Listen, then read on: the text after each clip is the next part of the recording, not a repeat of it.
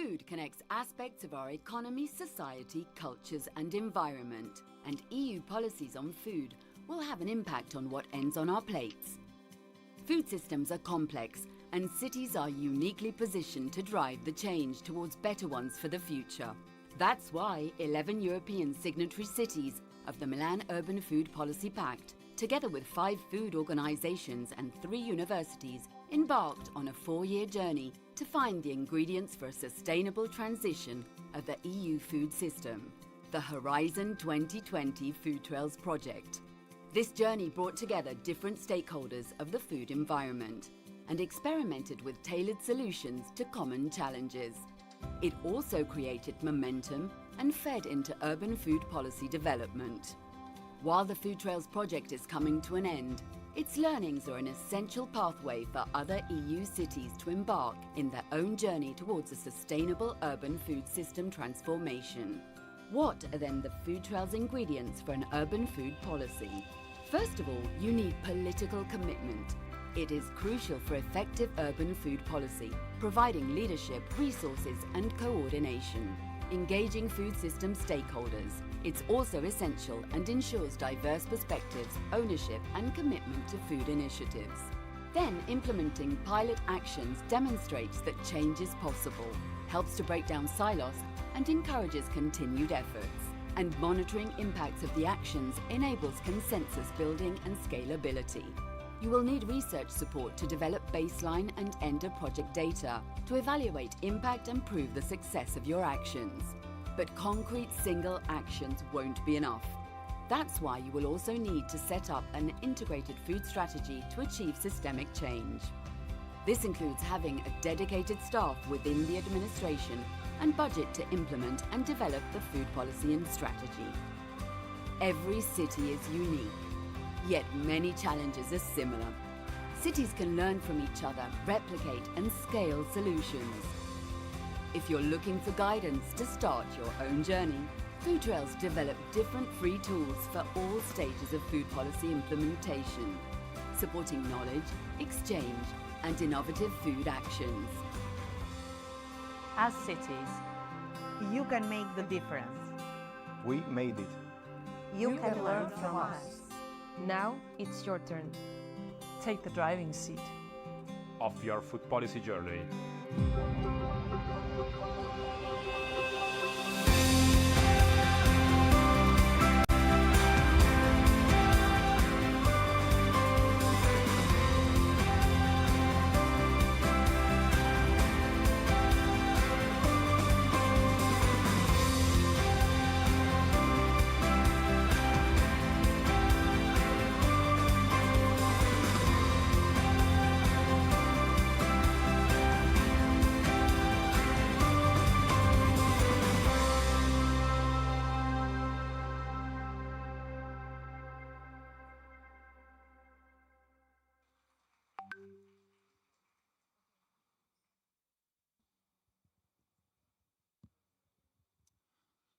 Hello everyone, good morning.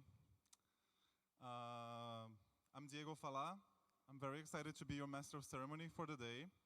This is the FUSILLI Final Conference, a conference that marks the 4 years of a lot of work in 12 cities all across Europe. And we are really excited to be here in Nilüfer. I think Nilüfer is a city that always inspired us because it really went beyond what the project stated, basically, and we are really happy to be here.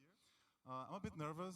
To be honest, the 2 hours difference between Luxembourg and Turkey are not helping, so for me it's still like 7 in the morning, but we will make it. Anyway, I think that FUSILLI and this project it's a very interesting project because it's about food, right? And I think food is a topic that sometimes people don't understand how important it is for cities. We talk a lot about mobility, we talk a lot about the energy transition, we talk about urbanism, and food, sometimes it's a bit invisible in public administrations, in local levels. And I think that for me, FUSILLI really brings the topic and really gathers concrete actions towards improving how cities deal with the topic. And yeah, anyway, I'm a bit nervous, to be honest, but we today have some panel discussions, we have a bit session, we have the Cities Bazaar outside where cities will display a bit all what I'm talking about to you. We also have a dinner, and tomorrow we have site visits, which I think everyone is very excited because finally we're going to see. Look around a bit, leave the building and see what's actually happening on the ground here in Nilüfer. We are very excited to be in Turkey. I think it's the first time for many people. I see people from Portugal, I see people from Italy, I see people from Luxembourg. I myself am coming from Luxembourg. And I think that it's an honor to be a Master of Ceremony. We're going to start with a presentation from Brussels, actually, someone joining from the mothership, from the European Commission.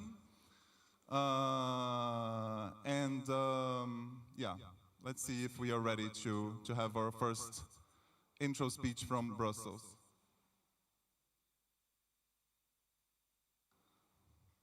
We also have translation channels. We have English to Turkish, Turkish to English. The conference is going to be mostly in English, but we're going to have some bits in Turkish. So feel free, if you haven't got your translation device, to go to the back and get it.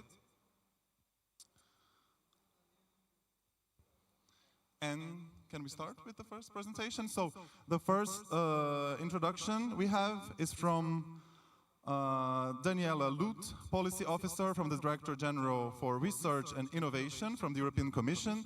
She's joining us online, all the way from Brussels.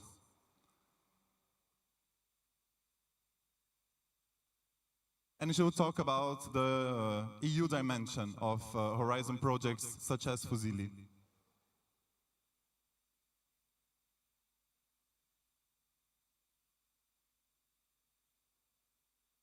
Good morning, everyone. Can you hear me? We can hear, Yes. but we cannot see you yet, Daniela, so let's just... Ah, you cannot see me yet. Yeah, not yet. So let's see if...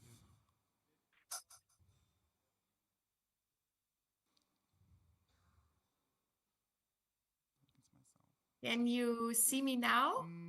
I think we still need... now we can see you. Perfect. Okay, perfect. Welcome, I see myself Daniela. twice, but as long as you see me once, that's very good.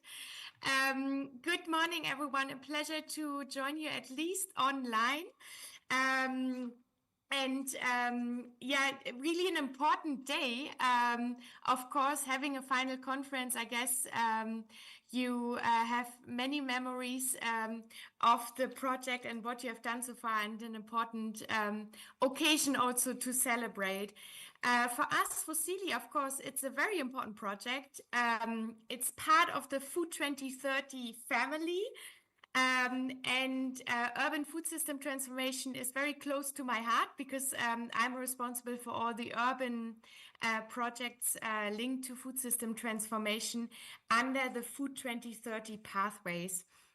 And I looked a bit back where we had touch points, and I'm not sure if you all remember, or if you all know, we actually took stock in 2022, and the report was released in 2023 in May, on urban projects under Horizon 2020, Horizon Europe, but also LIFE projects and Green Deal projects, in terms of what has been done on urban food system transformation and what is still needed in the future. And we're very thankful that you joined this undertaking. It was more than 20 projects who joined. And you created kind of a one-pager for it, and you could say what you're proud of. So you said you're proud of the 12 cities, the 12 living labs with a network, having created roadmaps and action plans, and really urban food plans for integrated holistic transition towards sustainable food systems. And also that you included public procurement. We believe that's also really an important leverage point for making a change inclusively, and have created a knowledge community. Now, the needs you indicated are implementation. But I see you're doing very well in terms of networking. You will have best practice sharing with FoodClick and Agri-Food Links, also two projects which we observe very closely. So you come to an end, and I know there will be assessments of your work in detail, so I will not go too much in detail on that. We'll just want to use this occasion to congratulate you for your achievements, and want to look ahead a bit with you. Now there are two activities where I invite you also beyond the FUSILLI project where you can connect. If you're not yet part of it, I invite you to become part of the Clever Food Network. It's a network of networks and living labs. It has more than 75 projects. That's the best also for achieving impact and ensuring implementation, because that's really our first entry point, where we work with and where we can see what has been done and how to, as in Europe projects under Food 2030. The latest offspring of Food 2030 is our Horizon Europe partnership. We have more than 50 partnerships under Horizon Europe. In the second strategic plan, there will come another 9. And one of that then is food systems. And why to create partnerships next to Horizon Europe? Well, certain thematics have been identified that actually really need different mechanisms, more strategic, more long-term, and with much more budget to make a change. And one is this partnership that launched in June, Future Foods, including 20. Now, for those who are already joining, the partnership just launched its first call, one of 6 calls, with a total budget of more than 30 million euros. So there is really a critical mass that's being leveraged for making a change. And there are 3 thematics on these topics: the way towards sustainable and resilient food systems. That's also linked to food environments, new foods, fostering innovation, food design, processing, supply. This includes novel food, but also lost, forgotten food to revive them, and empowering sustainable food choices, enabling food environments and dietary shifts. So really invite you to have a look at Future Foods. The deadline for pre-proposal submission is on the 15th of January.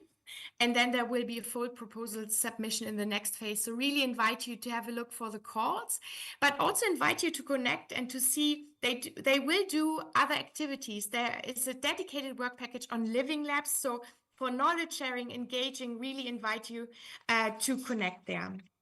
And then I want to give you a bit of an outlook, because I'm sure you will engage in future projects, I hope so, in future European R&I work on really transforming sustainable future systems. And as you know, we have a new college, and with that, a range of new guidelines. And these guidelines we have really a close look at. Even if they're horizontal, they will make a change in all sectorial areas. And really invite you to have a look there to analyze what that would mean for your work, as we're doing the same now. And we have received a range of reports that give us guidance. There is the Draghi report on competitiveness. Competitiveness will become more and more important. And I think we need to ensure with R&I that sustainability and competitiveness are 2 sides of the same coin. So we create really solutions that drive sustainability, but at the same time that are profitable and financially sustainable in the long term. And Draghi asked for more investment, as does also, there is another report, the Hater report, and the Hater report is a group of experts who looked at the interim evaluation of Horizon Europe. So that will also guide us towards the next framework program after Horizon Europe in 2027 will close. And here they asked for substantial investment in the next FP10, 220 billion. So RI really has a moment to shine and to really drive the competitiveness that is needed, but also come up with innovative, creative solution.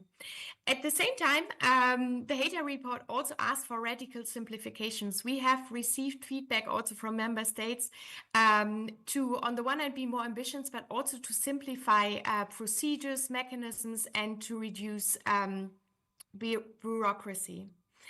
And for this, the HATER reports, it says a lot of things. I think there are 12 action points, but just to link towards what you're doing. So they ask for creating an industrial competitiveness council, but also to create a societal challenges council.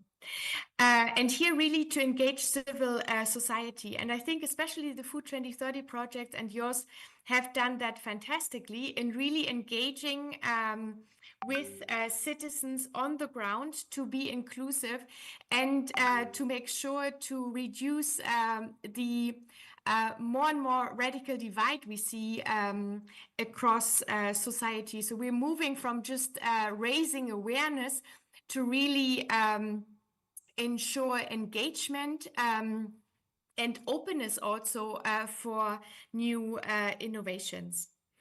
At the same time, we have the Nilüfer report shifting from crisis response to resilience. So even if it's not very closely related to the Food 2030 report, but there's one thing that I think we need to keep in mind, the call for more resilience in several domains. And I think especially when it comes to urban food systems, local shorter supply chains, local procurement can really, in a balance, of course, with trade, can really contribute to resilience. Now, I'm coming from the DG Research and Innovation, and we have a new commissioner designate who passed her hearing 2 weeks ago. It is Ekaterina Sarajeva, and she will be the Bulgarian commissioner designate for startups, research and innovation. So there is a change in title, and that of course gives direction. So there will be more focus also, as she underlined in her hearing, more focus on support for SMEs and startups. And we will surely see that also in the RI calls to come in the future.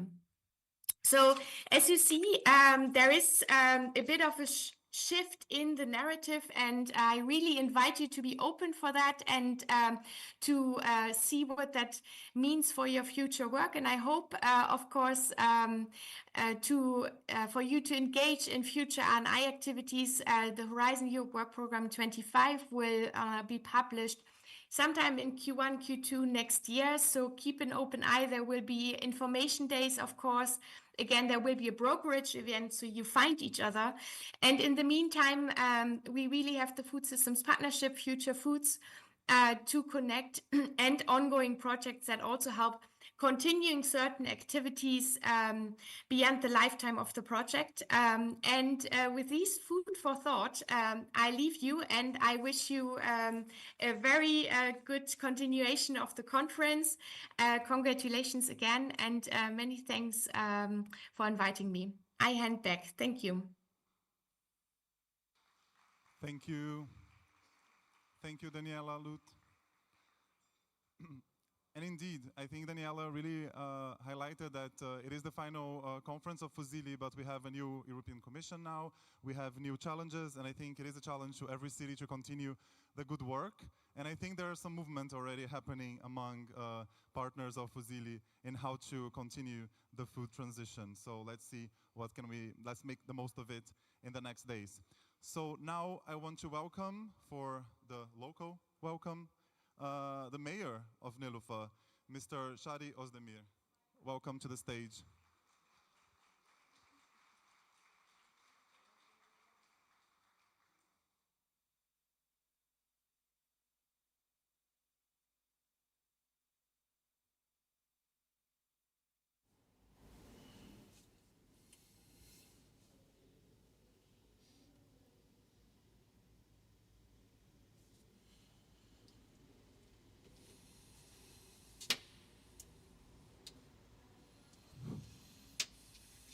Çok değerli Büyükşehir Belediye esteemed Başkan Vekilim, Vice Mayor, esteemed council members, Nilüfer'e gelen so from Europe's 12 cities, those who come to Nilüfer, the esteemed members of the FUSILLI consortium, and our local stakeholders and our guests who are following the food agenda.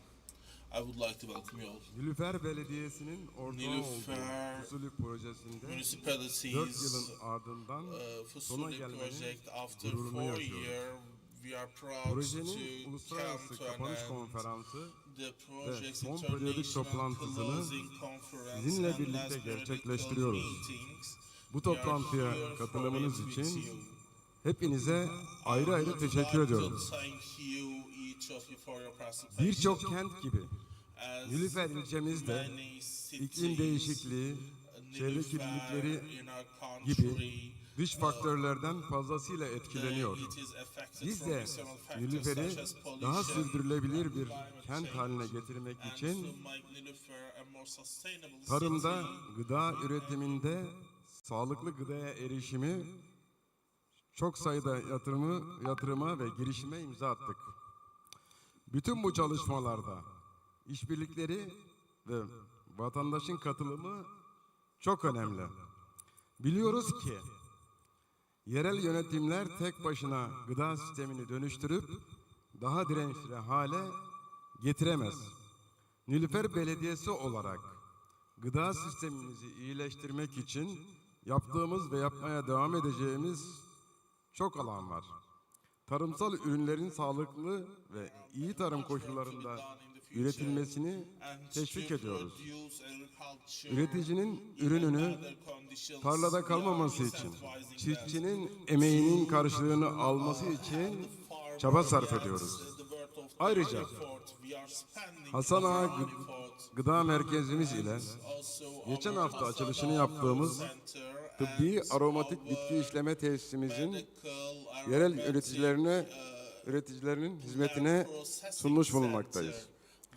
Tüketicilerin bilinçlenmesini, çocukların erken yaşta tarımla buluşmasını çok önemsiyoruz.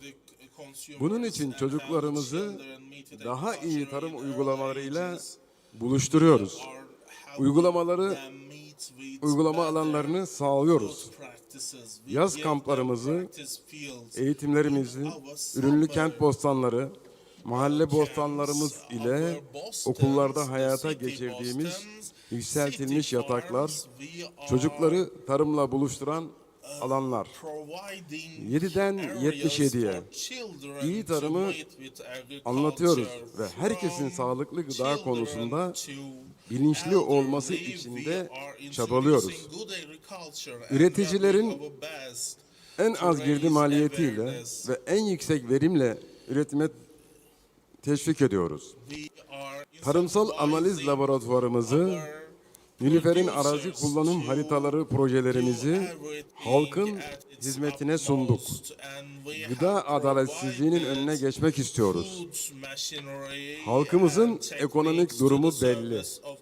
Herkesin sağlıklı gıdaya erişimi ekonomik olarak da çok zor. İşte bu noktada bize ciddi roller düşüyor. Sağlıklı gıdaya erişilebilir hale getirmek zorundayız. İhtiyaç sahibi ailelere her gün 2 öğün yemek desteğimiz var. İsteyen ihtiyaç sahibi aileler de aşevlerimize gelerek ücretsiz yemek yiyebiliyorlar.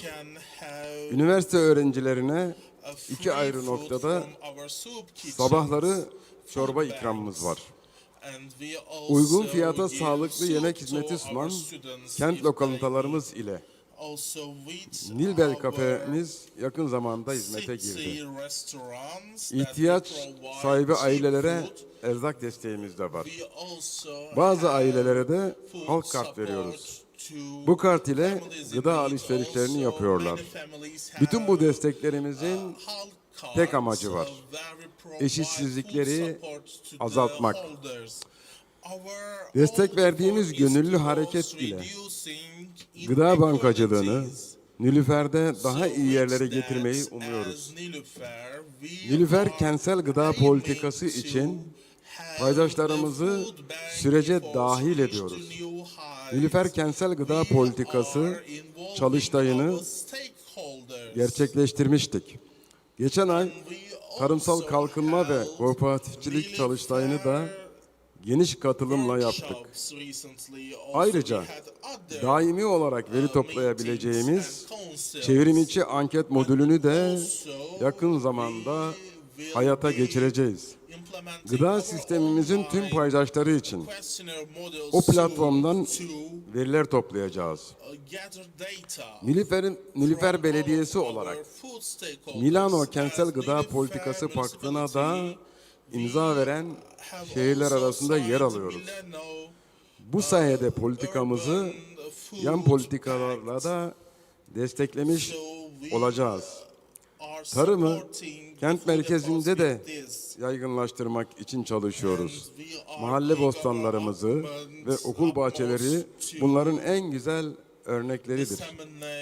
Şehir içindeki mahalle bostanları da mahalle komiteleri aracılığıyla vatandaşlarımızın tarımla tanışıyor olmasını sağlamakta. Yine kent merkezinde yaşayanların balkonlarında veya teraslarında çok küçük çaplı da olsa ürün yetiştirmeye teşvik etmek için her yıl 500 bine yakın sebze fidesini ücretsiz dağıtıyoruz. Tohum takas şenliği düzenleyerek yerel tohumların yaygınlaşmasını sağlıyoruz. Yerel ürün festivallerimiz ile ürünlerimizi tanıtıyor, tarifleri ve kültürümüzü gelecek nesillere taşıyoruz. Coğrafi işaretli ürünlerimizin üretimini desteklemek için var gücümüzle çalışıyoruz. Tüm bunları yaparken atıklarımızı da planlıyoruz. Organik atıklardan ve budama atıklarından kompost elde ediyoruz. Üniversite kantinlerinden çay kahve posalarını toplamak için de protokolümüzü imzaladık. FUSILLI projesinin paydaşlarından çok şey öğrendik. Bu projeyi yürüten arkadaşlarımız Avrupa'nın birçok şehrindeki iyi uygulama örneklerini yerinde inceledi ve Nilüfer'e geldiklerinde bizlerle paylaştılar. FUSILLI'nin kapanış konferansını organize eden Cartif ve Steinbeis ile bu organizasyonun Nilüfer'de yapılması için emek veren arkadaşlarımı kutluyorum. Katılımınız için teşekkür ederek hepinizi saygıyla selamlıyorum.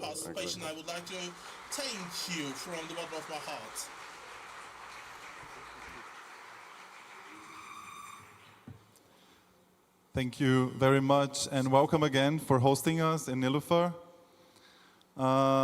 Okay, now the next person is someone that is very important for FUSILLI. Actually, I think all the partners are really thankful to her. I'm honored to call to the stage Julia Pinedo Gil, the coordinator of the FUSILLI project, all the way from Spain, from Cardiff.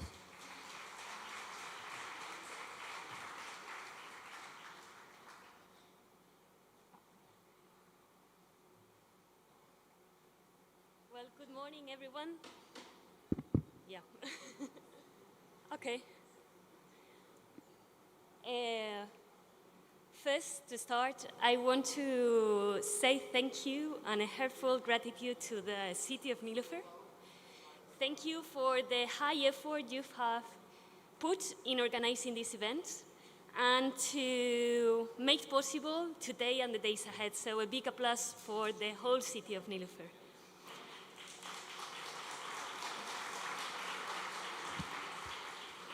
Thank you very much also to Steinbeis, to the big an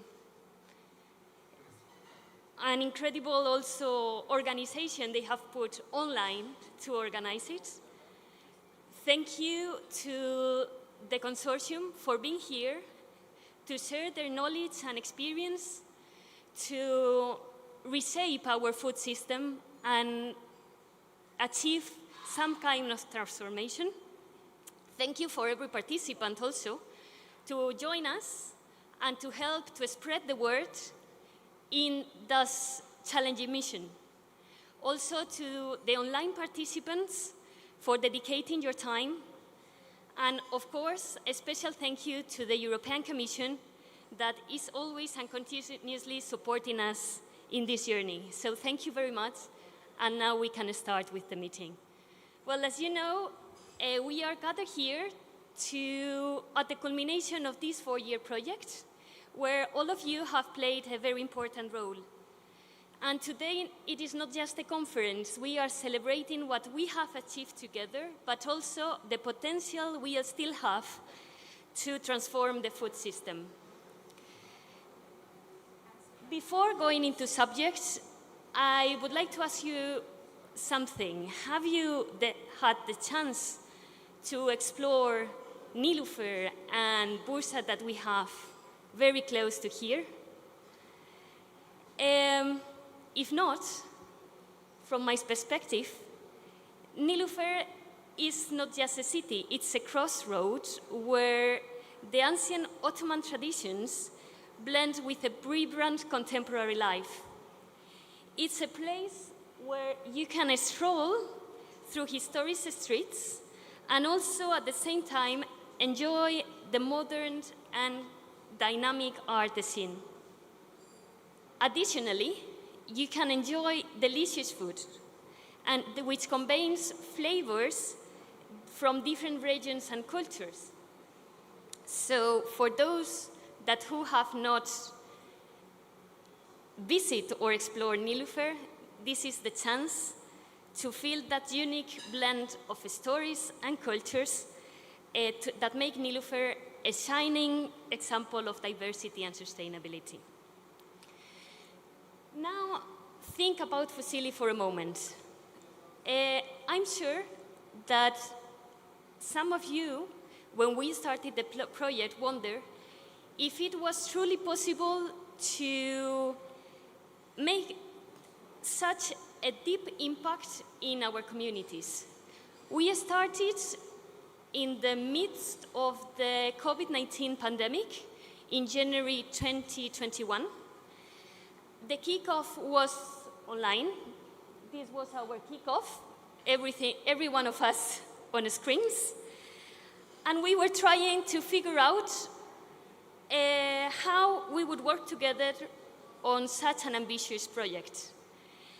It was 1.5 years until we were able to meet together. It was in Oslo in June.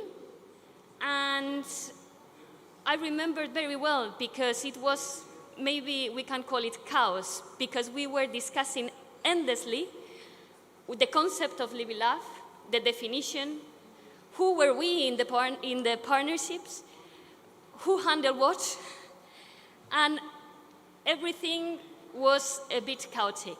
But step by step, we found our rhythm. And I think at the end, now, we are a very cohesive team.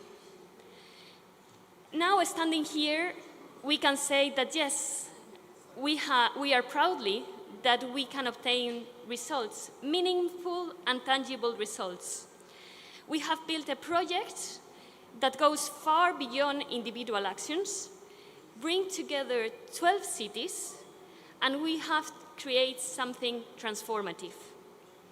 In this journey, we have also lived memorable moments. We can go back to Kolding, where we cooked together the crab soup, or in Turin, where we dance traditional dancing. And although some of us lacked of rhythm, we put all our enthusiasm. In Castelo Branco, we have also the chance to explore the rural surroundings and taste some delicious local produce to enjoy their sauna. But beyond these anecdotes, we have built something much, much bigger. And we are here today to celebrate what we have accomplished together. So to kick things off, I'm going to give you a brief overview of FUSILLI because I'm sure that all of you knows very well what's FUSILLI about. Our objective has been clear since the beginning, to transform the food system across Europe towards a more sustainable, healthy, and resilient model. To achieve this, we have created living labs in 12 cities, each adapted to its local conditions. And we did it through the implementations of innovative solutions that impacted in 5 key areas of the food system that were consumption, production, distribution, waste management, and governance. This project has also enabled cities to collaborate, to share knowledge, and to learn from each other, creating an ecosystem where their best practices and solutions has become a model to follow by others. But not only we have achieved these goals, we have also reached significant milestones. We have been able to create 12 living labs to transform the food system.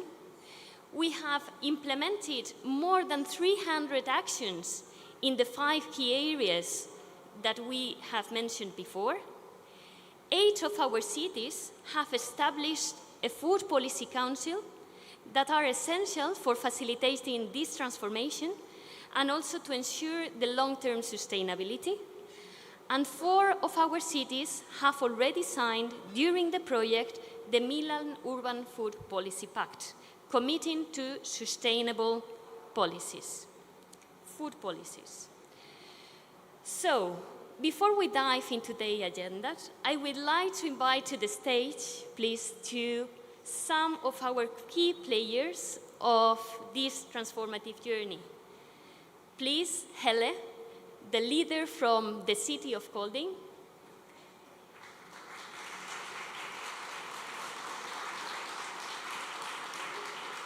Thank you, Helle. Alexandra, the leader for Kharkiv.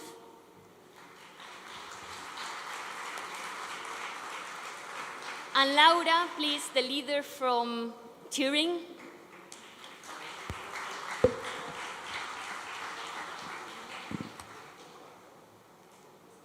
Welcome, everyone, and thank you for participating. I would like to ask you some questions to help us to reflect how we have built together in FUSILLI. So to begin, I'd love to hear from you. What do you believe has been the most valuable thing FUSILLI has brought to you and your communities? I don't know if each one wants to start first. Please, your turn. Okay, I can start from the city of Kolding perspective. If it had not been for FUSILLI, we would not have ignited the food system transformation yet, I believe, because this was, I would say, almost new territory for us.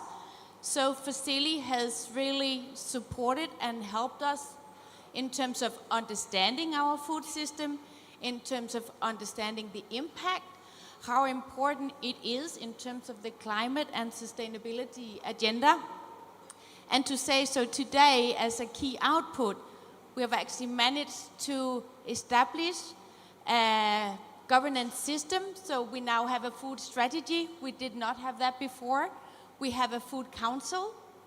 And I'm also really happy to share that in the budget for next year, the municipality actually approved a future food position, which is also new to Kolding. So it's just to say that now the food system transformation has been anchored, and in the food strategy there is a direction. But we also set up 2 very important venues for citizens' engagement. So in collaboration with the SDU, they have established a food lab, so a key hub to invite in our citizens on this journey. And we also established a food hub in our sustainability house where we can really meet our citizens and have this discussion. So some very important actions. Thank you very much, Helen. Hi, dear colleagues. I'm representing Kharkiv FUSILLI team and Karazin Kharkiv National University. And I would like to mention two issues in this regard. The first one is being a research institution. We are very used to conduct research, to write reports and provide our local authorities with some of the recommendations. But this project empowered us to become the real policymakers, and it enhanced our social agency to contribute to local policymaking. And I think that this is very valuable experience in this regard. And the second point that I would like to mention is actually our model of food council. Unfortunately, because of the war, we were not able to establish it at the level of local authorities and on the base of local authorities, but we have elaborated our alternative path, and we have created a horizontal network that we called Kharkiv FUSILLI Food Network, where we gathered over 20 different stakeholders. They work both in private and public sectors to contribute and to develop food sustainability under the wartime. And thank you to FUSILLI team for supporting us on this way. Thank you.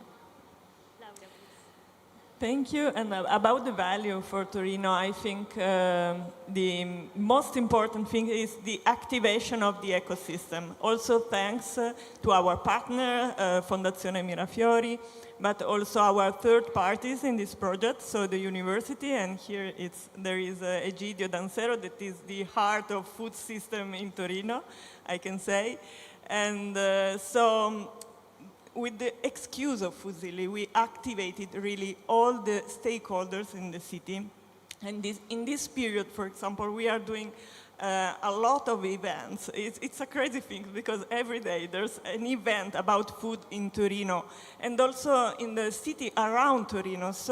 And we are working with the region, Piemonte region, about this topic. And it's really so empowering for everyone to be involved in these food things that is not brought in a law that we have to do something about food as a city, but now is something so important also for our politicians that we changed them during the course of FUSILLI, and now they are so involved in this, and they think that it's so important for the city and for the region, for the ecosystem of the city.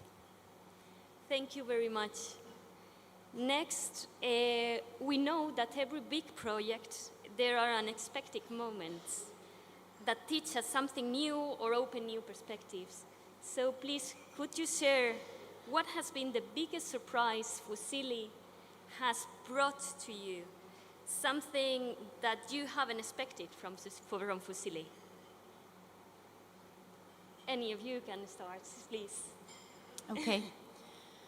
I think there's been many aha moments on this journey in terms of gathering insights and understanding the food system of Kolding.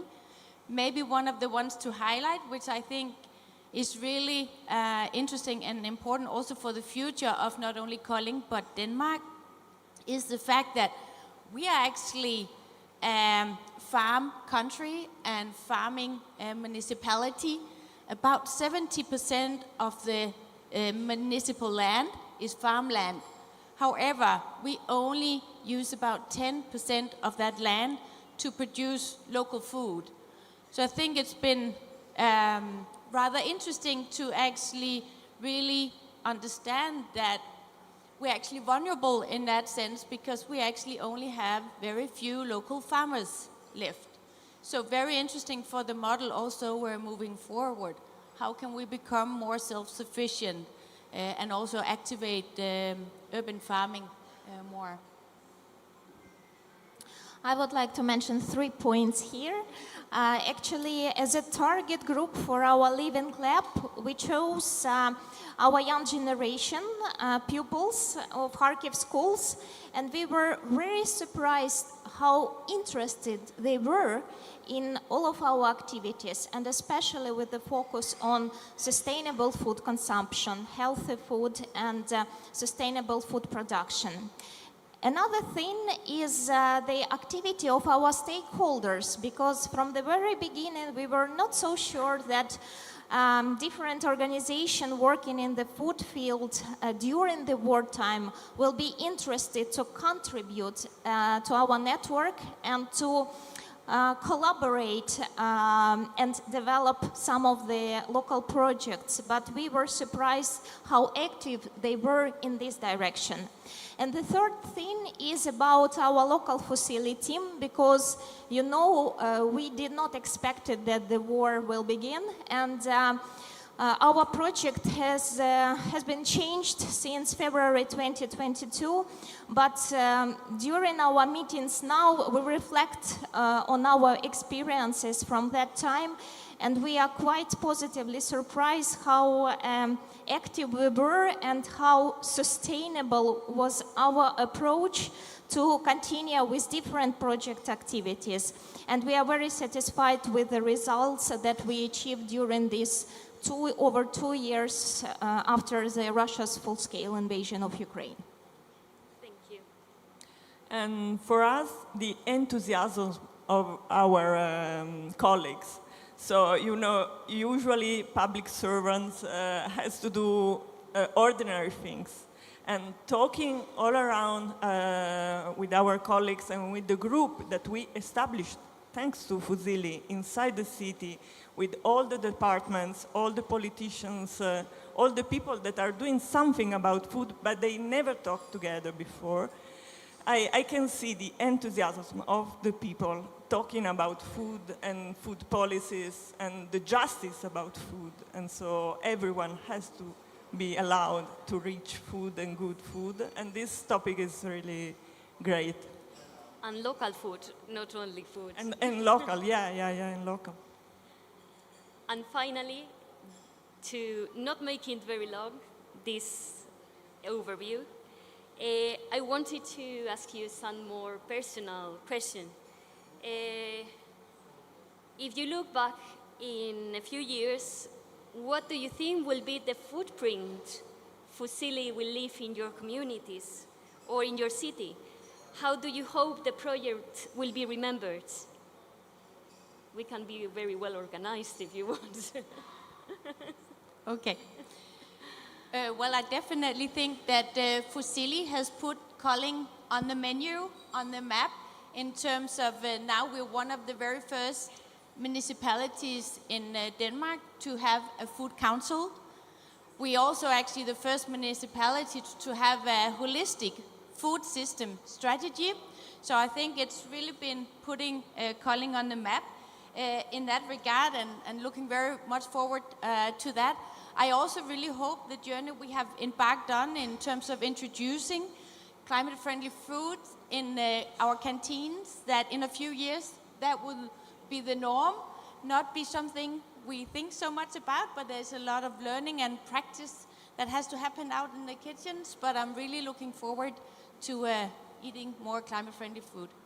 Thank you, Hele. You know, I think that the first thing is that the thing that we created, Kharkiv Food Network, we hope that this organization or this network will continue to work after the project is ended, because I think that we have achieved this synergetic effect when our partners, they meet together, they elaborate projects and can realize projects actually without our involvement. And our network is growing, and I really hope that this dynamic will be positive in the nearest future.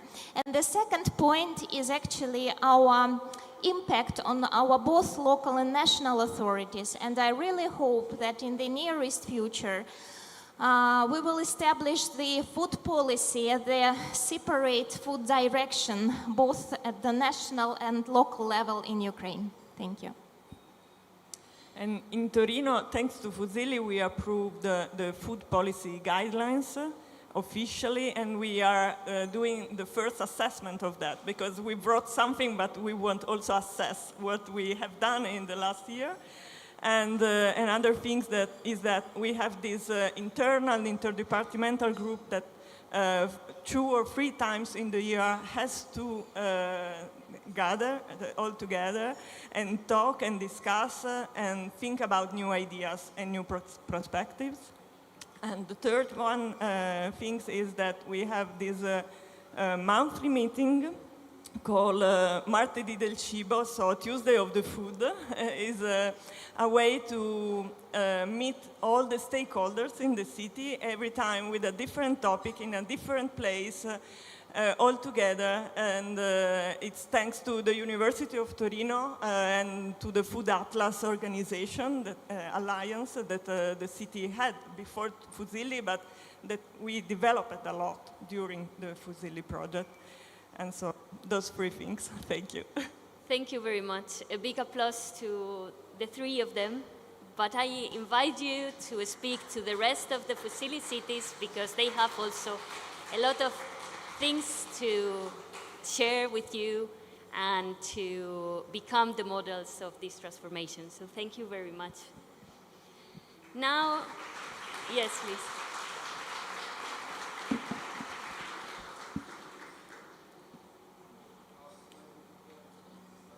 Let me introduce a little bit more the agenda for today. After this session, we will discuss how the Food 2030 model and FUSILLI Living Labs have strengthened the urban food policies. We will also discuss about the citizen engagement in this transformation, the economic and the social impact of the food system transformation, and at the end, the future vision of this transformation.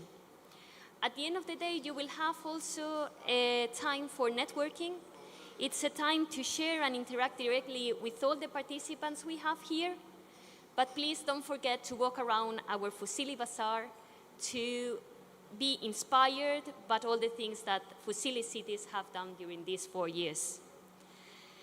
So thank you very much for everyone, and hope FUSILLI has left you a big or small mark in your perspectives and your daily life for making at least such a bit of this transformation. Thank you, everyone.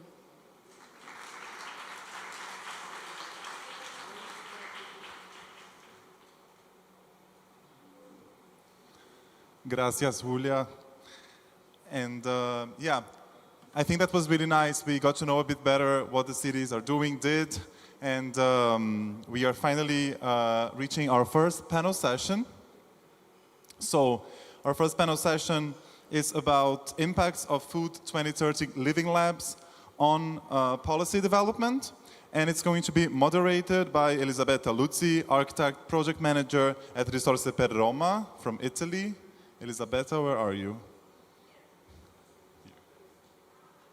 Welcome. Yes, come to the stage, please. Want to introduce yourself to our participants, or should I do it? No, I can introduce myself. Hello, I am Elisabetta from Rome. One of the 2 partners in Rome was my company, which is Risorse per Roma. It's a public company owned by the city, and we worked in team with the Roma Capitale municipality. So you didn't introduce all the others. Do I have to do it? It's my job. Okay, okay. So we are having on the stage, we are having Sila Ferreira. Sila, where she is? Not here. Yes, there. Here she is arriving. Sila is the project manager for Castello Branco, one of the 12 pilot cities. Yes. And then we have Mark Fredericks, who is from Horizon Europe EU for Advice. Come, hello, nice to meet you. And then we have our Line Tveiten, the project manager for Oslo municipality. And we should have in remote connection Andrea Patrucco from Milan, Urban Food Policy Pact, and he is actually from the municipality of Milan. So, very different cities. Don't know if Andrea is he will come, not now. Okay, perfect. And so we have different cities, very different cities, in shape and in attitude for food, and in traditions for food. And also we have very different roles, from public roles, from European roles, like our Mark. And how can we talk about my company, Risorse per Roma? We are the masters of good practices, or maybe the master of good practices, enhancing, enlightening, and disseminating. Before going on with the presentation of our speakers and with the questions we have to ask them, I just got a news from the press that says that in the Rio conference today, Italy was one of the first countries to sign the proposal from President Lula, which is the Global Alliance Against Hunger and Poverty. So I like to think that FUSILLI was a very small seed in the starting of thinking for a new food system in all the world. So we are asking some questions, but before I would like to give, I guess, not more than 8 minutes to each of our speakers, just for a first round of presentation of their work. So maybe we can start with Line from Oslo municipality, just to give some guidelines to you. They had a lot of initiatives inside of FUSILLI, like the Food at Work, an internal advisory service, the food waste in nursing homes, the school meals in high schools, and something they learned from FUSILLI. So, please. Hello, everybody. I'm Line Tveiten from the city of Oslo. I work as an advisor for sustainable food, and I have been the project manager for FUSILLI in the city of Oslo. Hi. Yes. So I'm using a script today. So for the first question, in terms of sustainability and innovation, FUSILLI has influenced urban food policies regarding food at work, food waste in public institutions, school meals, and kitchen staff training. Regarding food at work, we have learned that you can enter into voluntary informal collaboration with partners, such as building managers and canteen operators during contract periods. But in order to make long-lasting changes, it is necessary to make demands in formal contracts. It's also necessary to deal with unfaithful servants if they do not adhere to politically adopted policies. And in our experience, food is no exception in this regard.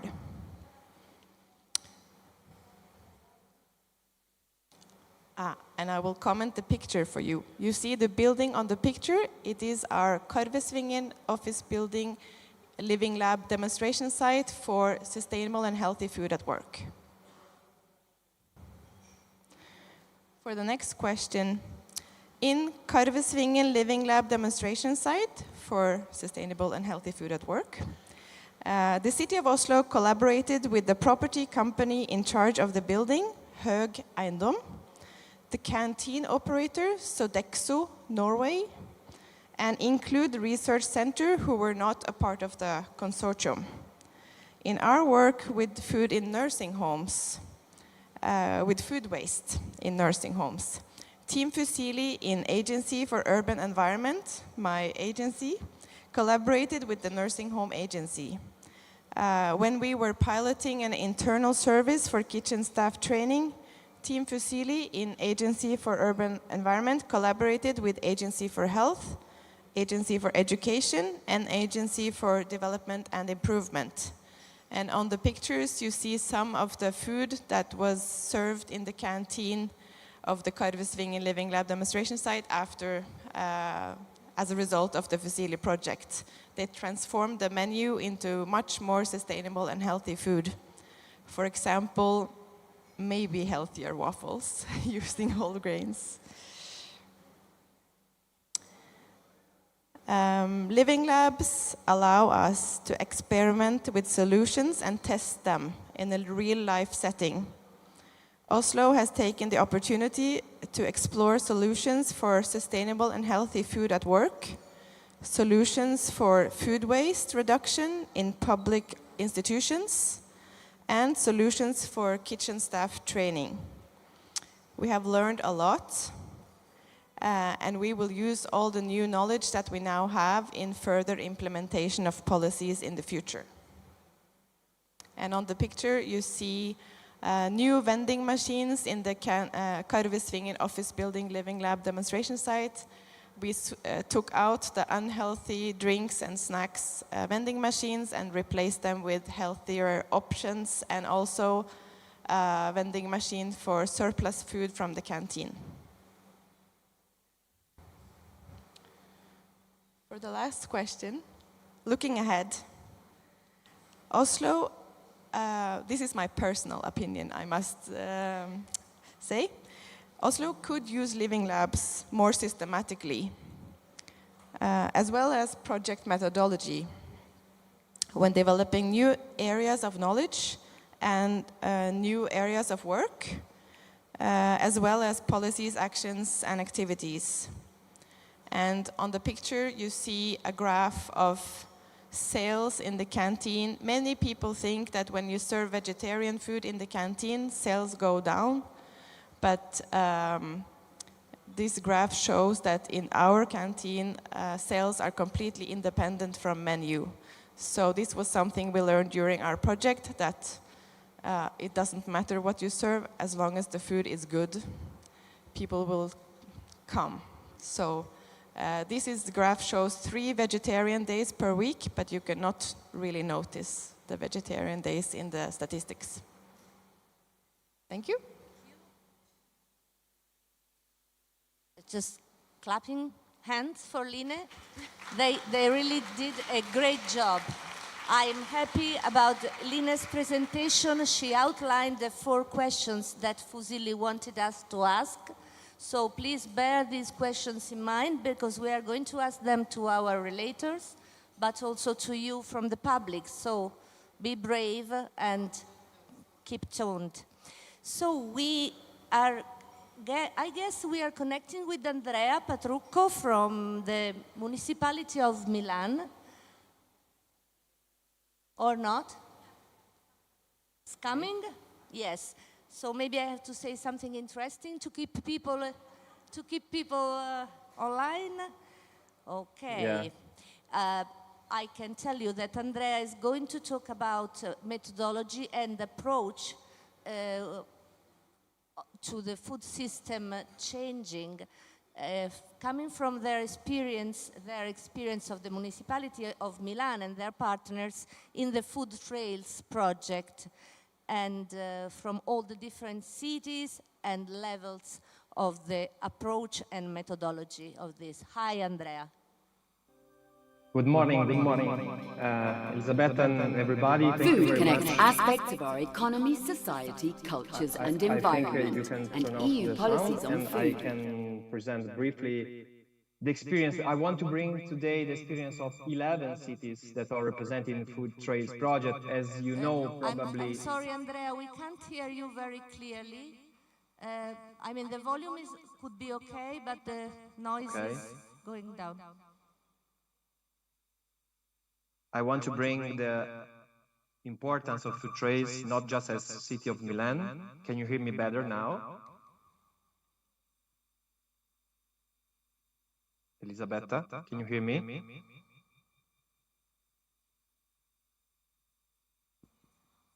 Can I proceed I'm or sorry, not? but from the stage we can't hear very well. They hear better from the sitting people over there.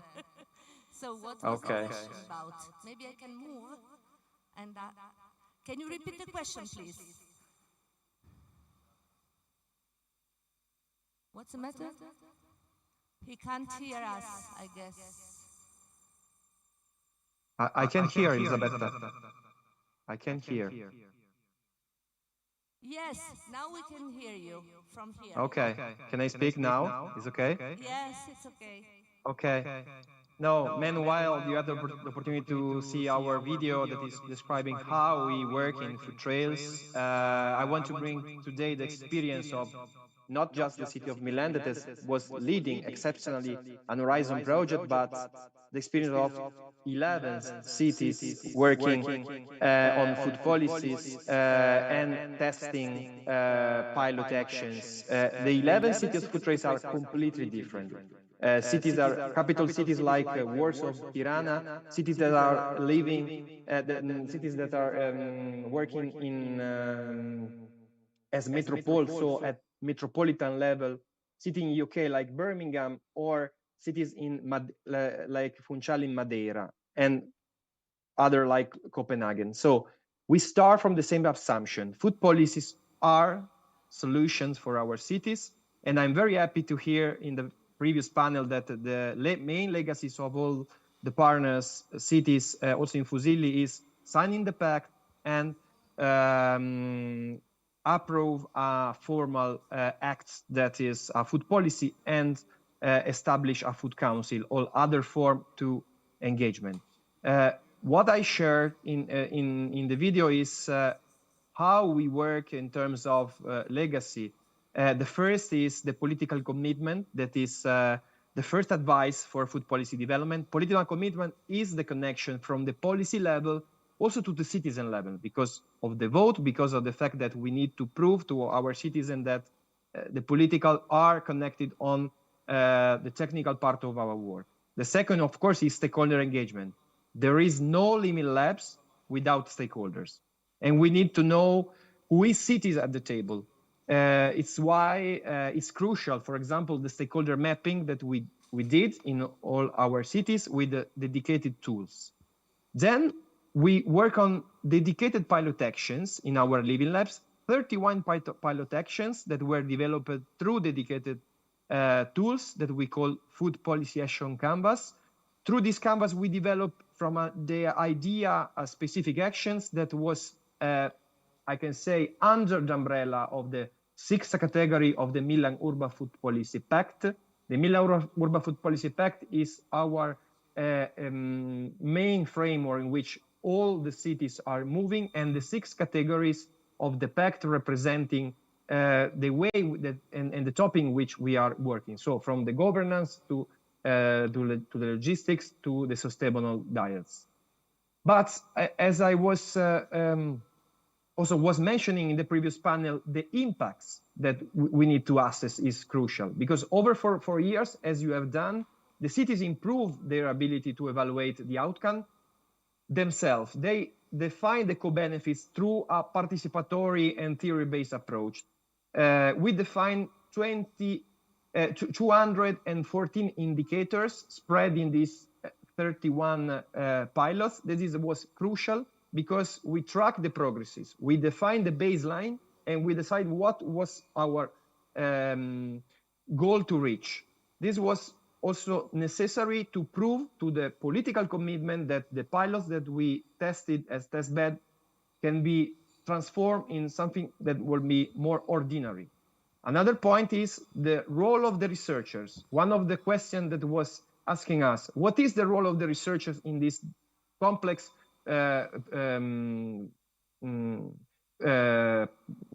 process?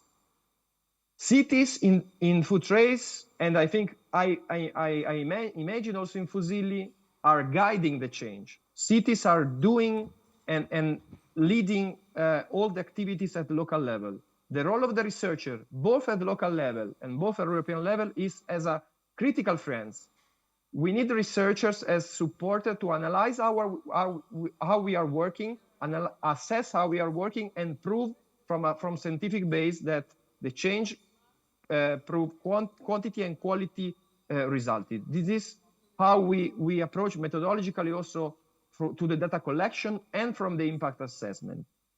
This is a very crucial part of the researcher because in Horizon, we are more connected on the fact that researchers are guiding the change, guiding the way to work. In this case, cities are crucial in terms of starting the activities in the living labs, co-design all the actions, and improve all the activities. Another point that was mentioned also in the video is the staff. The enthusiasm that was mentioned also by the colleague from Turin is crucial. Food policiers, we call it.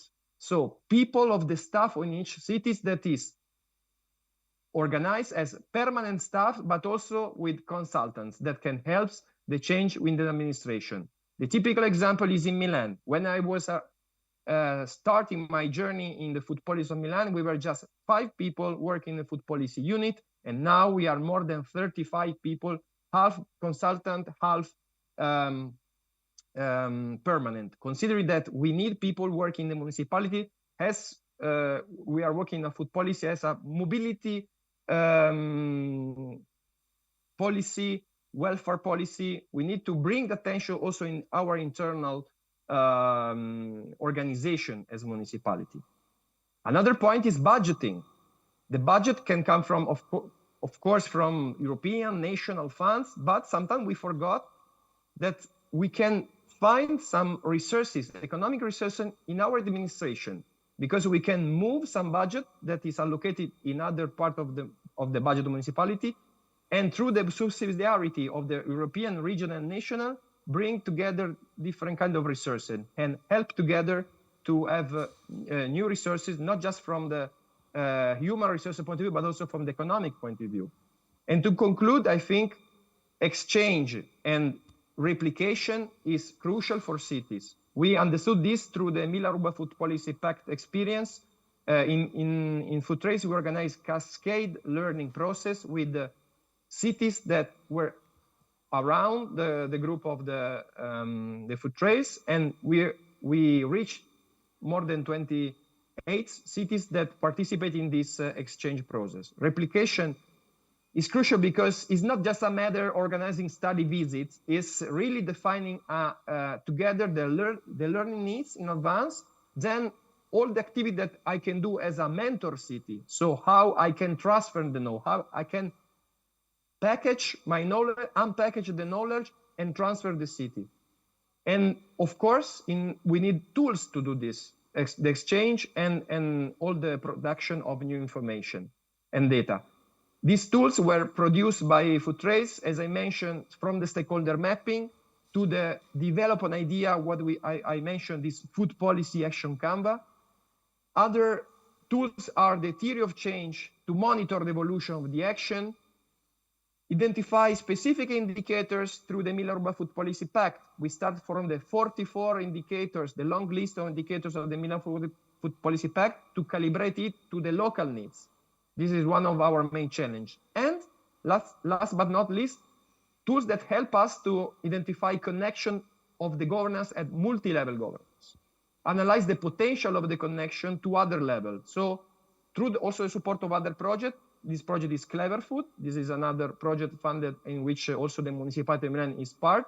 We have a tool that is a multi-level governance grid, can try to identify connection from the local, city level or metropolitan. It depends if you are, for example, a French metropole, to other level of connection, to understand the gaps and to understand how to be connected. All these tools are available on the website of Food Trace. To conclude, I want to answer one question that was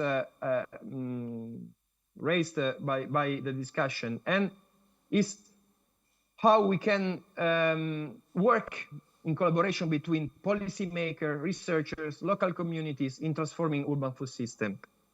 As I mentioned, the role of the researchers are fundamental, are crucial. So as I mentioned, critical friends that can help us in the guiding process. But we, in Food Trace, we experiment a new methodology. We work with, we call it cross-cutting managers. 4 cross-cutting managers based on the 4 pillars of the Food 2030. So based on the 4 priorities, so nutrition, climate, circularity, and communities, we identified 4 experts that supported all the cities to analyze more on silos the topic of the food strategy, of the food transformation from the nutrition point of view, the climate with the specific focus on public procurement, circularity, especially on food waste, and communities in terms of innovation. With the key partners like Slow Food, the city of Copenhagen, expert in procurement, Birmingham, expert in nutrition, and the circularity with a colleague expert in the city of Milan. So sometimes we need to work in a more holistic way, sometimes we need to work more on silos. The important part is that we need to put together all the work of this cross-cutting manager, the work of the researchers, under a common discussion that can be done through a project or a way to engage local stakeholders like a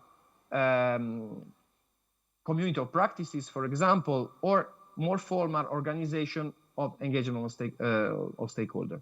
Thank you very much. Many thanks to Andrea from Milan and his systematic way of describing how the changing should work.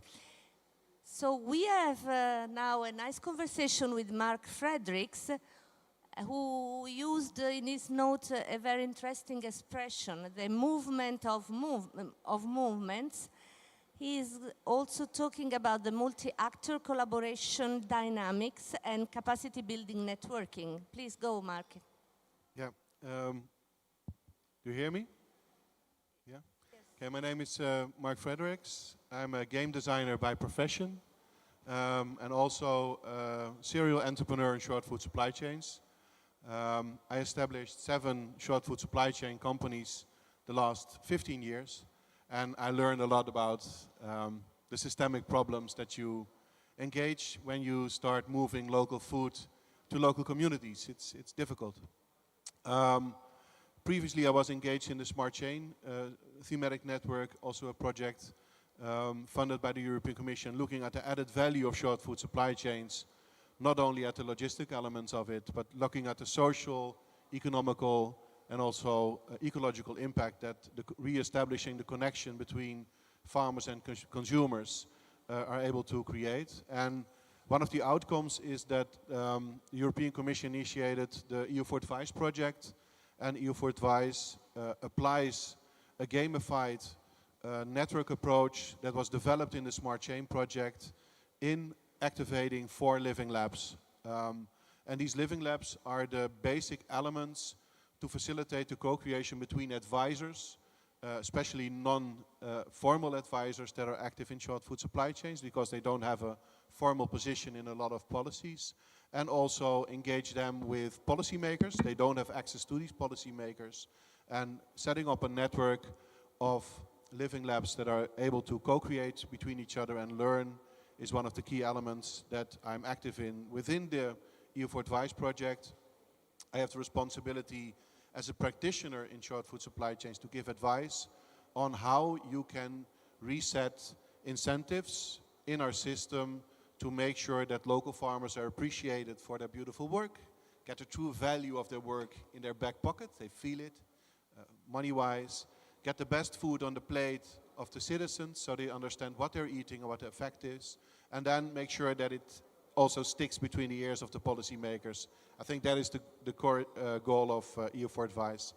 What you see here is a visual of me leading the Living Lab in the Metropolitan of Amsterdam, and I've applied our gamification approach within the Metropolitan of Amsterdam for 5 years. We established a network of more than 130 organizations co-creating with the policymakers of Amsterdam, also eventually ending up in a food strategy that was developed based on the bottom-up movement and the process of co-creation. And the Living Labs of the Netherlands is steering the development of the Living Labs in Ireland, Budapest, and in Spain. The project is led by Inigo Estonia, party of Spanish party. What you see is that the Living Lab of EU for Advice also is connected with other consortia, because we're not alone in this game of changing the food system. You see a vast overview of some of the projects that we are engaging with our social media platform, but also with our online repository that has a lot of innovation in it. And hopefully we can distribute every value that we created and all the beautiful experiments that we had with others by putting them also in the EU Farm Book project. And now I'm here at FUSILLI hoping to motivate you and make connections with you so we can make sure that everything you learned and the networks that are activated can be included in the EU for Advice project. Really looking forward meeting you and taking next steps. So I think the Living Labs are key in establishing the connection of a vast movement in our society of bottom-up initiatives, short food supply chains, community-supported agriculture, etc. And without these networks, I think learning from each other will be quite hard, because our current marketplace isn't paying for the effect of our good food, and our current government is not fit for purpose establishing it, so we need to do it partly ourselves, and that's what I'm an advocate of. We need to apply different games to the game of food, but also learn from each other and engage by changing incentives. What you see here is our achievement in the Metropolitan of Amsterdam. We applied a gamification approach on how you organize bottom-up networks from short food supply chain initiatives. So the first step that we took in Amsterdam by creating this Living Lab is assemble active short food supply chain initiatives around the city of Amsterdam. We included 7 of them.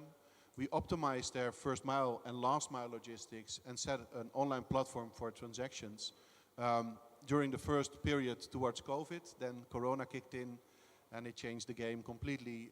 It proved that short food supply chains are really relevant for cities, for their food safety, for poverty, but also for having food actually in your supermarket. And coming from the Netherlands, we say that we are the second exporter of food in the world. Even though we are the second largest exporter of food, our supermarkets were empty as well.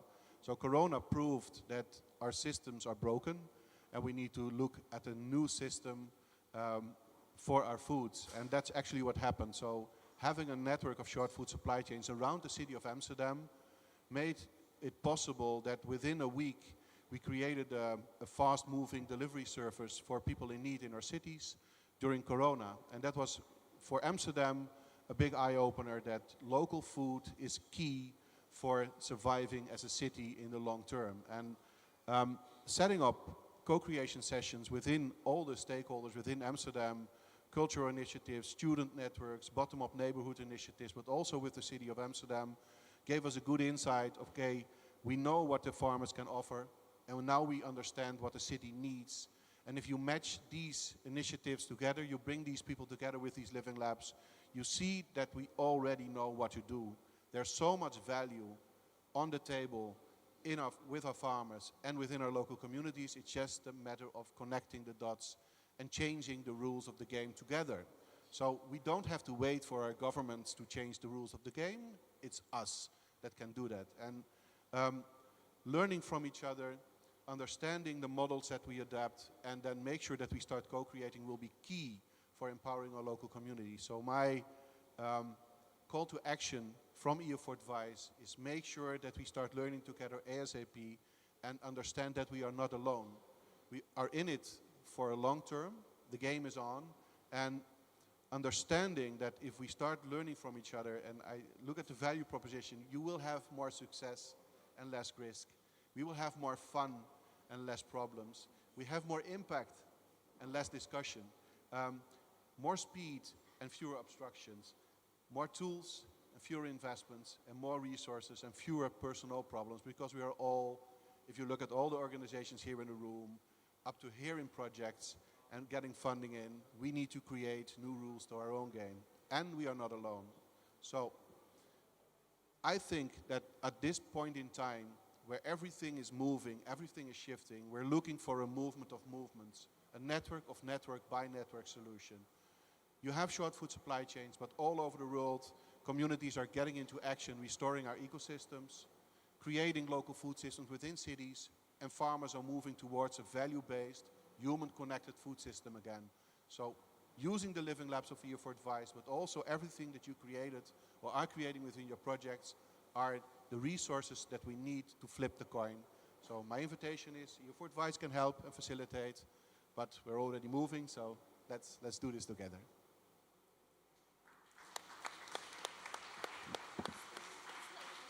Thank you, Mark. Yes, it's your turn now. We have Sheila now from Castelo Branco, which is another of the 12 pilot cities in FUSILLI.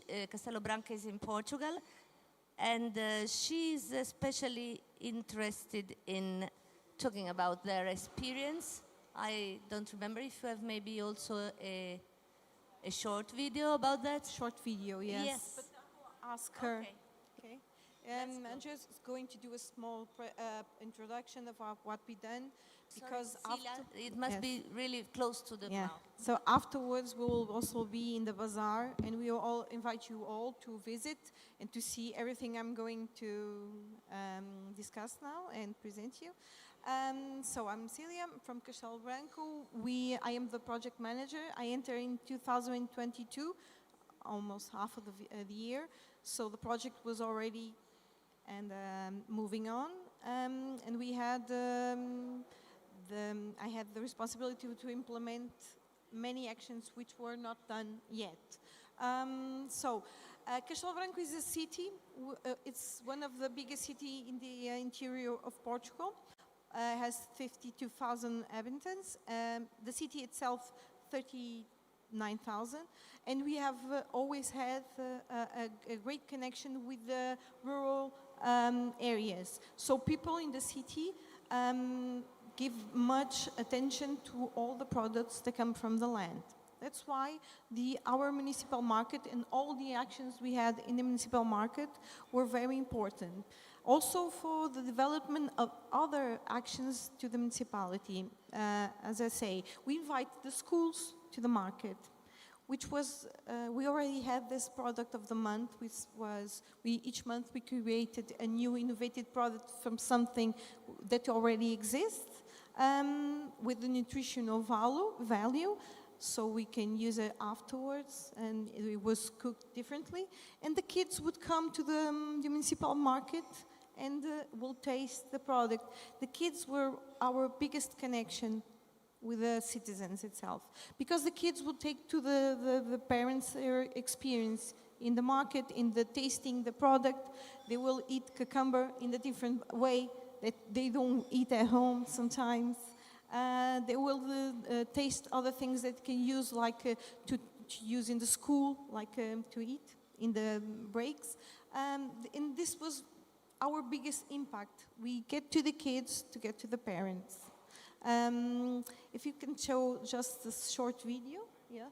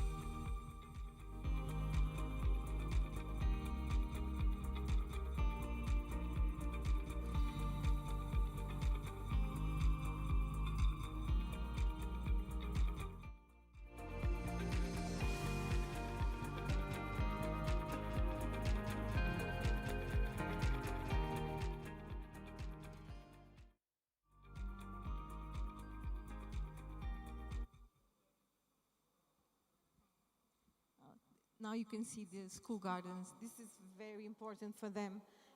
They cook, they take the vegetables and they cook them in the school. It was perfect. And this is some of the show cookings we had, because we always like to show to people. People interact very much with these activities. All the show cooking, people like to learn new things and new activities. Okay, so this is really short. Then when you can visit it in the bazaar, we will have a full video where we have the gardens of our social gardens, because we have attributed a land for people that can apply, so they can have a piece of land. People in Castelo Branco really connect with this, the importance of having a piece of land to cook his own food. So, and everything we do was always connected with the land, and to show the kids how to do things, how to plant their own vegetables. And for them was very interesting, because they go to, imagine, to the school, and they pick the vegetables and they'll take to the canteen, and they cook, and they will taste everything that they already planted. And we are also preparing a field work book where they can write down what they are planting. They can accompany everything. So this work is also ready to be delivered in the schools. We already did this in the schools, but after the project will be finished, they can do it afterwards, which is very interesting. Municipality, the impact of FUSILLI was also in the municipality actions. Even if you cannot implement everything because of the bureaucracy, which is for us very restrained in many, many ways, the municipality act in parallel. We decided to do an approval, a full approval in the municipal market. We will put all the producers together so that the younger generation, which already treasures this importance of the more than our generation itself, so we will have the conditions for attracting also more producers. I don't know about you, but our producers now in the municipal market are very old. So we wanted to attract the new ones. So this support of the municipality, not within with the FUSILLI, but because of the FUSILLI actions, so we had impact on the municipality decisions. And also this product of the month will be good for the business cases also. Our trouble now is almost about the full short chain, and we wanted to improve it. And also we know that other institutions have access, like a program like you already did, to map the producers where they are, but we don't have access. So the future FUSILLI can be this, to connect the other institutions to the other information that exists and we don't have access, and will be a much better work for and the results for everyone. Thank you. Thank you, Celia, very much. And so, our speakers gave a lot of answers to the 4 guiding questions of this panel. And I now would like that someone from the public give some answers too. So the guiding questions were very briefly, I'm making a synthesis. How have the Living Lab and FUSILLI initiatives influenced urban food policies? In what ways have Living Lab fostered collaboration between stakeholders, including the municipality?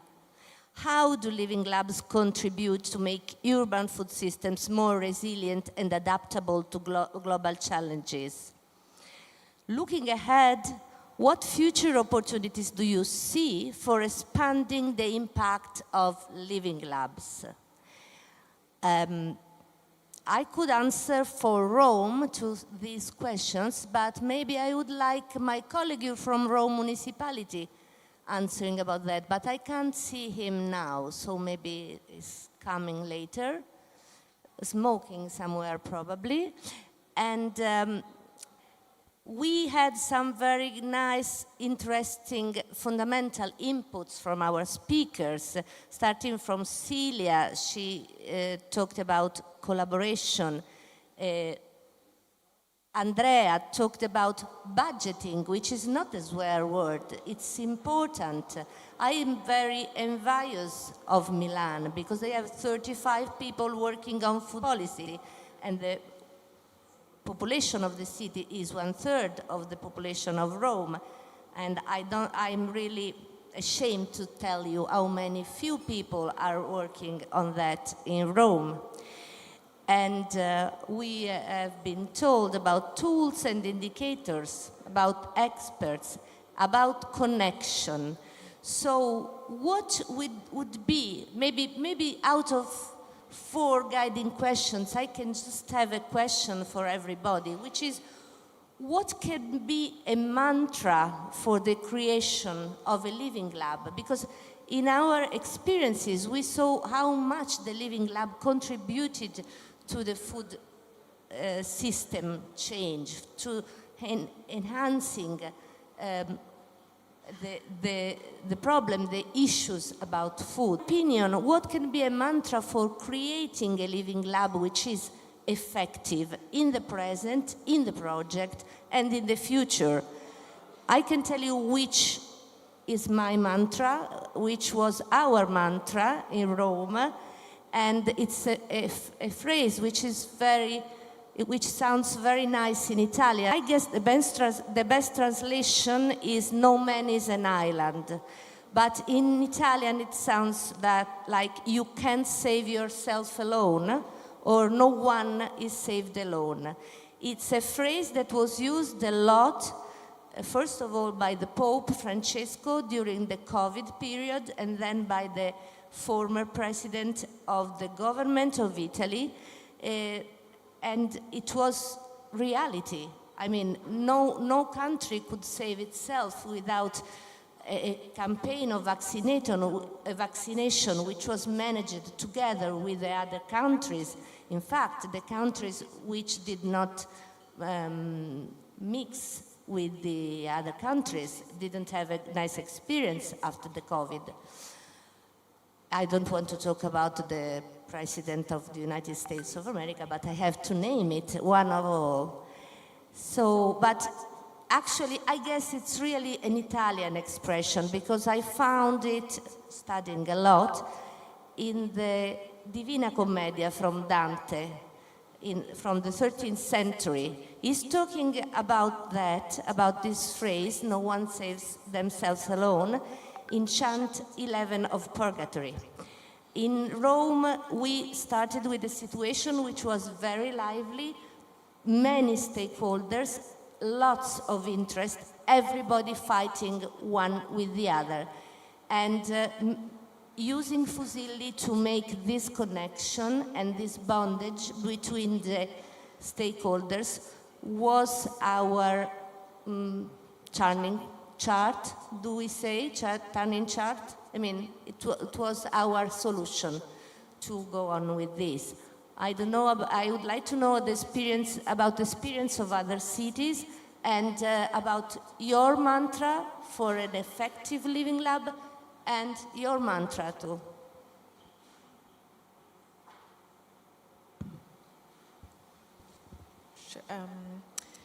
For me, using the living lab method, it's about testing. I think in my experience, I now work 12 years for the city of Oslo, and in my experience, too many strategies and action plans and policies are desk work. And policies are designed sitting on the desk, and living labs give you the opportunity to test your ideas and to test implementation before finally deciding on your policies. So for me, that's the entire living lab idea, is to test and to increase the quality of your policies and to make sure that implementation is realistic. Interesting question.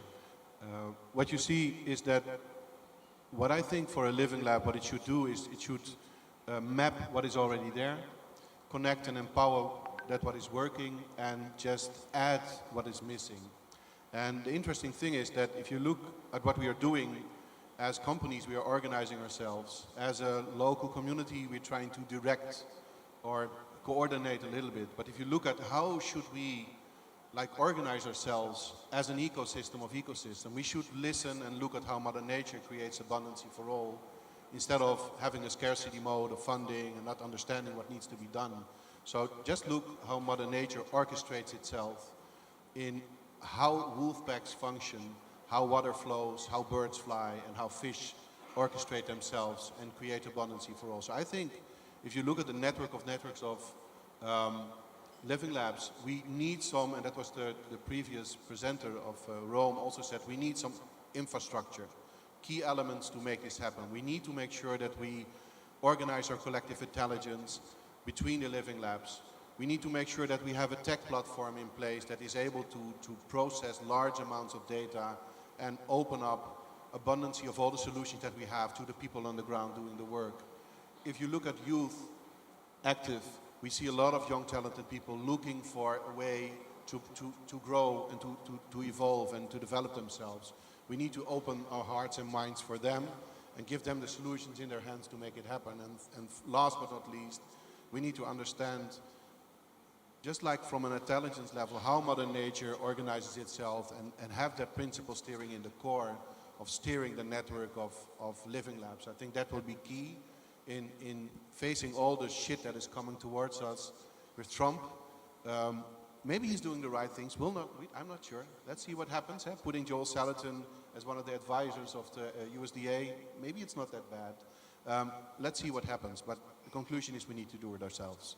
And we need infrastructure for that to make it happen. Yeah, in fact, we need testing, we need living labs, we need infrastructures like platforms, we need games. The experience of Castelo Branco and also your experience, Mark, were very interesting about that. We need multi-level governance reaching, and we need tools and indicators which are concrete, not sought for countries in Africa, with all due respect, but we are talking about the urban food system in FUSILLI.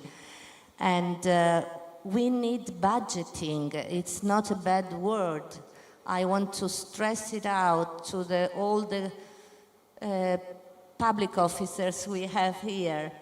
And we really need budgeting, because the motivation of the people from our living labs, even in Kharkiv, which was in the most difficult situation of all, they had a lot of motivations, all our living labs, for 4 years.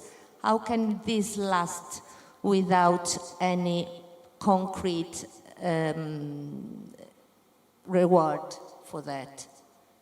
We are still seeing this in Rome, where the Living Lab had been transformed in a food policy council embedded in the structure of the municipality. The problems are coming out now. They were not out in the years of FUSILLI. I mean, there was a lot of discussion, but arguments are really coming out now in between the 156 delegates and the municipality. Talking about budgeting and organization, Milan, which is your mantra? What is your claim for an effective living lab? Yeah, I totally agree with the previous speakers and the colleagues. What I can add is that living labs, in the experience of Futrace, were the first ground to develop pilot actions. Was exactly the right place to test and to organize experimentation. The test needs to be transformed in a legacy. So food policy units, food policy staff, stakeholders engaged can learn from the pilot experimentation. I think this is necessary. It's something that we need to prove. So test, but also connect to the policy. Another point is that the living labs are organized at city level, but can be organized also in other level, neighborhood level, for example. We need to move from the local to global in a very simple way. So city level can really do the difference in transforming our local food system. The example of Milan with food hubs to distribute food surplus is an example. Solutions that are working locally can be simply scale up at city level or to other cities. If I can use some words from other speakers, we had our final event in Brussels 1 month ago, and Rosalinda Scalia, that is the deputy head of the unit of bioeconomy of the DGRTD of the European Commission, mentioned that if we fail on food, we fail on everything. And I totally agree on this. And I want to add another claim that is from one of our think tank members, that is that if we fix food, we fix cities. And I completely agree on this. If we invest on, for example, kids, school meals, and future investment, as was mentioned by my colleagues. Thank you very much. With volume, with the audio, and so we completely missed your past 1 minute. Can you just synthesize it again for us, if it's not too difficult, because you really couldn't hear you. And I guess my voice is arriving with some seconds of delay, isn't it? Yeah. Sure. Okay, I guess he's not listening at all, because there is no reaction, and he's a lively person usually, so. Okay, I'm particularly fond of Andrea because he's an architect as I am, and the structuring of his policies, of the Milan policies, have the print of an architect in it. So, is there anybody from the public, from the audience, who wants to talk about their mantra, their experience with living labs? Or maybe their problems with living labs too? No? Everybody's fancying a coffee now, I guess. So, okay, we don't want to annoy you, to bother you. Thank you very much, everybody. And go on, Diego.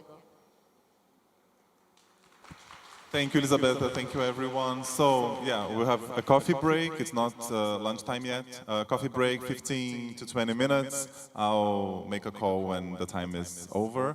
And, yeah, have a nice coffee break.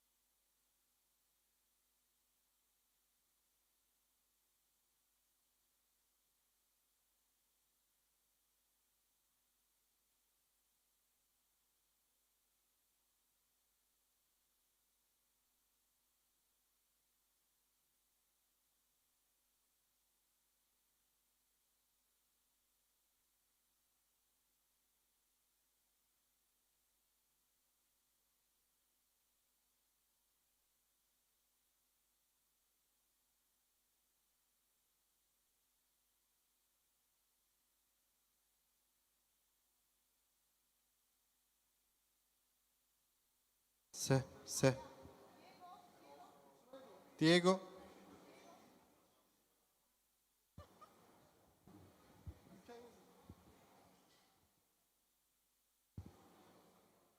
Hi everyone. If someone took the shirts that were on the Oslo stand at the bazaar, please give it back because they were not a gift. So thank you for your understanding. So 4 shirts that were on the Oslo stand at the bazaar went missing. If you have them, please just put there back. Thank you. And I realized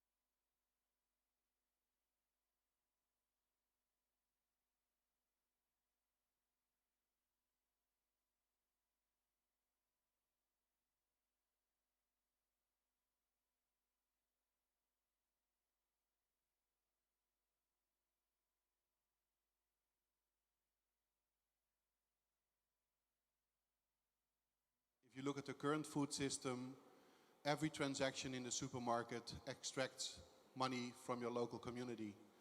And I think if you have your network in a regional context of farmers and consumers together, you can monetize your own values using token systems.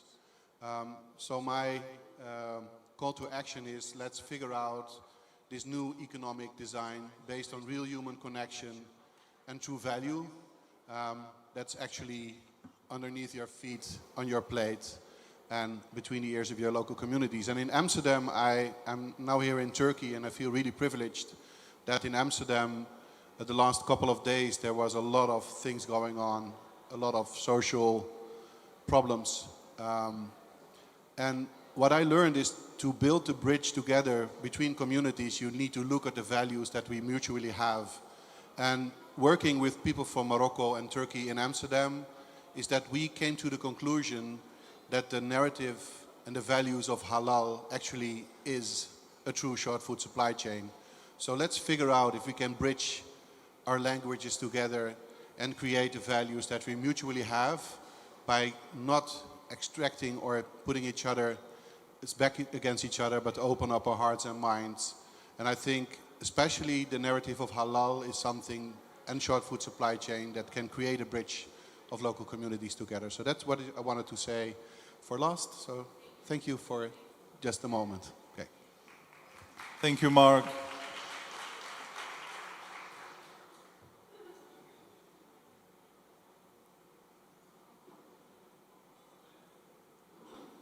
So talking about bringing people together, our next table, it's about citizens' engagement, which is a big topic for us in FUSILLI. It's also very difficult, right? Participation of citizens is a huge challenge everywhere. We talk about social media, communication campaigns, apps, gamification, but in the end, we really need each other to understand what actually works. And I think that this table is going to be very interesting because we are going to discuss 4 years of projects, 4 years of citizens engagement, 4 years of trying to understand how citizens engagement can renew or revolutionize the food system transformation. This panel will be moderated by Helle Fishbowl, from project manager in Kolding Commune from Denmark. So take the stage, Helle, please.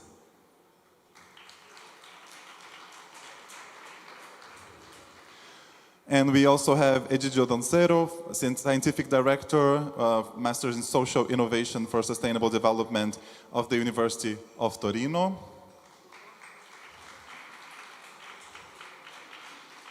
We also welcome to the stage Alexandra Daineko, Associate Professor from the Kharkiv National University from Ukraine.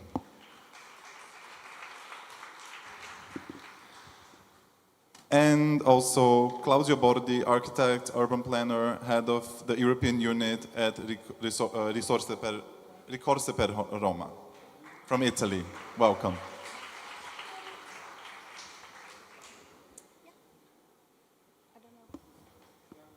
Does this work? Oh, fantastic. So, hi again, everyone. I'm really happy to be able to facilitate one of the crucial elements of food system transformation, citizens' engagement.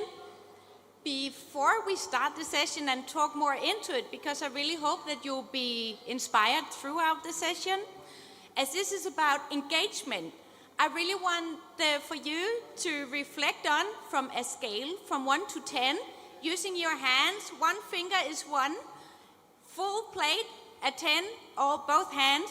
So in terms of your city, how do you feel, or how important is citizens' engagement for your city to drive food system transformation? And you are allowed to wave as well.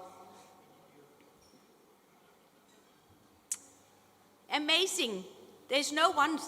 Oh, Anders, we will like to hear why that's only a 5 a little later. But great, I think now we are engaged. But as I mentioned, I think citizens' engagement and, of course, the overall food system transformation is crucial.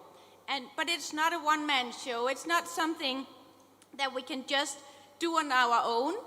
It's a huge agenda, a broad agenda. It calls for many actions on many levels with many partners. So it's a lot to orchestrate, but there's also a lot to engage in. But I really feel in the heart of this transformation, that's where we find the citizens, not only as promoters or accelerators to the food system transformation, but they are the ones who are really in this in terms of changing food behavior. So it's really important that we include them, involve them, and empower them so they can actually practice more sustainable food practices. And especially, I would say, for the Nordic countries, this is a huge step in terms of our food culture. So it's really important that we bring them in and, of course, not only engage them, but also leverage them in this transformation. And it probably depends on the context. Some cities have a bottom-up process, some top-down, some it's down to the culture or level of activism that's happening. So really depending on the city context. And that's why I'm really delighted to have 4 really inspiring best practice cases of how to engage with the citizens and how really to leverage them. Because I think at least and hope that this is going to give some good answers and inspiration for the $1 million question in terms of how can we engage the citizens. So from Torino, we will hear Kate about the role of the Atlas of Torino food system. And from Kharkiv, there's a pitch on the Kharkiv Food Forum and how that has been managed. From Rome, we have the Rome key asset. And in the end, from Izmir, we have a case of Kashiaka, thank you, urban food strategy. So please, Indigo, will you start up the session? Oh, sorry, Indigo, sorry. Okay.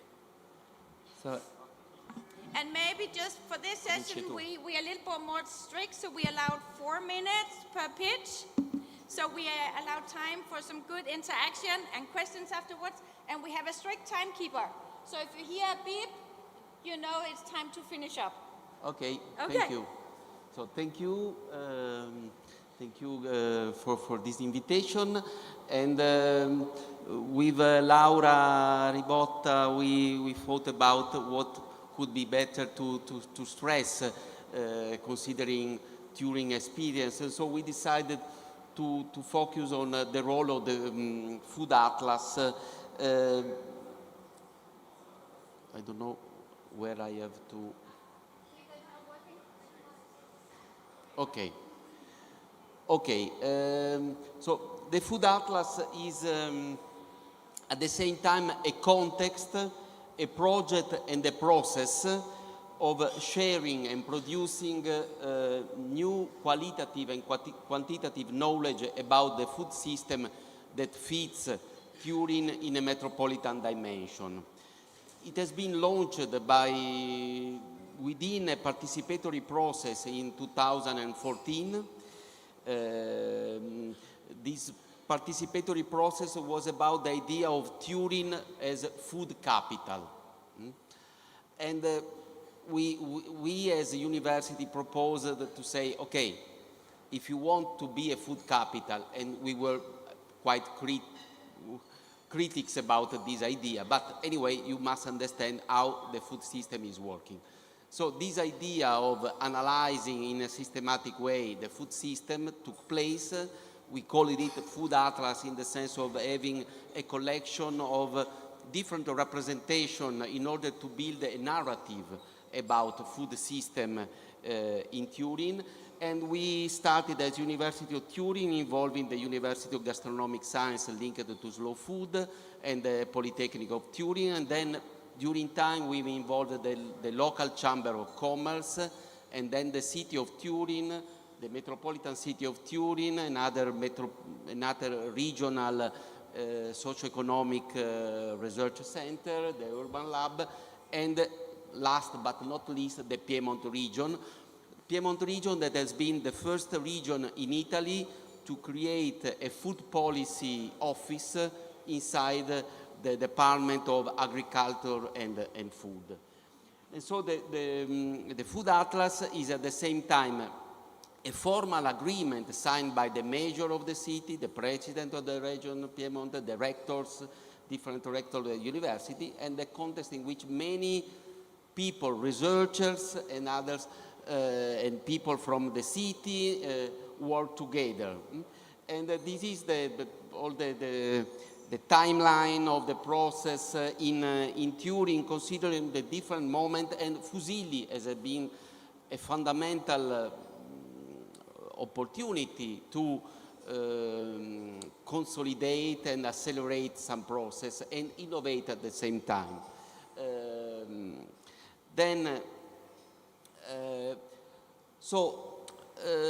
In some way, also always with Laura, we thought about if you ask to us if exists in Turin a food policy council.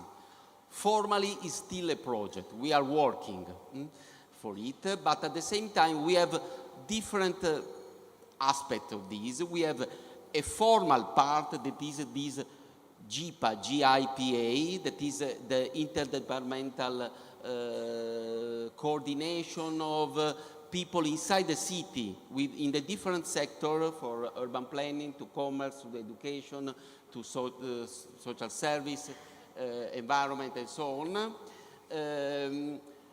This is a part of this Food Policy Council. Then we have the Food Atlas with all these partners, and then we have this coordination that is called Punto al Cibo, okay? That is a network of, there is a Slow Food, there are other networks and grassroots associations, 70 associations. So we are trying to collect and not to coordinate, but to connect all these associations. The last, your time would we are working, okay? We are working at different level. We are creating a network of food policy atlas, local food policy atlas in Italy, together with Rome, together with Venice and Matera, and also generating new food policy atlas like this one in Cuneo. So we are working at different scale, at the urban district of the Living Lab of Fusilli, at the urban city region food system, working with other cities at the metropolitan scale and the national scale in this way. Thank you. Thank you.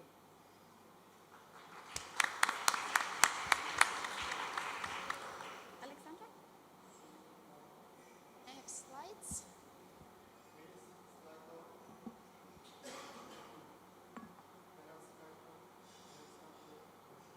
Yes.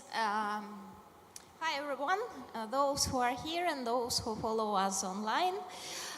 Just to begin with, I will talk about Kharkiv Food Forum today, but to begin with, I need to say a few words about Green Urban Fest, because actually the idea to conduct food forums appeared after we had successfully realized Urban Fest in Kharkiv.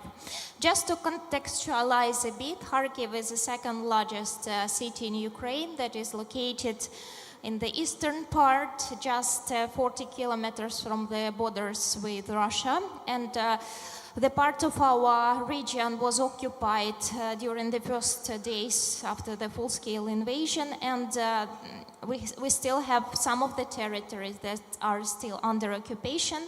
Meanwhile, the city is not occupied. As a consequence of this, a lot of people left Kharkiv. Some of them moved abroad, some of them moved to another regions of Ukraine. And among those who stayed in Kharkiv, there are still many children. And our team decided that we need to manage and we need to create some sort of project that can support them a bit, because according to the research, we see that children under the war, they experience not only psychological challenges, but they also lack social integration. They also lack some sort of space where they can communicate with their mates and making something together, because all of the educational processes are online now, at least in Kharkiv. And sport activities are also quite limited. So we decided that we need to create something that would be interesting for children and something that will enhance their ability to just to communicate with the mates.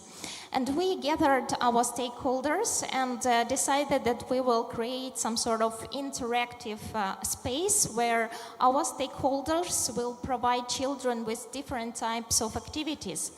For example, at this slide, you can see that how our Kharkiv children, especially, they were very interested in the sport where they can cultivate greenery and to see all this process, how the paper is made, how we can make compost, and all of these things. And I may say that we were surprised how popular our event became.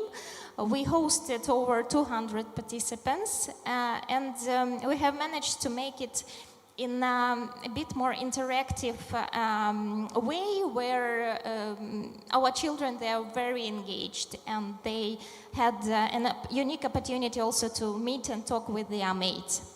And after this event, we gathered our stakeholders again, and we reflected on what have been done and how we can maybe continue this line, and we decided that we need to try also another format of these online events. And under the Kharkiv Food Forums, we have conducted already 2 of them. We use this platform to unite and gather our stakeholders, members of our Kharkiv Food Network, because all of us lack offline events during the wartime. And we have conducted already 2 food forums. It was not so difficult to find the topic that can gather all of the participants. It could be interesting to all of our stakeholders. This is the topic of food security in a war-torn city, how we can assist vulnerable groups, how we can assist local authorities, how to maintain with a stable food production despite all of the war challenges. And we also have seen that actually the Kharkiv Food Forums and this possibility to meet each other offline and to have some sort of space to communicate with each other contributed to the emergence of the synergetic effect, when some of our stakeholders, they managed to realize and establish new social projects that they are realizing after the forum was conducted. So we created some sort of a platform that contributed to the further project developments. Thank you. Good, thank you.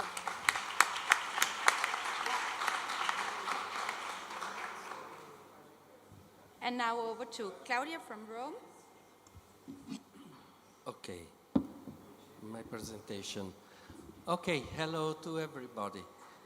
So I just want to stress this point for Rome, the key assets that are cultural heritage, agricultural land, and the human capital. But in particular, what is really a strength for Rome, it's not only cultural heritage, but human capital. Because citizens' engagement has always been in Rome. So this is really a strength for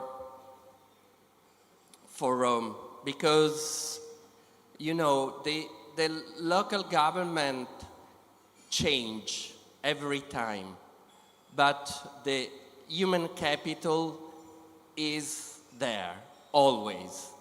And the collaboration between the citizens and the local government not always can take place. It depends on the local government. For example, at the moment we have a good local government that listens to citizens.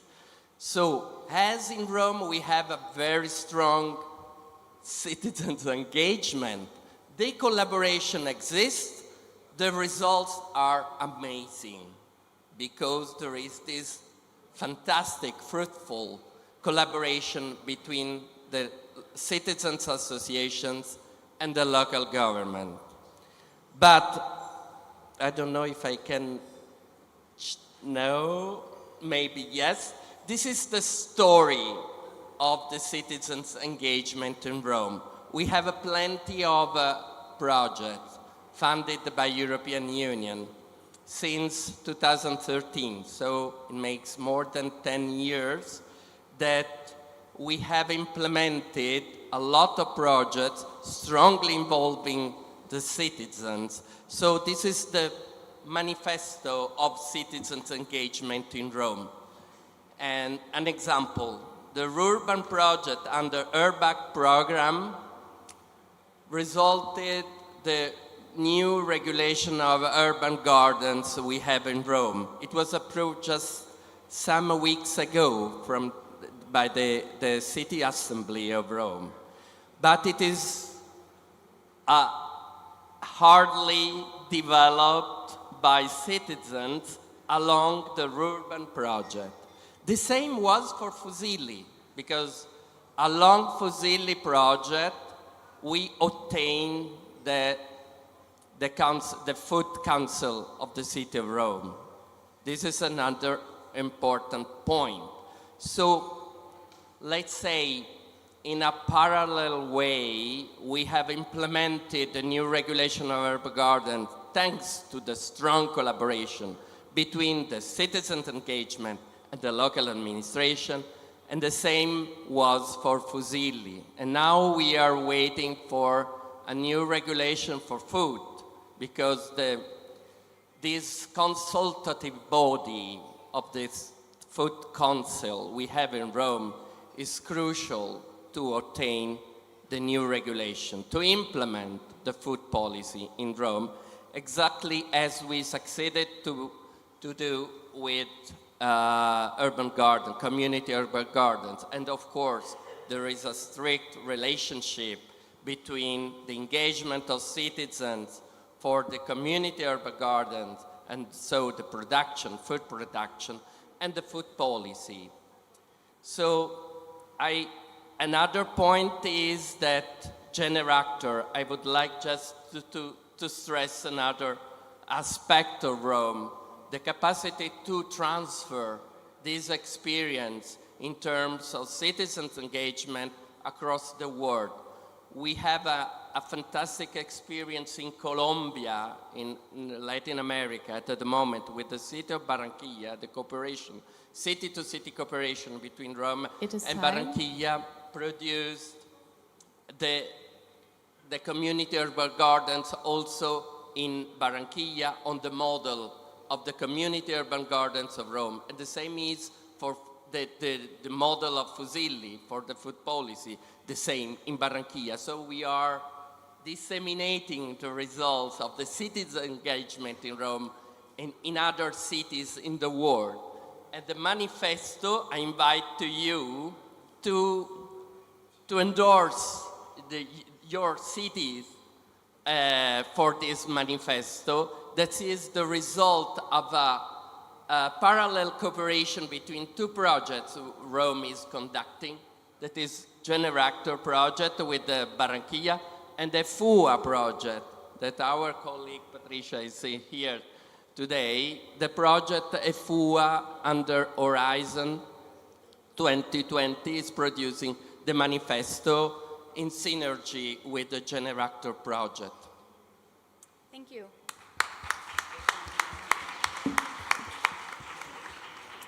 So thank you for sharing your best practice. I think a lot of elements are in place, again, depending where you are on this journey and what has already been established, networks, other projects coming together that helps facilitate this process, interesting and relevant activities, events, a lot of things. But if you are individually, just to sum this up in a success recipe, what would you say are the 3 key ingredients to drive citizens' engagement, if you should sum it up? Did you? Okay, first of all, I think try to recognize what it's already going on in the city.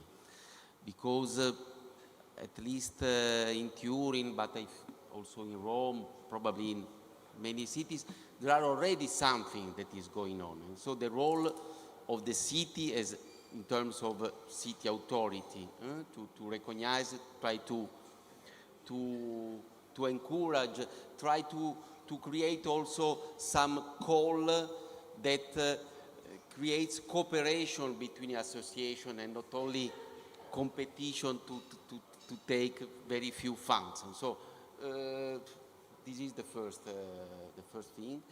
And also recognize also spaces of participation, working, if you are a quite big city in the Italian context, as Turin, you have to work also at the urban district level, because you cannot do participation at the city level of a city of 50,000 people. So you have to work, and so you can create participation at the urban district level. And the second and the third probably will arrive soon. I don't know. Thank you. Alexander? Yes, as our experience shows, engagement deals with the target groups. So we would like to recommend at the first step to understand your target groups, to define them, to map their needs and values. And at the second stage, as a second step, I think that it's really important to provide our target audiences with something that can cover its needs and values. And this is for sure appropriate and relevant project activities. Because, for example, as our case shows, it was extremely successful to cooperate with children in the form of games and open interactions.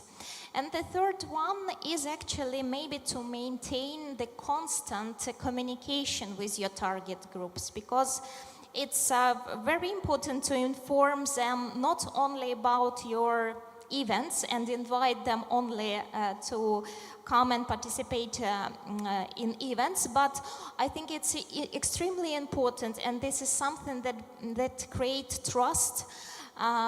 This is constant communication, just to share activities, share knowledge, and to be open to hear your target groups. And especially important in this regard is the work in social media. Thank you. Thank you. Yeah. We have, as I said before, we have all the conditions to maintain this collaboration between the citizens and the local government. We have the community urban gardens from one side and the food council of the city that can continue to collaborate with the local government. So we hope that in the future also the upcoming governments will follow this fantastic coincidence we have at the moment in Rome.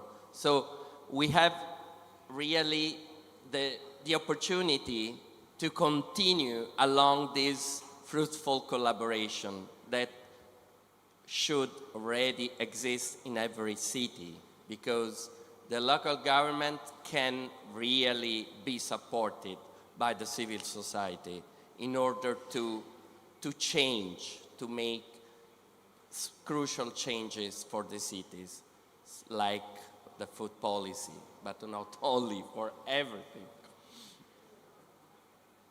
And the presentation or idea about your question, which one? Yeah, so the 3 key ingredients is to drive citizens' engagement. Yeah. From your point of view. I just want to make a contribution to what Egidio said. But before that, I think the power relations are the key components of stakeholder engagement. We cannot include, for example, global food companies to our stakeholders, but they are the main drivers of the system. So for cities which are bigger than 1 million, and in Mediterranean cities we see that very so big cities, it's not so possible to include all the stakeholders within a system or within a decision-making mechanism. But if you are working in a smaller city in scale, of course it's much more possible to do so. Yes. Thank you for sharing that, and I think now we all have the key ingredients to drive citizens' engagement and the recipe as well. But are there any reflections or questions from the audience?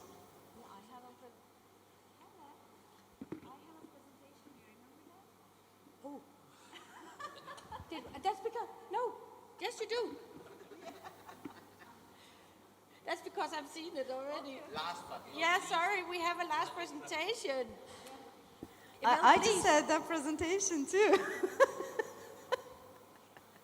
Okay, now Karşıyaka is district municipality and a small city located in the western part of Turkey, in Izmir. Izmir is the third biggest city in Turkey, and Karşıyaka is one of the districts which has a good kind of socio-economic structure, and with a kind of 500,000 population.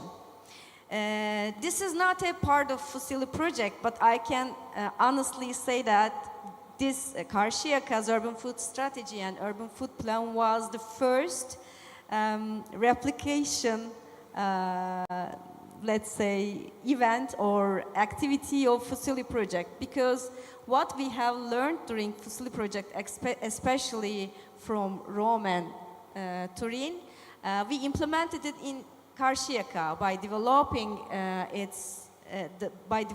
it with the needs and specificities of Karşıyaka.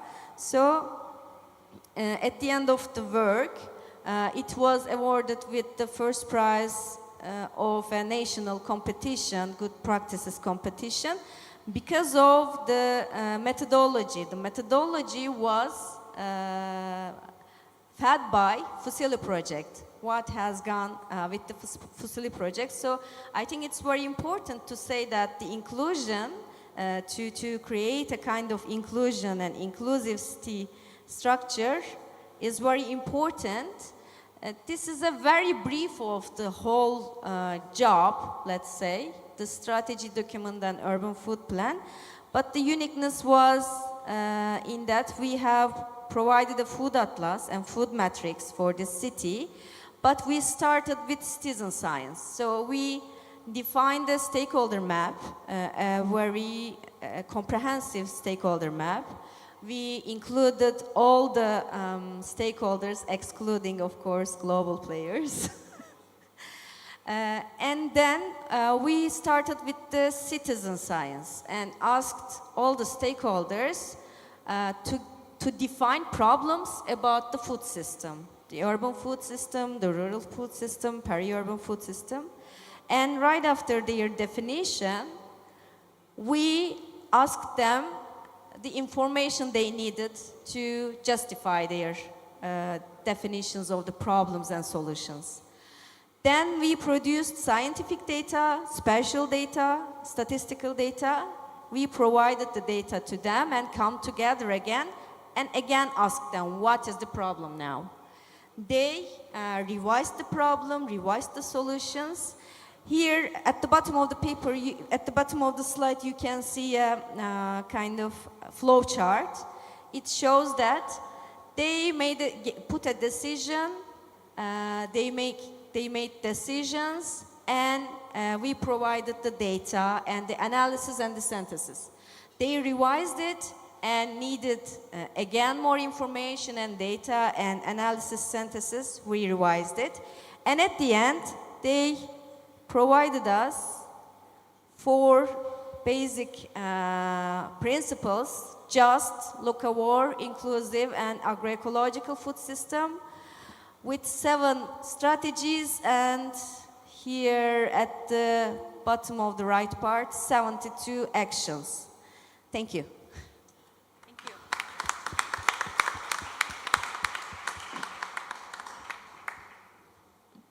Anything to add or reflect on, or from the crowd in terms of the citizens' engagement? Otherwise, I will ask you a question. Yes, Danielle?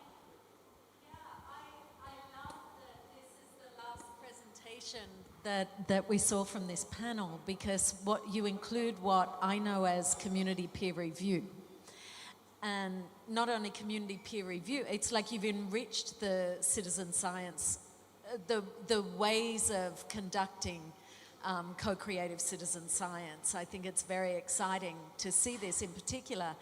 And I wanted to ask, did you interview the citizens who participated? Do you have any information, or do you have any anecdotal responses from citizens about what it did for them as citizens to participate in this process? Like, I feel like what we saw would be a change process for the citizens involved as well, a quite significant change process. Do you have any comments or thoughts on that idea? Yeah, we didn't make a well-structured interview or kind of thing, but they reacted. So a group of people said that we had no information about our food system and now it's something different for us. Another group said that, okay, I will take more action. So because especially local governments are taking action when the citizens are taking action in Turkey. And for other stakeholders, let's say, it's interesting in Turkey that there are two maybe main political parties and they are kind of in a combat with each other. And in the one side, if something is successful, then it is replicated in other cities, for example. So FUSILLI project as an urban food urban food planning project was the first holistic thing in Turkey because all the local governments were making some kind of incremental projects in their area. But in a holistic way, this was the first one. Then Istanbul took action for an urban food strategy, but it was a kind of food law more than a food strategy or action. And Karşıyaka provided something like an urban food plan, an urban food strategy and action plan for local governments. And now it is carried to Izmir in the scale of Izmir, which is a city have more than 3 million of population. And it is a very important city in terms of agricultural production, although it is a very big metropolitan city. It is feeding Istanbul, it is feeding other metropolitan cities. So, okay, not with a very big revolutionary way, but step by step it's changing something. Thank you. Yeah, okay. Leah? Thank you. Emel, you talked about power relations. The question is, were you able to somehow manipulate or observe them in your very intricate and detailed engagement processes with the citizens? Did you face this problem? No, but in my personal opinion, from a perspective of an academician and someone who tries to be an activist as much as can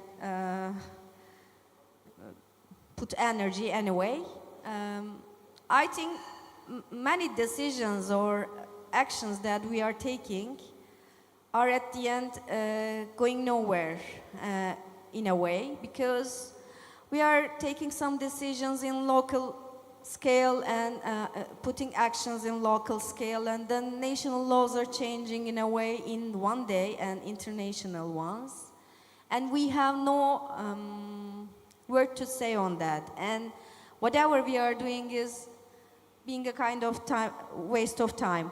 But some are not happening in that way. Some movements are occurring.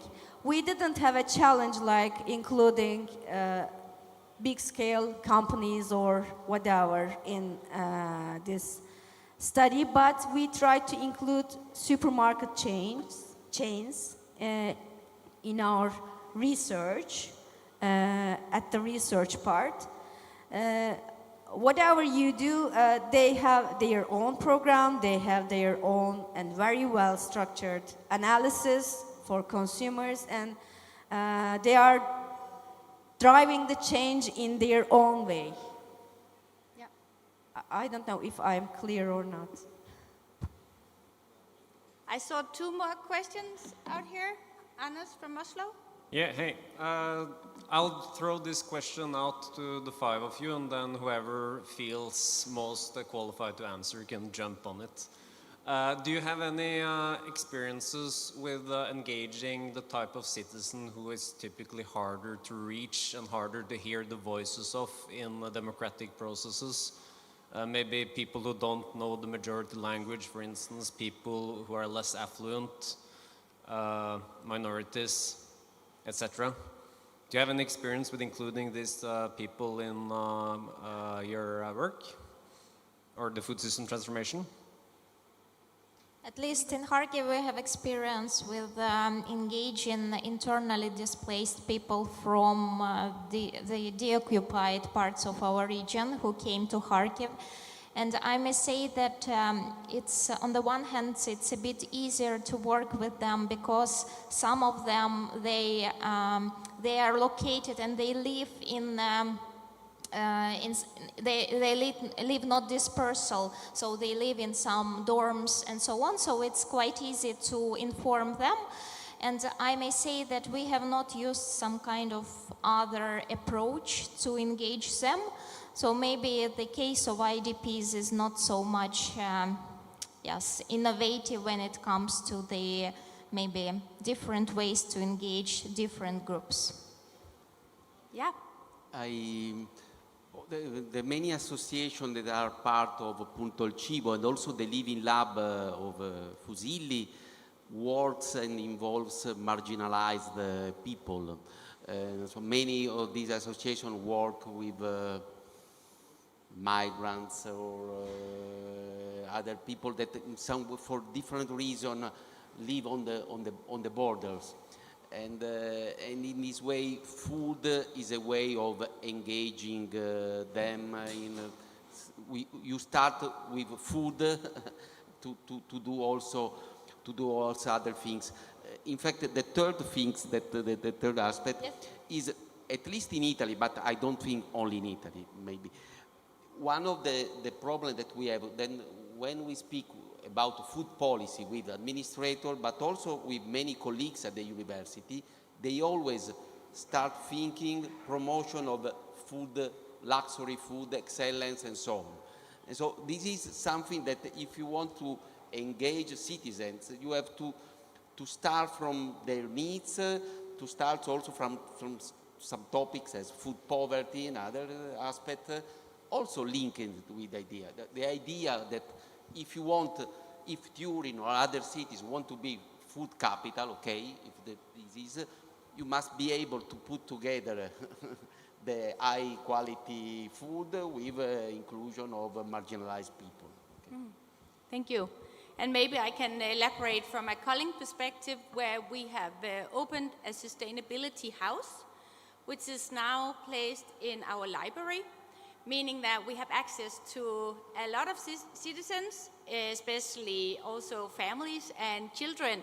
So a very informal house or venue, you could say, where we can start the dialogue and also do events. So I think a platform that invites in for an open and informal dialogue is also at least a good case for us in Kolding, and has really allowed us to talk to a lot more citizens that we would have if we'd just been sitting down in the municipality building. So it could also be an interesting way. Finally, we have two, I know also had, and we have one. Yeah, thank you. To revolutionize the food system transformation, I think we need some time. We need not too long, but a relatively long-term perspective. So my question is, how can you, one thing is to bring in food policy and food system transformation as a new thing, fresh thing, and it's maybe fancy for a period. But after FUSILLI, after the project is over, so the challenge is to sustain the interest which is raised, sustain the citizen engagement, and to bring food democracy into the city, I think. So my question is, how do you think this can be best done? Is it through the municipality, so that the municipality works more closely with the citizens in a kind of participatory democratic system? Is it the municipality? Or is it, for instance, a food policy council which is outside the municipality? Or do we have to, do they depend on each other? I see different ways of answering this in the various FUSILLI cities. But I ask you, what do you think, and from your experience? And then we think about looking a bit forward. Thank you. Yes, so interesting question. How can we ensure the long-term engagement? I can talk about the experience of Rome. The community urban gardens in Rome are the new piazza. You know what it is, the meaning of piazza? This new hub. So it is really the area where the society can meet, so migrants included, of course. So it is where the people can meet, exchange, experience, information. The community urban gardens in Rome were the piazza where the living lab of Fusilli could take place and go ahead along the councils, the food councils of Rome, etc., etc. So it is the tool for also the evolution and the area to the target area where the local governments can be addressed to collaborate and to develop new policies. The experience of Rome is that the community urban garden as piazza, as hub, is really the ideal tool to develop all these. But maybe in other cities, other solutions, other tools can be founded, of course. Other perspectives? Yes, I may say, based on the case of Kharkiv and Ukraine in general, unfortunately, we are quite far behind the other European countries because the national level will still do not have the separate policy direction as a food policy. So we have like 4 or 5 ministries that are managing different aspects of food system sustainability, and the same situation is at the local level. So, and this is one of the arguments that our local authorities use to just to say no on establishing the food council at the local level. But what we see and what works in practice, that without grassroots initiatives, it's not possible to change anything. And if we press, if we come with the initiative, if we show that we have a pool of stakeholders that have the vision and that have experiences in this sphere, it makes differences. And we have done a lot of things and a lot of steps towards establishing a food council at the local level, despite the fact that we do not have the appropriate legislation at the national level. So answering your question, for sure it's a bit difficult to say what is the most important factor that can enhance all of the established processes in future without the project. But I may say that this potential that lies in the social engagement, and those local actors who are interested in this topic, they can contribute to the project maintenance over time. Interesting. Yeah?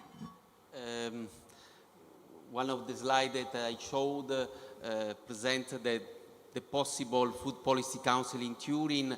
I agree with you that it requires time.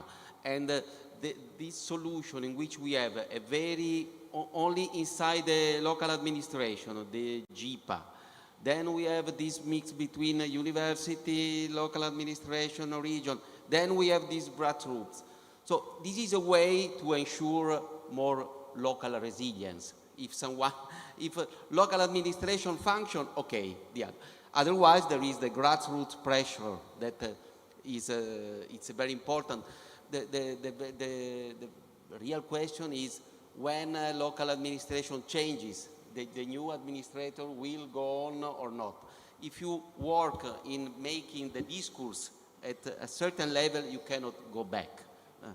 And so I prefer for some way to go slower, but in the direction. In this moment, I see in Turin, all around Turin, that many associations and also many researchers inside the university, the Polytechnic, University of Gastronomic Science, begins to think in this perspective. And so they begin to try to have a project. And so, so if we are not only 10 people that are working, but if we are 100 people that are working, trying to catch some project and so on, and we give the direction, I think that can be quite interesting. I think you remember Occupy Gezi movement. Right after the movement started to lose its power, neighborhood committees were established, and then neighborhood committees engaged with food system activism in Turkey. So what I see here is that if people are looking for a way for keeping their hope, they are looking at agro-food system in Turkey. They are trying to keep it, they are trying to keep the rights of peasants, they are trying to keep the food democracy in cities and food justice, whatever. We can increase what they are looking for. So there is no problem about the bottom-up movements in Turkey, but there is a great segregated understanding of what our future is for us between the government and people. There is a metabolic rift between the ideas, the way of understanding of the world. So whatever the grassroots movements are trying to reach, they see a very big power, a coercive power for keeping their hope. So there is a very big tension between the society and the government in Turkey. Where like the Ukraine, we have only 4 or 5 municipalities that are working in such a way to engage climate problem, food problem, water problem, justice problem, democracy problem in cities. But there is also, again, a problem between the national rules and regulations and what is going on in cities. So we are living that tension in Turkey, maybe in other countries. Thank you. Are we good on time, or do we have time for, if there's a final question? Yeah? Any final questions or reflections? Yeah? Yes, thank you for this interesting debate. I'm going to ask a question that it's related with engagement, maybe not so related with citizens. My question is on engaging the industry. I've seen in other conferences that the private industry is putting a lot of effort in making projects related with the food system transformation, and there are a lot of European projects and national projects, but public ones funded by different public institutions running regarding food system transformation. But I have not seen so many initiatives in which these two different kind of projects are together. Do you have any experience on engaging the private companies in our groups, and how do you think we can merge both things to have bigger impacts? Interesting question. Not industry, but I have an example with a cooperative in Izmir. Tire Süt Cooperative. Maybe you will see the brand in the supermarkets here because it turned to a national brand. It was a very small cooperative producing milk and fresh milk and yogurt and whatever cheese. And Izmir Metropolitan Municipality, I think 1.5 decades ago, started to support the cooperative as a in-between mechanism that the state left, because right after the right after the developmentalist regime in Turkey, the state left the peasants to the fate of the market mechanisms. They did nothing. So the prices were determined by the market players, the conditions were determined by the market players. Anyway, Izmir Metropolitan Municipality put itself to an in-between mechanism. It started to buy the milk and started to give it to school children. So every day school children were reaching milk, cheese, whatever, so a kind of protein, and the cooperative was, knowing that I have a very good contract, it is a just contract, fair contract, I will sell my product and it will go to children. And then the government realized that this was a very successful project and it stopped Izmir Metropolitan Municipality and started to do the same in Turkey with school children. And then the municipality turned the program to for under 5-year kids, but they did nothing about the sustainability. It was a kind of livestock production, and it was done in a water basin. And the soil started to get more and more azot. What is azot? Azot. Azot kirliliği. Nitrogen pollution, okay. It's very basic, okay. Nitrogen pollution. And all the ecosystem started to lose something. But the cooperative was growing big and big and big. And I saw a Finlandian cook woman. She is very famous. Do you remember the name of her? A Finnish woman cooking in the television TLC. Anyway, she is very famous.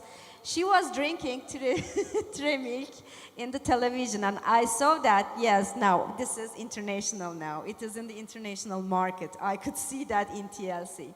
So, scale, okay, scale is a very big trap. I understand that, but understanding the scale and keeping the living conditions of peasants, food sovereignty, food justice, and combining all these are very, very hard, even in a cooperative thing. And I don't imagine that in the industry. Because if the money starts to work, and then everything is changing in a different way. I may say that in case of Kharkiv, we have several members of our food network that are actually private entrepreneurs who leads small local business. And I may say that they are the most active members of the network. They come with initiatives, they are very open, and they are very active. And it's much easier for us to work with private sector than with the state sector, and it's extremely difficult to engage some of the state industry, I may say, because these local initiatives and our family or individual entrepreneurs, they are motivated to participate, and they do not have any kind of bureaucracy and all of these approvals that are often needs from the state institutions. And they are very well educated. They are aware of all of the European trends and so on. And I may mention that one of our partners is called Green for You. And today during the bazaar, we will distribute some of the products that they made. They produce and they use especially innovative technology that keeps food fresh without necessity to put it into the fridge. And they elaborated this technology after the blackouts in Kharkiv, when a lot of citizens didn't have access to their fridges for a while. So today we will distribute some of the food. It tastes extremely extremely good. It's a national Ukrainian food, and it is made according to all of the European standards. So come and enjoy. Thank you. I think final. Yes, just to be in line with what she has just said, because our experience in Colombia is something very similar. We are creating productive community urban gardens and micro-enterprises that are producing new food. And also in the perspective of the future FUSILLI, because of course, it is the final conference. What I suggest is that for the future of FUSILLI regarding new EU-funded projects, the key words should be education, because according to our experience in Colombia, education was crucial, involving all experts, of course industries included, but we involve the local population, disadvantaged people, to create micro-enterprises, but creating a synergy between the production, the consumption, and of course, this is something that we could do now, from now on, in continuity with FUSILLI project, working on education. Education strongly involving all crucial actors in the sense you indicated. Okay. Does time allow for final remark? No. Short. The question is very interesting. For us in Turin is a real crucial aspect. As a Food Atlas, we didn't want to have support from private sector, because in some way, if we ask money to Lavazza, for instance, the coffee company, maybe that they give us, but we don't want, because otherwise we are in some way oriented. But involving them is crucial. In this moment, Turin is working on a new city branding, and the idea is to insert food in this city branding, but also think the private sector trying to separate what are mega big actors as Lavazza company, for instance, or Ferrero company, other that. So, because it's difficult to say that you have to consume more coffee and more chocolate and more Nutella or more wine for a food policy. So you have to separate, maybe that you can involve them at the project level. Think how to involve them at the strategies level is more difficult. Maybe in education is more easy. So the very specific strategy in order to involve them at different levels. And maybe a final experience from Colin, I would say the way we have established the Food Council, where we have representatives from the entire value chain, as this is not so city-driven or citizens-driven yet, but more some expertise and actors from the entire food system, just actually establishing a network and partnerships where they can meet and maybe start collaborating. I think it's at least is some of the best practice we have in Kolding in terms of getting private actors in and connecting them, facilitating processes or partnerships where this can start happening or growing from. Yeah. But I want to thank the panel. I think we managed both to cover citizens' engagement but also general engagement. Thank you.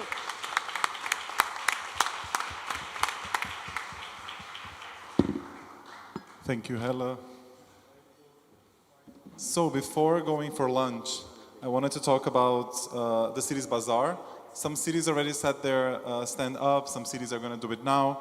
The idea is that during lunch you can start going there, and then we still have 45 minutes after lunch where people can roam around. And there's something interesting. In the tote bag that everyone got, there is this flyer, and then if you open the flyer, you have this bingo, basically, and you have a bunch of information, and you basically have to walk around, talk to the people from the cities, and find out which city belongs to each number, basically. You have a lot of like statistics For example, 300-second video illustration of the city's food system, or 7051 meals saved through pilot project. So you have to kind of find out which city did what, and then whoever gets a full row of cities gets a special prize from our colleagues from Nilüfer. In the tote bag you also can find 2 new publications from the FUSILLI project. We have some really interesting policy recommendations, and also our cookbook of lessons learned. So make sure everyone gets, that you actually get your tote bag that should be on your seats. For the lunch, you can use upstairs to eat, also outside of course. I think the weather is quite okay, quite nice. And yeah, we can go to have lunch now, and we will be back here at 2:45 with the panel on economic impact. Thank you, have a nice lunch and a nice cities bazaar.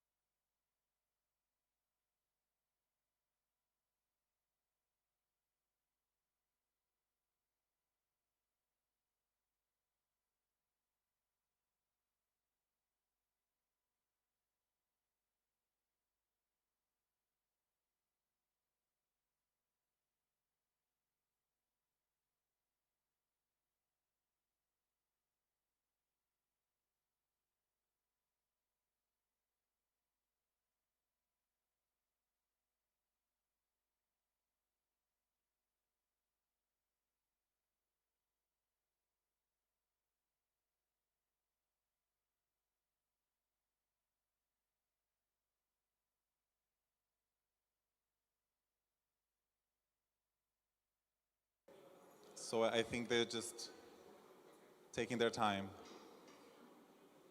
Do you agree? Do you agree that Castelo Branco had the best stand? Okay. Also, everyone that doesn't speak Turkish, get yourselves a translation device, because there's going to be a lot of Turkish content from now on. So, if you don't speak Turkish, get yourself a translation device in the back of the room, close to the entrance.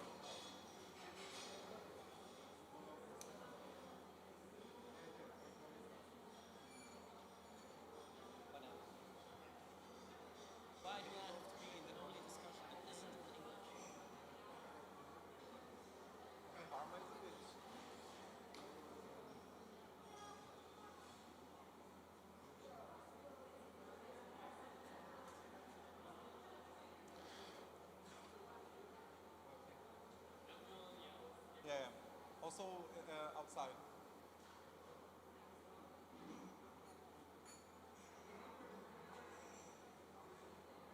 Kanija, can you help me bringing people in the room, please? Thank you.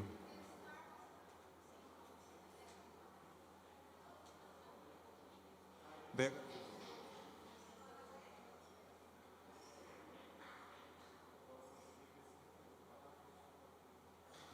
So we are starting our next panel. If you don't speak Turkish, get yourself a translation device in the back of the room. There's going to be a lot of content in Turkish from now on.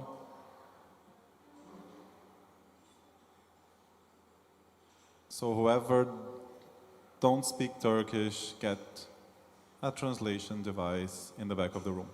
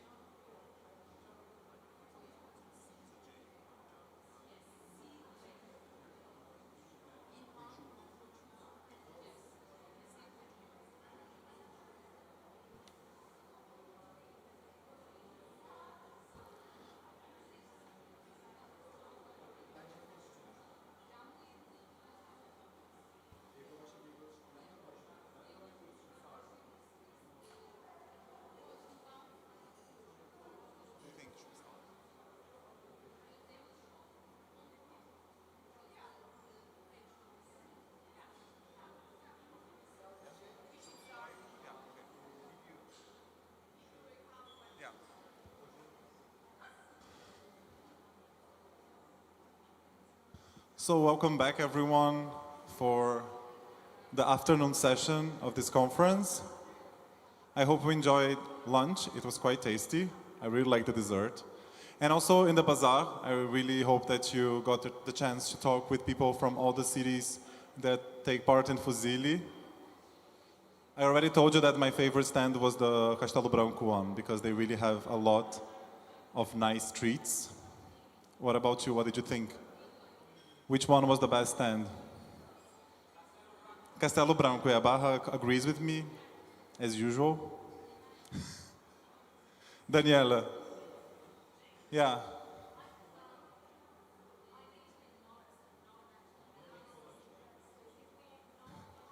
Yeah. Yeah. And exactly. They had a lot going on. I agree. Everyone that made an effort, and I think that Colin, you do have a lot of really nice communication material. From the start, it was the first person I talked to in the project, it was Helle, asking her about the videos and everything you were doing. Remember that? Yeah. So if you want nice content about food in a city, check Colin's content. Anyway, okay. Let's start the afternoon sessions. I'm going to repeat again, if you don't speak Turkish, get yourself the translation device in the back of the room, because from now on there's going to be a lot of content in Turkish. So we have a panel discussion on economic impact of transforming the food system now. This is going to be moderated by Baha Kuban, professor, managing partner,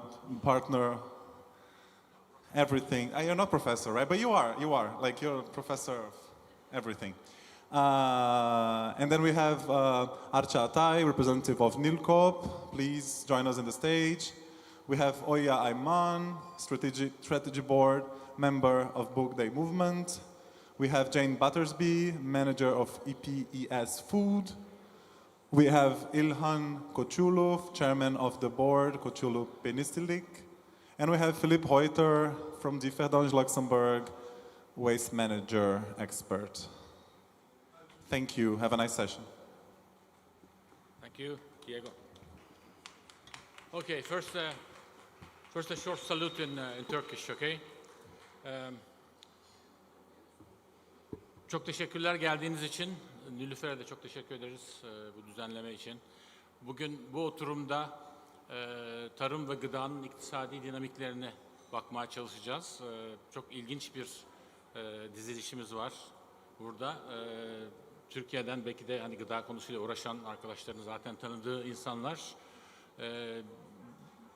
Sürdürülebilir gıda ve tarımın mücadelesinin veteranları diyeceğim. Oya Hanım'la Arca Bey'e. Ama bu arada öbür tarafta işe global bakan bir akademisyenimiz de var, Jane. O da Cape Town Üniversitesi'nden aramızda katılıyor.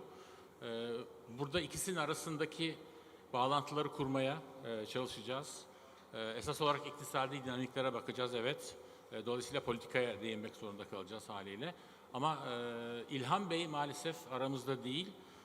Çeşitli nedenlerle bu renkli kişiliği bugün şey yapamadık, buraya getiremedik. O yüzden bir eksiğiz. Evet, şimdi konuşmaların iki tanesi Türkçe olacak, bir tanesi İngilizce olacak. Tercüme var isteyenler için. Ben de buradan biraz otomatik yapmaya çalışacağım. İngilizce hem Türkçe. Okay, back to English now. Thank you very much for the session. We have a motley crew here from grassroots organization for sustainable agricultural and food in Turkey. Farmers, activists, both of them with different hats. Oya Ayman is one of the starters of this movement long time ago in this country. Arca, our friend and a veteran organizer, I would say, in Nilüfer. People in FUSILLI know him already from various activities. So we have two Turkish participants that are going to be talking about the situation on the ground. And Jane from Cape Town, Jane Battersby, is one of the contributors to IPS Food, which has really inspired us in many ways. And she's going to be trying to connect all these dots with the global dynamics of the agricultural food economy. So we'll actually be looking at political ecology of food a little bit, I hope. But if not, we'll open the session to that window also, if we can. Okay, I will start with Jane. We'll try to do it as like a round table. We'll have a tour. Philip is going to contribute a European perspective and maybe even more local perspective. But as I said, we'll try to do it like a round table with different tours, and hopefully we'll have more time. I mean, there's one advantage to not having one of the speakers. We'll have more time for questions. Okay, Jane, the floor is yours.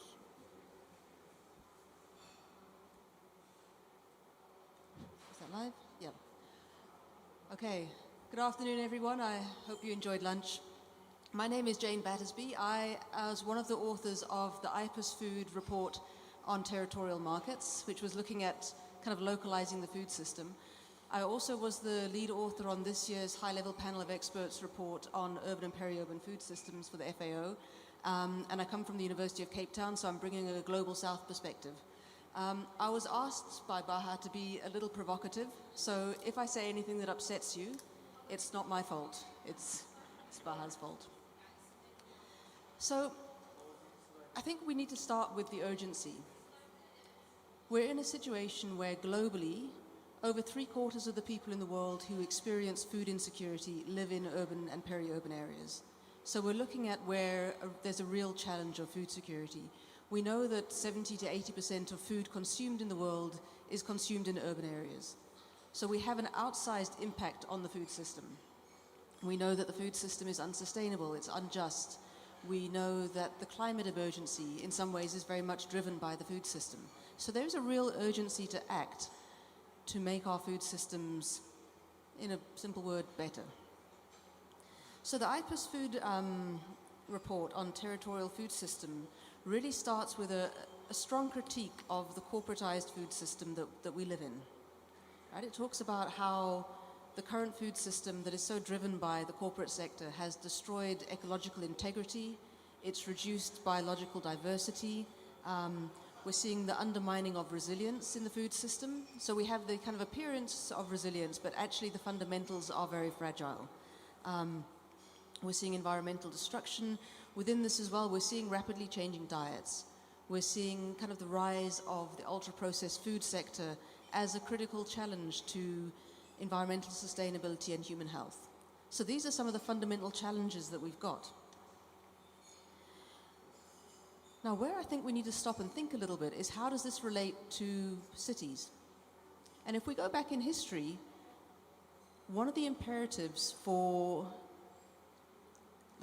sustainability of cities, of peaceful cities, of making sure that you have a happy citizenship who's not going to riot and protest is making sure they're well fed, right? And so our food systems in urban areas have been orientated towards making sure that food as a basic necessity is provided to the masses. You want to keep prices low because you want to be able to pay low wages. You want to keep prices low so people can afford food so they don't riot. So there's kind of this imperative to feed cities. And our whole food system has been oriented around making food available and accessible in cities. The result of that is that we've ended up with the food system that we're sitting with now. Okay, so we're sitting now with a food system that's unequal, unjust, and unsustainable. We're living in cities that are largely unsustainable and unjust places. So we see kind of, as our cities have grown, they've become more spatially unequal, more economically unequal. We've seen infrastructure deficiencies playing out. And what we're seeing is, I mean, you know, I come from an African context where things are quite different. But we all know that our urban lifestyles are making us have less time. We have time poverty. We're all experiencing the energy crisis and how that's shaping what we can afford to buy, what we can afford to cook, all of those things. And what we see is the food system responds to that. And it's often a maladaptation. So it's responding in the wrong way. So we're seeing kind of the rise of the marketing of convenience foods to meet some of the challenges we're living with in urban areas. And so when we're talking about transforming the food system, we actually need to think about what we need to transform in our urban system that's going to change the demand for foods. And so we need to think about these two things together. We also need to think about what are the long-term economic, environmental, and health costs of not acting in the food system. So within the IPAS food report, there's been this kind of push for territorial markets, really talking about venerating the local system, making sure that we're supporting the small scale, making sure we're supporting the non-corporatized food system. And so IPAS Food makes a number of recommendations. And one of them is around kind of supporting market spaces, thinking about where we support public markets in cities, how we support informal vendors, street vendors, farmers markets, etc. How we support those kind of direct-to-consumer interventions. I think things like Mark was talking about earlier with the kind of community-supported agriculture projects, the different means by which we can get connected between producer and consumer. IPAS Food also talks about creating these kind of bulk food spaces, food aggregation hubs, where farmers can come and aggregate, where you can have cooperatives like we heard about earlier, talking about the kind of support for urban and peri-urban agriculture. And what this requires is a very different infrastructure of food. And so to do this, we need to have this kind of reorientation of public policy and policy discourse, and thinking about how the food connections in cities actually operate. And that's what you guys have been doing for the last 5 years. So I feel kind of being asked to speak into this space, I'm kind of, what's the phrase? I'm selling sand to people in the Sahara. It's that kind of vibe. But I think it's really important to state this. So within the high-level panel of experts report, we talked about, yes, we need to have a transformed food system, but that needs to be integrated with efforts to strengthen governance, again, something that you all have been working on. Working around how do we create a more equitable urban environment to start with that enables people to engage with the food in different ways, reducing poverty and inequality, and really thinking about embedding stories of food in resilience strategies, because all of our cities are thinking about resilience, but very few of them are making the connection between the food system and resilience. So how do we embed food into that resilience story? And I think so far there's nothing that I've said that's been controversial. But every year I make my students read a paper by Born and Purcell that was written in 2010 called The Local Trap. And it just cautions us against this kind of real celebration of the local without really interrogating any of the pitfalls. Because Born and Purcell say there's nothing inherently good about the local. Local food systems can be just as unjust, just as unsustainable as the global food systems, right? There's nothing about producing food close to home that inherently makes it more sustainable. There's nothing about producing food and selling food locally that makes it inherently better in terms of labor practices. One of the fears we have in our context is sometimes the language of celebrating local leads to xenophobia. And so we've got to be really careful about what we're advocating for. And then thinking about multi-stakeholder or multi-actor platforms are fantastic. But who's around the table? Because as you know, if you're not at the table, you're probably on the menu. Not only that, when you have people around the table, who has the power and who has the voice? And these are some of the questions that were getting raised earlier today. So there is a real need to enter into these things thinking very carefully about what are the principles that you're driving towards. And in my work, the principles we drive towards are thinking about how you support the right to the city and right to food together. And the right to the city and the right to food are both connected to these fundamentals of you need to protect the right, you need to respect the right, and you need to fulfill the right. And oftentimes we think about the fulfillment side. What is the city able to do in terms of providing school feeding, providing access to space for production, etc.? But what are our municipalities also doing in terms of respecting the right to food, protecting citizens from unhealthy foods, from adverse marketing, etc.? So there's a real need to think about a kind of what is the deep intention of what you're doing, and how are the policies enhancing or inhibiting these rights that we're aiming towards. And so I'm getting near the end. Okay. Okay, I just want to quickly finish up. So I think there's this kind of effort to try and curb corporate power, put resilience at the center of things, thinking about public procurement and how to enable that. But the question is, so, well, what's the economic cost of this? Because you will hear people say that these things are very, very expensive, but who's creating the narrative? What are the data points that are being collected? Because from our context, we have a policy that the provincial government is trying to put in place to reduce child stunting, to make sure that no child goes malnourished. And some are saying, but this is too expensive. And what our government have done is they've costed the cost of inaction. So what will be the long-term health cost of inaction? What will be the long-term economic cost, environmental costs of inaction?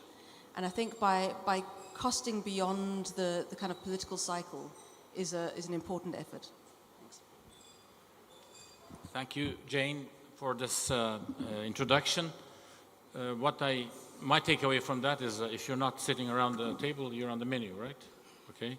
So in the cities, this tells us a lot of things about where to stand. Now, I would like to go to Oya, who's, as I said, a long-term veteran of the struggle for sustainable food and agriculture in this country. They have set up, I don't know exactly, but maybe 30 years ago, the Budai Association, and she's still carrying on strongly with that. She's also a farmer, activist. So, Oya, please go ahead.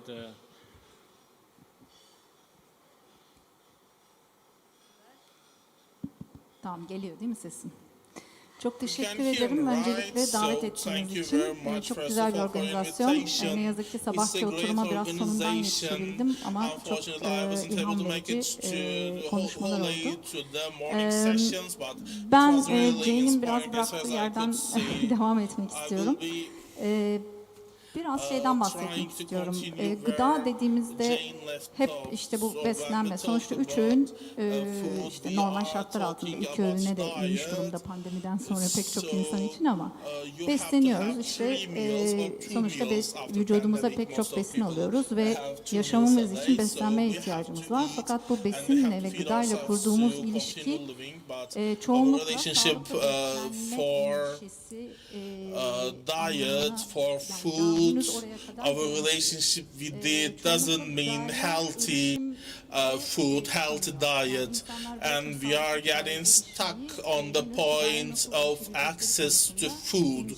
So let alone healthy food, people are having problem about how to reach the food itself. And after pandemic, it exploded also with the inflation in Turkey. It's reached new heights. Also, we are seeing the effects of the climate crisis in the whole world, and we are talking about access to food, but in many places, the food that we see in the marketplaces, in bazaars, etc., are they really food? So most of them has additives. They are made by pesticides with additive materials. They pollute water and earth. They made by such things, and they are food-like things, but they are not food themselves. We have problem about reaching healthy food, so I would like to talk about reaching them in a holistic way. So when we talk about reaching to the healthy food, what we only think about how do we shop around and how do we make connection with the sellers, for example, but no, the problem is about producing it. We have to change our relationship with how the food is getting produced. It's not only pesticides, but it's also their effect on the ground and waters. They poison the ground, they poison the water, they really deeply affect biodiversity. Also, they make the production of the farmers unsustainable, and instead of efficiency, we prefer to use in Turkey bounty.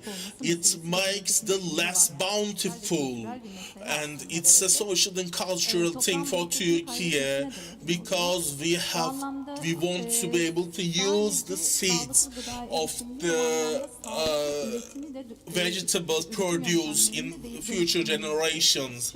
So we have to change production methods. Let's say that we change production methods. But why? One of the reason is that people use agricultural poisons. I don't prefer to use pesticide or something like that. No, they are poisons that kill all living, all insects, and people are addicted. And due to this addiction, they have to use it. They don't know the methods, the ancestral ways that suited the nature are way back in the history. Also, for example, they have to make the tomatoes, cucumbers that the market wants, because the market requires certain caliber of products from the farmers, so they make the farmers addicted to the market. Also, they became not exactly vegetables or plants, they extract plants. As I mentioned, they lose their nutritional values, and we also lose our local seeds because of that, and it's a problem because losing your local seeds, it's a damage to your biodiversity and sustainability. And in food, the pesticides and synthetic materials, they reduce your bouncy, all of the synthetic fertilizing, etc. It also unbalances the farmer because they have to pay for these external things. Also, there is climate crisis. It also causes a threat of the climate crisis. The farmer face against all of these, and they also have a disconnection from the consumer. So what the consumer pays, only a quarter of it goes to the farmer's pockets. Other money is of the intermediaries, and they have this connection, as I said, with the consumer. They lose so much money, they lose connection with the consumers. Also, the disconnection with the local is really problems for the food, and from the farm to table, it causes food to be lost in 1/3. So from farm to table, 1/3 of the food is lost. Also, we have problem about the cultural variabilities, so the local taste, local cuisine, and their sustainability is really important. We have internal migration within the country, as the farmers can't make enough in their own land. They have to migrate to the cities, and they become consumers from producers. So I'm just talking bit by bit about this. These are all important topics. They are huge on their own, but still all of the problems that I count, they still have the solutions inside. You can have food without pesticide. You can have local economies, so which I want to talk about in the second part, also we can just eliminate environmental cost for that. So if we are able to look at holistically, we will be able to do it. So we have to transfer it. So we have to create a demand, and producers should be able to reach that market, and we should have a serious transformation in the food system, and for that we need a holistic view. So Cem Paydaşlar said that consumer, producer, NGOs, corporations, academy, all together should take initiative. They should make an effort all together. And what is ecologically sustainable is at the same time we have to have economically resilient systems. So we will be continuing in the next one. Now, one point is interesting here, and that's that industrial production externalizes a lot of the costs. The same in agriculture, but not only agriculture, but in mining and lots of other sectors. If you can externalize the cost, you can put it on to society as pollution and other things, then you can have a cheap product. So with food, that's quite obvious in industrial production. So thank you, Oya, for this insights. Philip, can we now have your view, perhaps a more European view? Yeah. Does this work? Yeah, it works. Yeah, great. I was here to talk a bit about the viewpoint of, I'm a civil servant in the city of Differdange.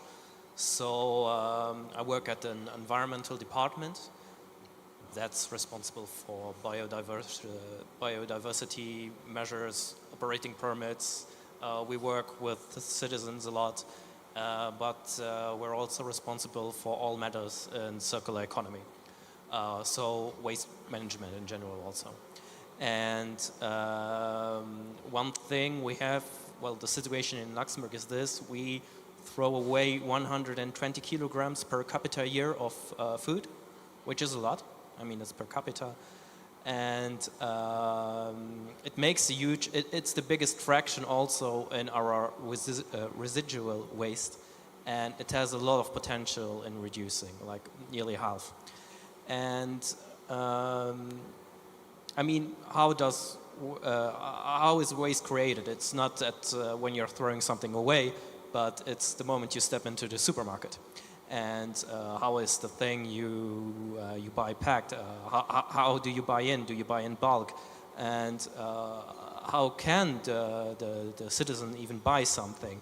Because he has limited means of influencing this. Of course, you can go to farmers markets. There are initiatives, but they have to be supported, and that's a little bit how the city sees itself, where it can help promoting and creating a frame in which reducing food waste is possible. So there are two key questions that are raised, as like, where are we at, and which measures are the most efficient. And for these measures, the key solutions are, of course, raising awareness and information, education, because reducing food waste is a change of habits, practically. And also technical solutions, like how is our waste collected, how is it recycled, how is it processed. And to identify these solutions, you have to kind of know where you're at. So that's data gathering. And it can be quite overwhelming because it's very complex in a city. All the urban resources, the flow of the urban resources is very complex.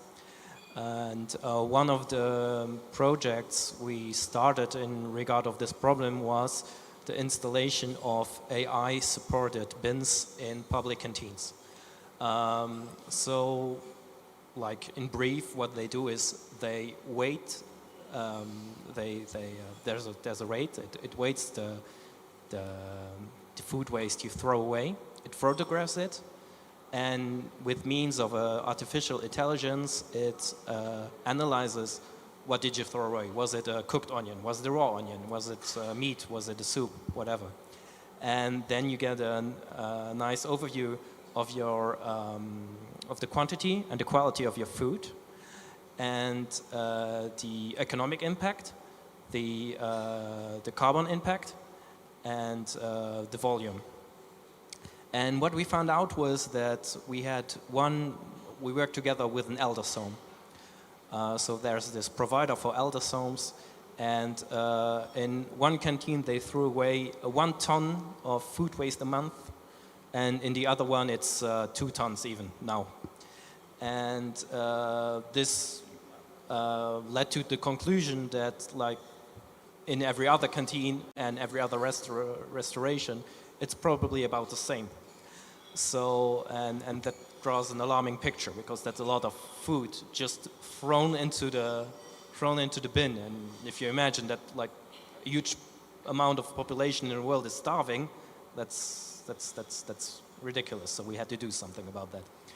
And but what the system also provides is a support by the startup, which helps you manage your canteen better, which helps you manage your procurement better.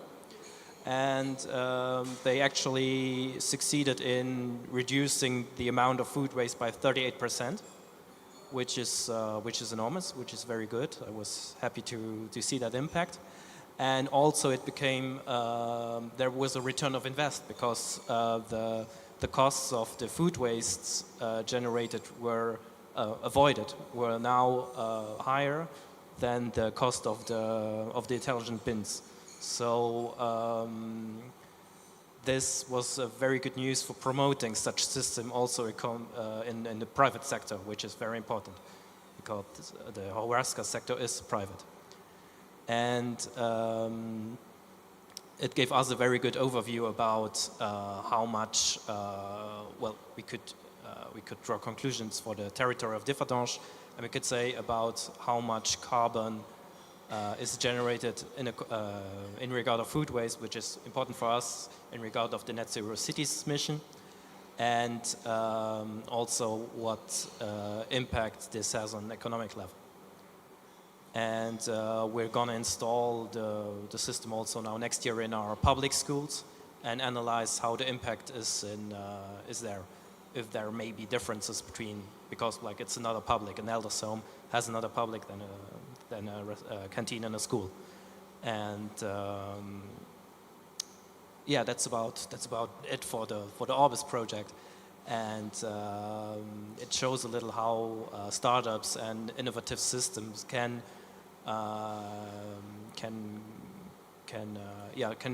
transform a system, and it also gave us a clear picture to argument with politicians that action needs to be taken, because food waste, well, waste in general isn't a very sexy theme to talk about with them, and with these detailed numbers we had a very clear picture and very good arguments to ask for a budget and to proceed in our efforts in reducing food waste. Yeah. So okay, thank I you, hope Philip. I give you a good overview of that. Okay. Yeah, well, food is never just food, right? We see the gamut of activities that are needed to bring food to our table. We have the organization, the social organization of the production, which is stamped by the dominant economic relations of today. Okay, so today we have a certain, but before we didn't have the same thing in old times. We have health environments that are direct impacts from the food production, and of course we have the social culture of food, which is a way of life. You know, certain societies, they have a certain way of making and eating food and being together with food. So food is never just food as a product. Now, I want to go to Arja, who I think will talk more about these different aspects, but through the lens of agroecology probably a little more. Is that right? Okay.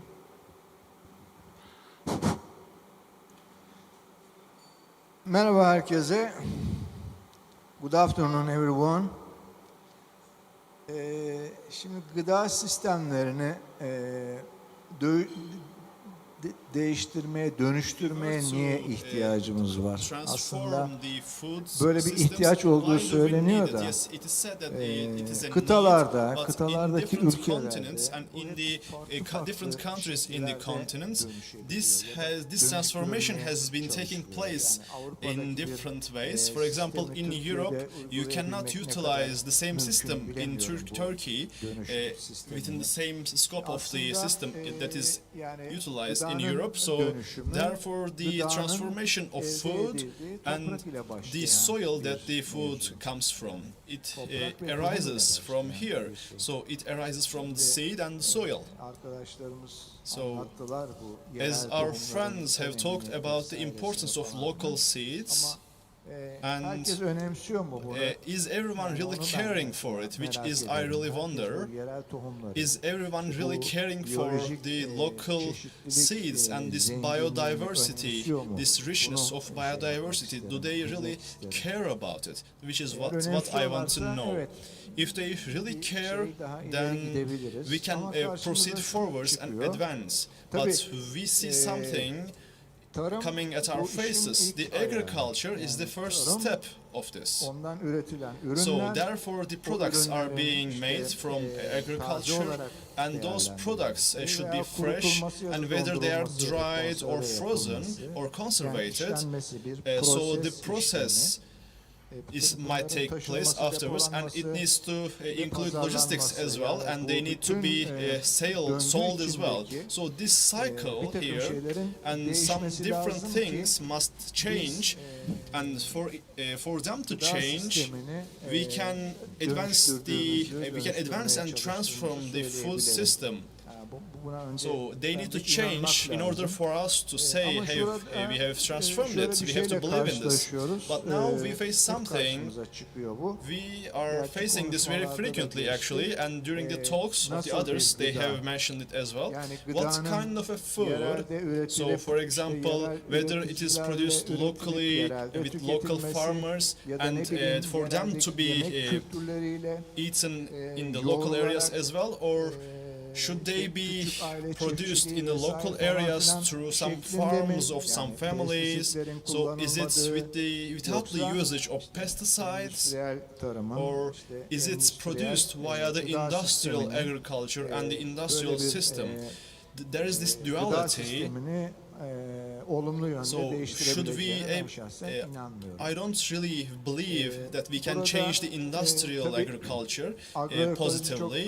So the agroecology is very important in this, because we shouldn't take this just as agriculture, because the seed must also be produced, and the product that is being produced by that is also being prepared for a healthy food, and for them to be delivered to the hands of the humans, there is this process of steps and phases, and while doing that we need to manage the waste disposal, also take precautions for the climate change. Such systems must also be included in our systems, and by doing that only then are we able to deliver the better product and better system for humans. So this is the main thing. The independence of food, which is very basic actually. independence of food. So starting from seed, a farmer is it able to produce the seed by themselves or not? So we should be able to prefer what method to use, not by enforcement by the others. So if others enforce us to harvest this product or this and eat this or that, we shouldn't be able to accept that. Everybody wants to know what kind of food they eat, and every farmer wants to know what do they plant.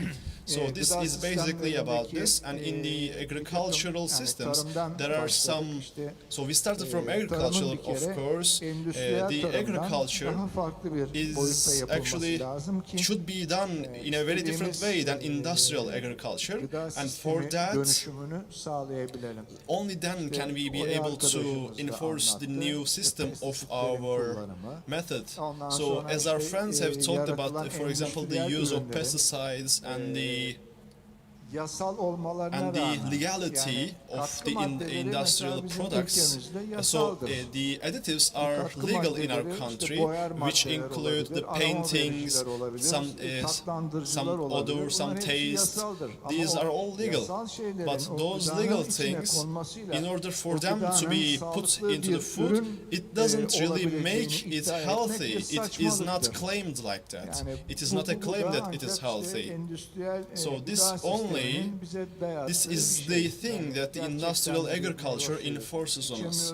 So we cannot really drink something natural, we cannot really eat something natural, we cannot really consume anything without the effects of pesticides that are left on our products. So some of the products that we send and export to Europe, they are returned since they exceed the lines of the usage of pesticides, or they are completely destroyed. We have such problems, and in Turkey we are still experiencing such issues. I have read an interesting thing. If I am recalling correctly, it is England. So in England, about climate change, the eating habits, it was an article about changing the eating habits, and they ran a research about it.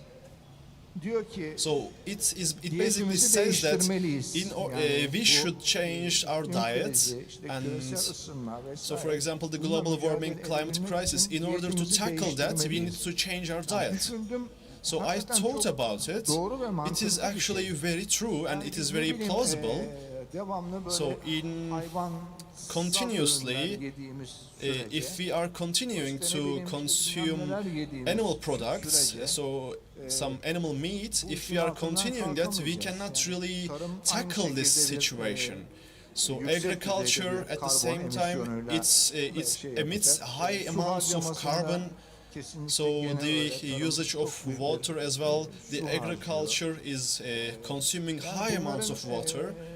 And all these should be analyzed in order for the food system to be transformed, and the new transformed system must be able to provide the just and accessible means to all of the humans. It is a must.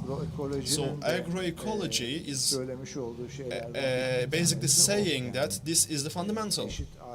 So distribution of just, and everybody should be able to access the food. So we have about 8 billion of population, so about 1 billion is basically starving, they are dying. So in the southern hemisphere, several tons of waste is just wasted.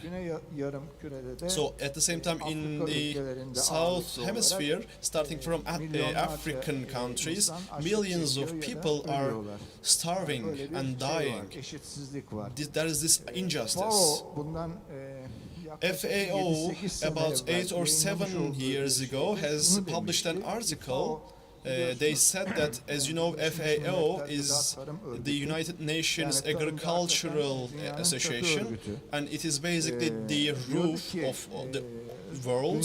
So in the fields all around the world, about is sufficient to cater for about 4 times of the current population of the world. We have enough soil, it basically says. So what's the issue we have is the distribution of the food. So on top of that, those who can access the food, they are having concerns whether it is natural or not, or healthy or not. So you are able to access that food, but you are able to access an unhealthy food. There is this reality. But how do we get out of this ill matter? I don't know. Some of the local government systems must be changed, and this is only possible with that. And with this capitalist system that we are living in, I do not think frequently that we can tackle this issue with capitalism on top of our heads. Some of the countries are signing different agreements, and one of them is the Green Deal. So one of the things that Green Deal deals about is the total tillable area we have. About 25% of it, the authorities want about 25% of the tillable area we have to be done just for natural agriculture. We need to cater for our needs with just natural agriculture. In Turkey we have about just 1%. It is not really probable that we are able to reach 25% because we have only 1% now. I do not really think many of the European countries are able to come close to this as well. Maybe Austria is close to that. So many of the other countries, I do not believe they will meet this. So is my time over? Okay. Next time. Who do I pass the microphone to? Okay, you see, coming to economics of food is very difficult because it's connected to everything. Thank you, Arja. Now, yes, we want to transform the system, but we have to know what we're against. Okay, the speakers have talked about this copiously. The thing is that let's look at it this way. I think I would like to have Jane look at this at a global scale, the incumbent system, and dismantling it, the possibilities and opportunities via cities, for example. Okay, I don't know, is it too, you don't have much time either for that. Okay, and the other, I think Oya would like to tell us about something much more ground level, about one initiative that they have. So this is almost the complete opposite of what Jane will talk about at global level. She'll talk about very local example of this. You have less time this time. Okay, so maybe 5 minutes each. Sorry. Okay, I'll solve the problems of the world in 5 minutes. I mean, it's quite a question. How do we dismantle this system? And I think I have 4 possible entry points that connect to things that have been spoken about already, right? I think the first one is we need to generate the political will. And in generating the political will, we understand that urban areas are quite late coming to the party about food systems. They have other things that are their priority areas. And I think we need to be able to make the argument very strongly that if we're going to meet these urban objectives of sustainability, of resilience, of employment, etc., food is a really good entry point to doing that. And if we transform the food system, we can have those entry points. So I think it's partly around generating political will. I think the other issue that we really need to talk about is regulation of the large-scale corporate food sector. And we're seeing work around controlling of marketing. We're seeing working around controlling of advertising, front-of-pack labeling, trying to get the companies to pay some of the ecological costs of what they're doing. And I think stronger regulation at the same time as supporting the insurgent, emergent, traditional food systems is the way forward as well. So I think there's political will, there's a need for stronger regulation. I think the case, Philip, of what you're talking about in Luxembourg and the role of new technologies in provoking shifts in the system is really interesting, and it's something where Europe is far more ahead than we are in Africa. And I think those kinds of novel technologies and the use of AI terrifies me as an academic because all my students are cheating. But I think there's these new entry points that we can think about, but we can't think about AI as removed from culture. Okay, and so one last piece is thinking around how we support local cultures to transform the system. And so when you're talking about food waste, I was in conversation with a mayor from France at a meeting in Rome a couple of weeks ago, and his narrative about how they're changing food waste, there's a degree of the kind of technical fix, but then there's also this point around consumer education, and not saying don't waste food because it's bad for the environment, but our traditional food culture was about nose-to-tail eating. Our traditional food culture, you use the food scraps to make this, that, and the other. And arguing that actually standing against food waste was a kind of counter-hegemonic act. It was this kind of act of reclamation of traditional food cultures. In the same token, they were doing urban agriculture with children, not because that's going to solve all the food problems in the community, but because he said, you know, then the children will know that you should never eat a tomato in winter because they just don't grow. And therefore you step away from that food system. So it's about this kind of combination of using the best of modern technologies and then linking it back to changing food cultures from below with a strong arm of regulation and the political will. Thank you.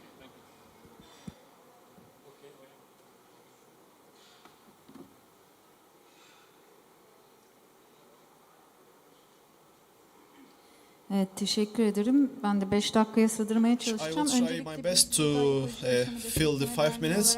So, as the Ecological Life Sustainability Association, as I said, we are trying to make new models that we have. I'm not calling it them projects because a project has an end and beginning and end, but a model is continuous. But as we talk about grain, we are trying to come up with models. So, some good examples.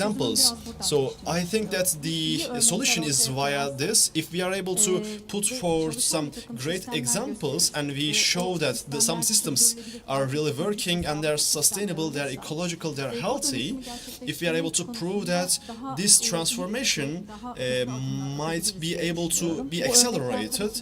So these actually include the local governments, even governments and schools. We believe that creating communities is very important, and these food communities are very important. As you know, in the world and in Turkey, there are many different food communities. They are people that know how to come up with new things. So they are not just consuming, but while consuming, they are producing. It is the thing of importance. So how the one thing that they observe is coming up with new solutions about how to deliver the food from the fields to the plates. So this is basically about 48 of them actually occur in Turkey, and they are able to inform their own producers, and they pick those producers, and they are able to establish an understanding of what do they produce, how do they produce. By doing that, they are preserving their foods, and they are adopting some transparent structures and approaches. Since they create relationships with those producers, they are even able to have discounts, and these are the things they can carry out. And at the same time, apart from food communities, there are some communities who are able to guarantee that they will buy the agricultural foods. So, for example, they can enforce that some fields are able to produce a different kind of potato per ton, and you are observing from beginning to end, you are making sure that there is no pesticide is used. So therefore, the producer is able to find the market, and therefore the market actually gets them in an affordable manner, and therefore the children are actually important because we need to educate them. So they are seeing some education in a spontaneous manner if we are able to accomplish this model, and we believe that the producer must be able to find the marketplace, and that short chain.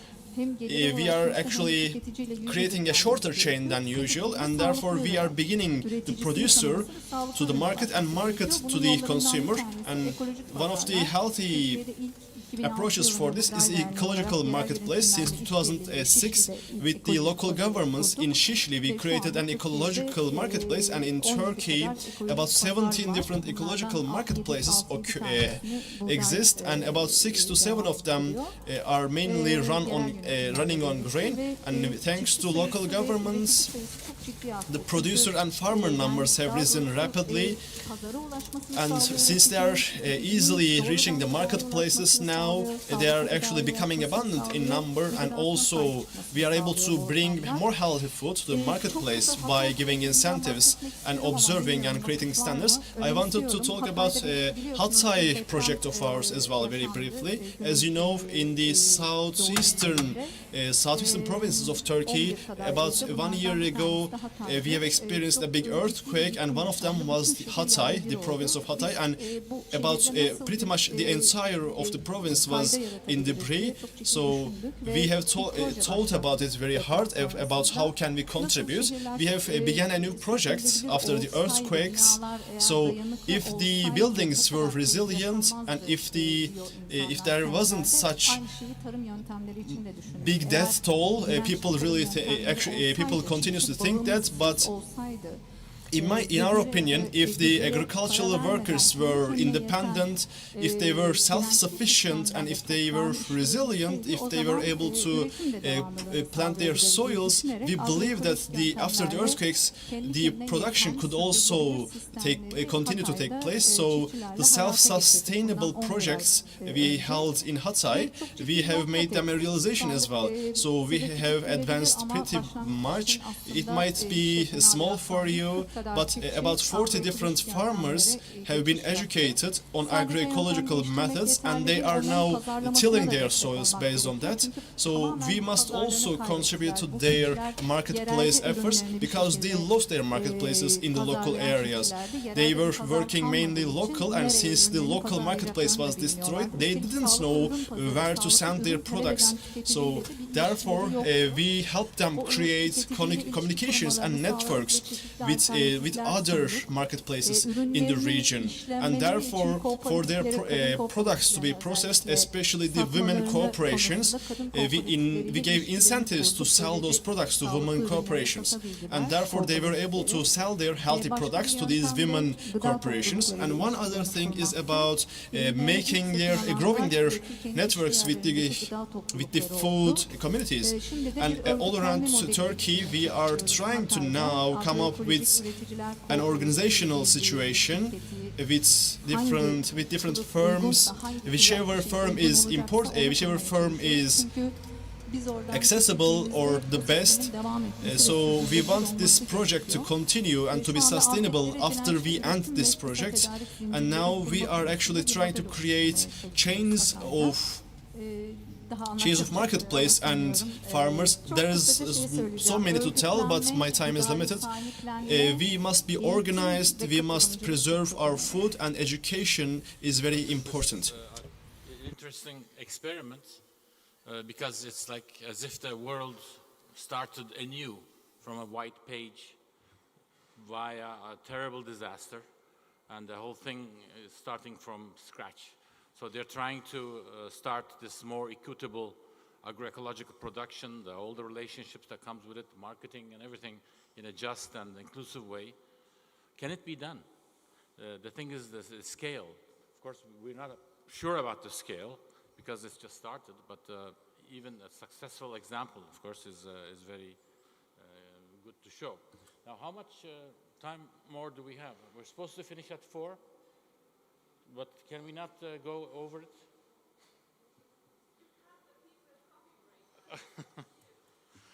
Okay, well, we want some interaction from the floor, but let me just say this now. We have an incumbent system, okay, which is embedded for a long time. There are economic interests involved in it. I mean, we have the fox in charge of the hen house, and we have Dracula in charge of the blood bank today, okay? If you look at what's happening in climate negotiations in Baku, this is the situation. I think in food, we're not very far from that either. We have a very untransparent political policy system, both internationally and even EU is like that. And it's not very easy to scale up the successes that we have. FUSILLI is a city project. So the question is, where are the limits of successful city systems? Okay, so I'm trying to open up this to bring some participation from the hall. So if you have, can we sacrifice your second tours? Okay, no problem. for interaction, okay? All right, so where is the limit? I think Italy, the Italian cities are showing us the scale to which things can go, okay? Because they have a very long history of working on this, a very strong popular support and the popular public policy also behind it. So they have been able to extend much more than any other example that we have seen. But where does it end? Where is the limit of this? Considering that the fox is there in the hen house, okay? Without forgetting that, just talking about economics is not enough. We need to talk about the political economics, politics, so to say, okay? So the power relations and how we can change the configuration of power in this thing. Okay, so do we have any comments or questions regarding this part of the discussion? If we don't, I'm going to turn back to we have Mark. Interesting aspect is that if you look at all the value chains, if it's energy, education, food, it doesn't even matter. In the middle, there is always a dysfunctional government and a dysfunctional financial system, the banks. Do you see some opportunities there from the perspective of a local organized economy to get that power back into your communities? And what are your experiences with that? Yeah, I don't know if any of you want to, anybody from the audience can also try and answer that, if you like. No? Daniele? I don't want to answer it, but I want to piggyback on the back of it. I was at the Food Click periodic meeting in Berlin a couple of weeks ago with a couple of others representing FUSILLI, with Diego and Jonathan, and Aina was there and a few others. And one of the things that came up in discussions was something that I just found so beautiful. I want to repeat it again and again and again. And it was the idea that our public authorities actually need to say to people, we're really sorry, we got it wrong. We have screwed up royally here. We have created a food system that is feeding you the wrong food, that is doing you harm, and that is doing the environment harm. And we need to change it. We need to maybe do radical things to change it, but we need your help to do it. And the reason I'm so excited about just the idea of that conversation is that it really shifts the narrative from these are the things that you need to do, and it's not citizens' faults, but citizens, please change in these ways. And you know, all of this kind of redirecting and shifting and, you know, wanting to do things in the right way and nothing ever getting done, really. It turns it around to a we thing rather than a you need to do this or we need to do that or, you know, these actors need to do certain things. It becomes like, well, okay, we got it wrong. And I think it's really clear that we got it wrong. Whoever the we is in that, and that we is public authorities that are propping up this system in many ways, but also economists and also, you know, so many of the actors involved. And if we can shift the narrative in that way to, you know, if the public authorities say we need your help to change it, I think that's a very different kind of contract between our governments and our people that might allow us to do some of the radical things we need to do, because we need to do radical things. And, you know, how we eat is who we are. So changing how we eat means changing who we are. And that's not a straightforward thing to do, you know, and you know, food is culture, heritage, identity, all of these things, and it's so often left to the side. It's really nice to see it recentered in everything that the speakers are bringing forward. But when we cut to the chase and get down to the official dialogue, it seems to kind of be sidelined a little bit, because there are all of these pragmatic or, you know, economic things that need to be handled. Yeah, and I guess I just want to contribute that to the discussion, and I think it sort of extends this idea of what are the other economies that we could be thinking about, the other conversations we could be having, the other kinds of narratives and the other kinds of storying that we need to be doing. Yeah, it's quite an optimistic viewpoint, I think, Daniele. I remember this anecdote. An American journalist asked Gandhi, what do you think about the Western civilization? He thinks for a while and says, well, it would have been a good thing, you know. So I mean, you're saying that the public authorities should turn around and change the narrative, right? Let's discuss it in the coffee break. Because we have our time over, and I don't know if you want to make a couple of last, Jane, I don't know, I would preferentially you, of course, to make a last minute. If not, it's okay. She's here, you can talk to her in the coffee break. Thank you very much.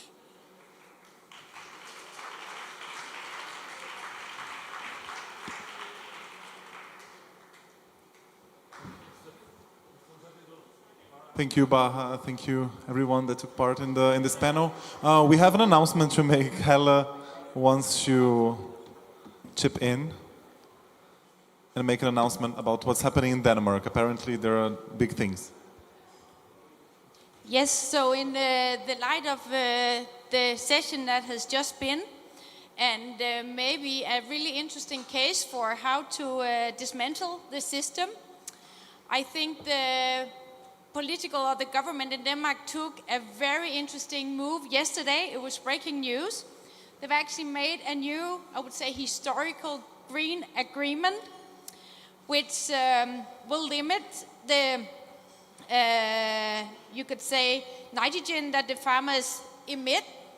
So I would say enough talking. It's a consequence of years of saying we need to reduce the CO2 footprint, but nothing has happened. So yesterday it was announced that Denmark will actually be the first country to introduce tax on agricultural emission. And as part of that plan, they will expand forest in Denmark. It's a broad agreement between, I would say, the majority of the political parties and organizations. So I would say at least that's really promising. So even though government might change, as most of the parties, apart from one, signed in, and many organizations, there's a hope that this will continue. But here are some of the facts. So I'm sorry, I don't know all the details. It's just fresh from yesterday. But they will, or say in the agreement that they will reduce the CO2 emissions by 2.6 million tons by 2032. And actually they have allocated 32 billion kroner, and this is a lot in Denmark. This is little Denmark, for forest rebuilding, which accounts to about 250,000 acres of new forest. And this is really interesting because what is part of the deal is that they will actually buy now land back from the farmers, in particular land, that goes down to water, so either fjord or the sea, again to prevent nitrogen emission down to the water. So buying back land from farmers and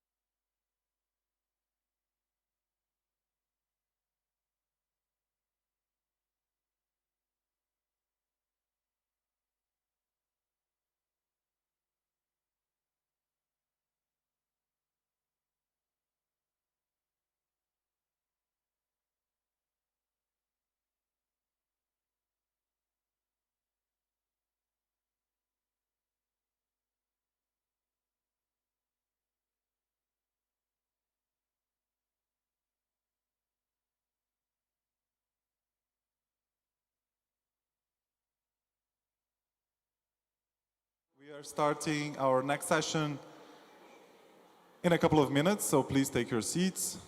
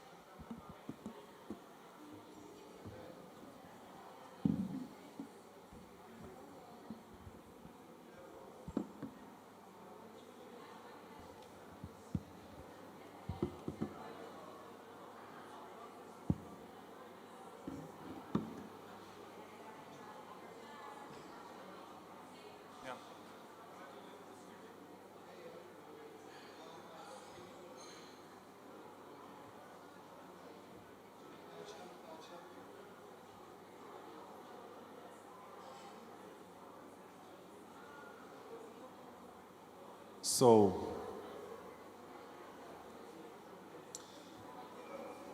take your seats, please. We still have a really nice session that will be split in two.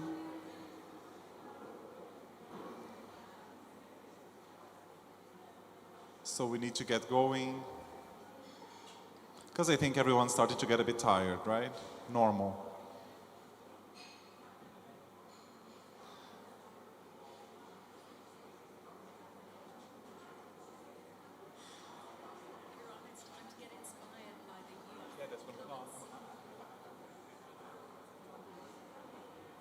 So, yeah, it is time to get inspired by the youth. And I think that, I don't know, I'm 35 now, so a bit too old to call myself part of the youth, but I still feel young, so. And I think that when we think about, should we wait a bit or can I start? Okay, so for me, talking about the food system, talking about the environment, talking about transition, green transition, whatever you call it, it makes me think of, 2018, 2019, when Greta Thunberg took the streets in Stockholm and then inspired the youth all over the world with Fridays for Future. I think that was a very special moment for the environmental movement all across the globe. I think it is also a movement that in the last years was openly attacked by people that are not happy with what's happening, and I think we have to remember that the youth really started it, I think this momentum that we saw in environmental policies, including everything connected to what we are talking about here, wouldn't have happened without the youth. So we are going to start a session where the youth is going to be at the center, taking the stage. So I'm inviting Emel Karakaya Aliav, associate professor at Izmir Democracy University, to start the first part of this session. Thank you, Emel. You're welcome. Now I'm going to call my colleagues and the first graduates of my university, Izmir Democracy University Department of City and Regional Planning, and as well the students of Urban Design Master Program, Ayşegül Yarış, Begüm Güntan, Ayçin Vural, and Imran Özfesli. They are going to present you about our food system, a video about our food system today. Their context is encompassing the global and historical context, and coming today and putting a future imagination for what they are expecting in the future. So I think they will want to introduce themselves on their own. Thank you. We are IDI team. I am Begüm. I work as an urban planner. I focus on food systems in cities and climate sensitive planning. Thank you. Hi, I am Ayşegül. I work as an urban planner at Chamber of Urban Planners. My topics of study are sustainable transition and regional food system. Thank you, nice to meet you. Hello everyone, I am Imran, a landscape architect. I work Europe Opinion Horizon project, PC Lifestyle and Like a Pro project. In my master programs, I focus zero carbon city and green infrastructure in landscape planning. Nice to meet you.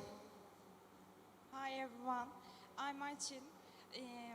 I'm conducting research on the place of small winds approach in the literature and urban design and planning. Work as an urban planner at the İzmir Metropolitan Municipality. Today, my friends and I are here to share our perspective on a topic that is both very important and directly affects us all, food systems. Food systems are one of the oldest human mates in human history. For thousands of years, we have been developing methods, process and techniques for proceeding, collecting and transforming food to nourish humanity. However, at the point we have reached today, sustainability of these systems, their environmental impacts and their role in human health are being questioned more than before. Ever before. In this context, we will share a video with you about how we envision our future local food system.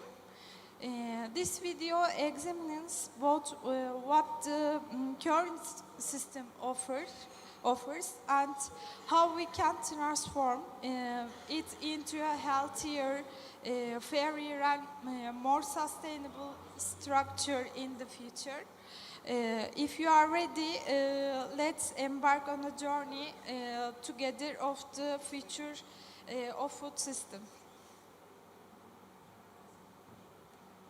I think you prefer to leave the scene to the video and then you are going to come back to have the questions. Okay.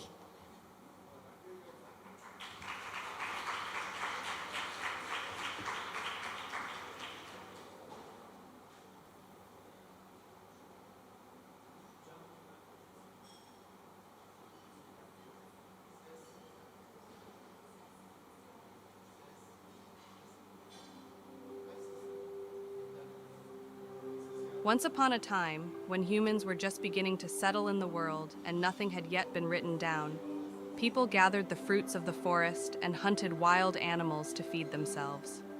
In search of food, they traveled to other lands each season, accepting what nature offered. One day, however, they sowed seeds into the soil and discovered they could produce their food. As the seasons passed, the plants that sprouted from the earth became a constant source of hope for the people. They no longer needed to migrate constantly. They had learned how to grow their food. In time, people began to build villages, create agricultural fields, and live together. Everyone worked their land and grew enough to feed their families. People kept pace with the cycles of nature, learned the language of the land, and planted their crops with respect for it. At certain times of the year, it would rain, the seeds would germinate, and when harvest time came, everyone worked together to gather the crops. People divided labor to benefit from the land's fertility, and the surplus emerged. While some tended the land and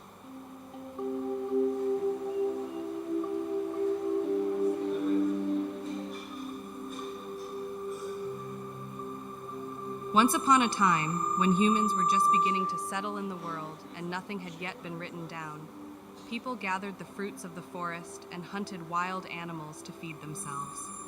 In search of food, they traveled to other lands each season, accepting what nature offered. One day, however, they sowed seeds into the soil and discovered they could produce their food. As the seasons passed, the plants that sprouted from the earth became a constant source of hope for the people. They no longer needed to migrate constantly.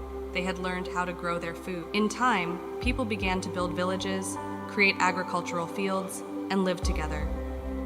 Everyone worked their land and grew enough to feed their families. People kept pace with the cycles of nature, learned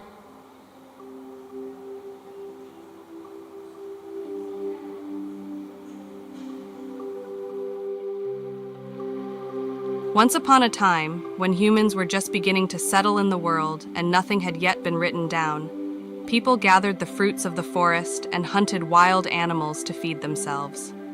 In search of food, they traveled to other lands each season, accepting what nature offered. One day, however, they sowed seeds into the soil and discovered they could produce their food.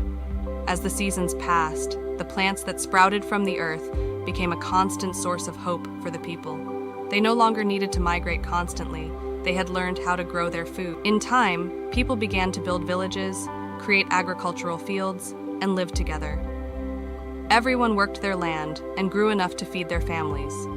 People kept pace with the cycles of nature, learned the language of the land, and planted their crops with respect for it. At certain times of the year, it would rain, the seeds would germinate, and when harvest time came, everyone worked together to gather the crops. People divided labor to benefit from the land's fertility, and the surplus emerged. While some tended the land and livestock, others engaged in non-agricultural activities such as crafts, trade, and science. Long-distance trade, technological advances, and population growth led to the rise of cities, and this form of settlement gradually became widespread. The period following the Industrial Revolution marked an era of colonialism, world wars, and rapid technological advancements. Agricultural production also transformed, evolving into a form of industrial production. In the second quarter of the 20th century, food production began to rely on chemicals. Food was commoditized and financialized, and the era witnessed shifts in seed ownership rights. The Green Revolution, followed by the biogenetic revolution, transformed the very nature of agricultural materials. Cities turned into ever-growing hubs of agglomeration. Populations increasingly concentrated in urban areas, where they produced more and consumed at a faster pace. Food from around the world reached people's tables, but this led to the decline of local farmers and the depletion of natural resources. Over time, small villages gave way to large farms and immense food factories. Instead of local markets, food began to be sold in global chain stores distributed worldwide. As farmland expanded, nature was altered to increase food production. Monocultures began to exhaust previously rich soils. Chemical fertilizers and pesticides used to boost yields polluted the soil and water. The effects of these interventions became more evident with climate change. In this process, urban dwellers gradually have forgotten where food comes from and how it is produced. Packaged products on supermarket shelves obscure the journey food has taken. Vegetables picked on distant farms and transported long distances no longer remind us of their origins.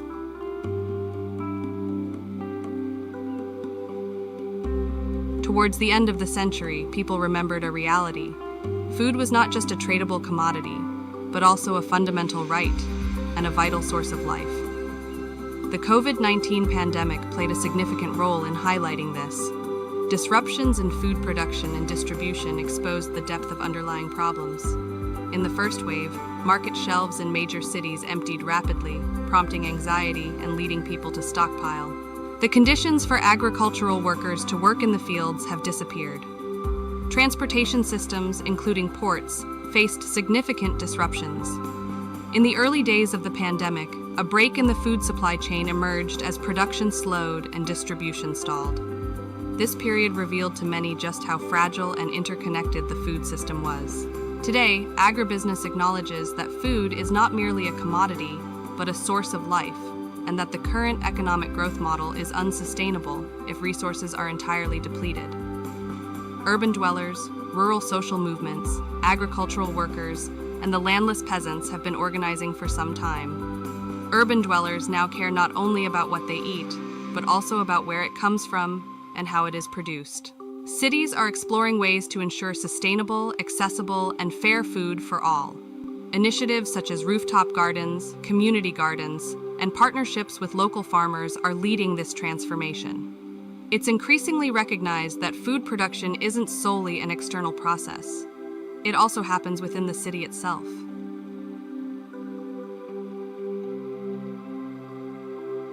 In 2015, representatives from many countries gathered in Paris to sign a landmark agreement to address climate change. This agreement emphasized the importance of making agricultural production resilient to climate impacts and inspired cities to create sustainable food systems. That same year, the Urban Food Pact was signed at a meeting in Milan, aiming to enhance food security in cities. This pact provided cities with a roadmap to promote healthy eating and support local production, equipping them with a new tool for planning and managing food systems more effectively. In light of these agreements, many cities began taking action to strengthen their food systems. Over time, various United Nations organizations started to develop initiatives focused on sustainable agriculture and food production.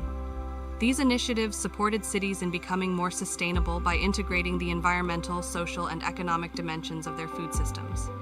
International summits on food security further bolstered these efforts, leading to strategies that promote local production. However, this story extends beyond international agreements. Through bilateral and multilateral partnerships, countries have begun to collaborate on improving food supply chain security and fortifying local food systems. Cities have become more resilient through these interconnected efforts.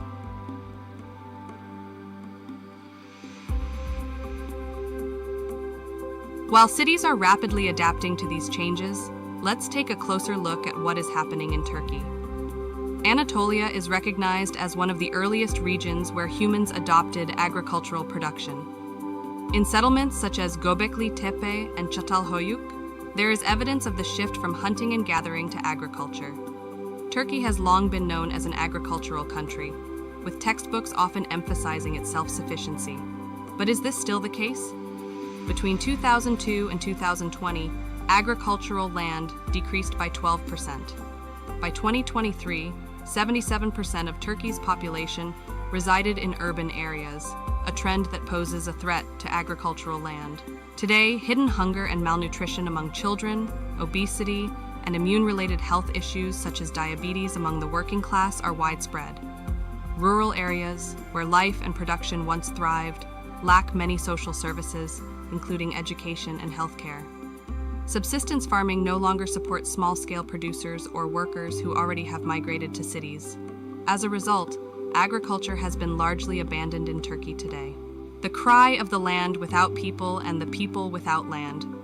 Every year, about 100,000 hectares of agricultural land are converted to non-agricultural uses, undermining food security. Climate change has manifested in disasters such as the 2020 drought, which led to a 13% drop in grain production. While cities continue to grow, agricultural land is shrinking, unable to withstand the pressure. The inability of local authorities to develop holistic policies to address this situation further highlights the need to support local production in urban food planning. By 2023, the food price index had reached its highest level in 5 years, making it increasingly difficult for low-income households in metropolitan areas to access food.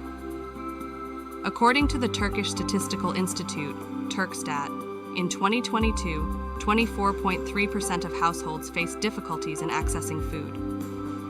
On the global hunger map, Turkey is one of the hotspots. Despite agricultural activities in rural areas, rural-urban linkages remain weak. Only 20% of the fruits and vegetables consumed in urban areas are sourced from rural regions around cities.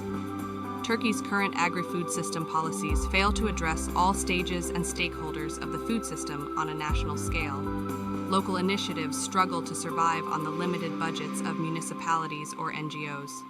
Food is not produced locally, but is instead pushed into the capitalist system as a commodity. Products that could be grown domestically are imported, and the production and ecosystems of Turkey's own lands are not protected. In the future, this transformation will help rebalance food production and consumption, paving the way for a more sustainable world.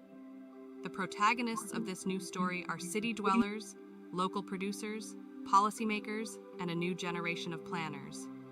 Food sovereignty for just, sustainable, accessible, and safe food. The concept of food sovereignty emerged amid the chaos, calling for increased access to food and the creation of a more just, sustainable, accessible, and safe food system. Food sovereignty is not just about access to food, it's about the right of communities to control their food systems. People began to cultivate a healthy, local diet based on what they grew on their land. This approach not only enhanced food security, but also contributed to ecosystem sustainability by preserving agricultural diversity. This shift empowered local communities to build their food systems. By understanding what grows on their land, people gain access to healthy, natural products. This, in turn, increased their economic independence and shielded them from the uncertainties of large supply chains. Food was no longer merely a commodity. It became an integral part of human life, culture, and nature. This story marks only the beginning of steps toward a fair and sustainable food system. The concept of food sovereignty reminds us that people need to act together, support agroecology, and respect the ecosystem. These old connections, seemingly lost amid the chaos of city life, are beginning to revive. Recognizing the need to reclaim lost land, communities have come together to lay the foundation for a more just, sustainable, and secure food system. Food sovereignty has empowered people not only to meet their food needs, but also to shape their future. Initiatives like Nilüfer Urban Gardens and the Solanova Women's Cooperative Mazitli Gardens have multiplied and expanded.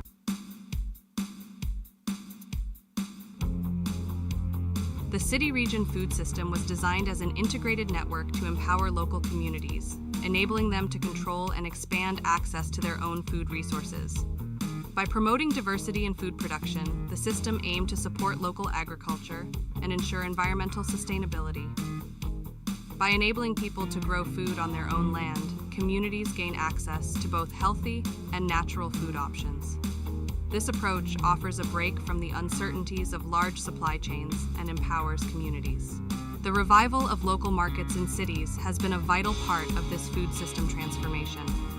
By shopping directly from producers, people access fresh produce while strengthening community relationships and shortening the food supply chain. In this way, food has become not only a biological need, but also a social bond and a societal common. Another key component of the city-region food system is the management and recycling of food waste, which ensures efficient use of resources and reduces environmental impact. This new food system provides access to healthy and safe food while prioritizing justice and equality. Recognizing that everyone has a right to food resources, communities can work together to build a stronger future. Food security is seen not just as an individual endeavor, but as a collective social responsibility. Agri-food policies were established for all inhabitants of the earth, including all ecosystem components beyond borders, nations, and continents. So, strict regulations were introduced to protect agricultural land, as well as the ecosystem as a whole. In this context, strategic reserve agricultural areas were created, urban districts were designed, and each city cooperated with local regions in its hinterland. These local associations coordinated their own food production systems and guided the construction process with a common management approach. Local governments made decisions based on local priorities to increase their own production capacities, and in this process, the specific needs of each region were taken into account. Mechanisms for analyzing the food system were established to identify local priorities and develop data-driven strategies for specific interventions. Accordingly, research has been conducted, specific restrictions have been imposed, and the inspection process has been rigorously monitored by the food policy councils with the objectives of diversifying local food production patterns and sustainability. Cooperatives and food communities were promoted to shorten the food supply chain, increase producers' market power, and ensure food security. Balanced and inclusive linkages were established between these communities, creating a strong connection between local production and consumption. Additionally, restrictions on imports and exports were introduced to further support local producers. A comprehensive policy was developed to minimize food waste, with waste management systems implemented throughout all stages, from production to consumption. Food banks were established, and systems were set up to recycle and reintegrate waste into society. Incentive programs and taxation policies were introduced to reduce and transform food waste, leading to great success in repurposing waste through local community solidarity projects. Thanks to growing social awareness of food security and food waste, food communities established control mechanisms to reduce and recycle food waste at all stages, from production to consumption. Global food companies that produce more food than needed have lost their dominance. Under the supervision of the food councils, products with controllable content were made available to the community through cooperatives and cooperative outlets.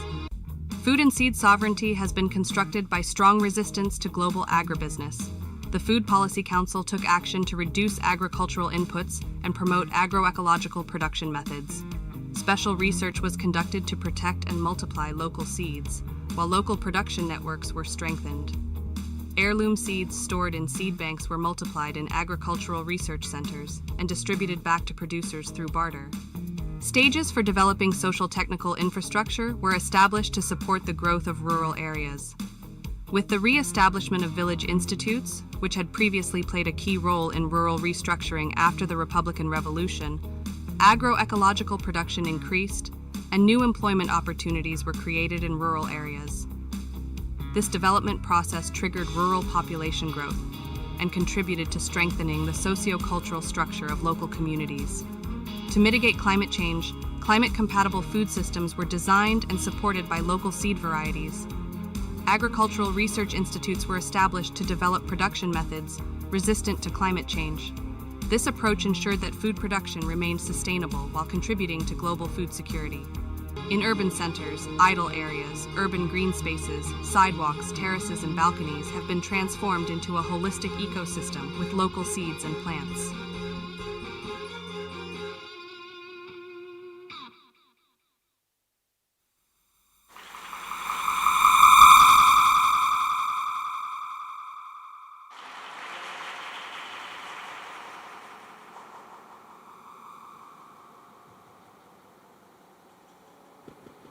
I think we don't have so much time, but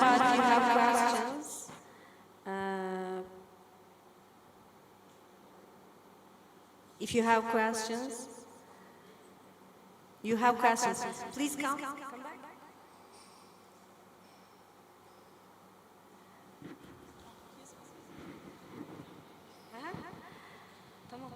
Okay. Here you are. To, I think, all of you, we see in the universities and schools of applied science in the Netherlands, there's a really high interest of young, talented people like you are in taking action in the food system. Do you see the same movement in your universities and schools of applied science of communities of young talents engaging with local farmers?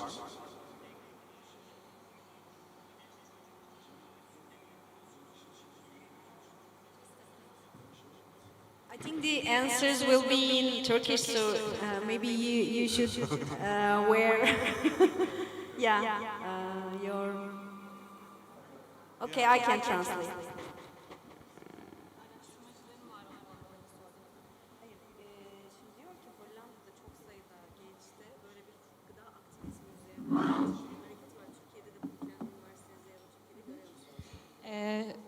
Türkçe cevap vereceğim, kusura bakmayın. Türkiye'deki üniversitelerdeki aktivizm oranı son yıllarda oldukça düştü. Turkish universities activism ratio has dropped that low in recent years, but we have studies on the climate change, like the climate pioneers starting from the high school, the people that are interested in this area, and we are seeing them. Actually, Imran is one of the climate pioneers. Maybe she can say thing. the activism among university students in Turkey has been falling and diminishing in the current years because of all the pressure and autonomous regime. But if the issue is the climate, then we can see some climate action activists like Imran. She is one of the representatives of climate action.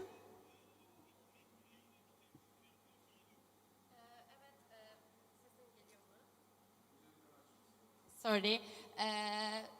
Ben üniversite hayatımda In my university life in Turkey, maybe you are aware of it.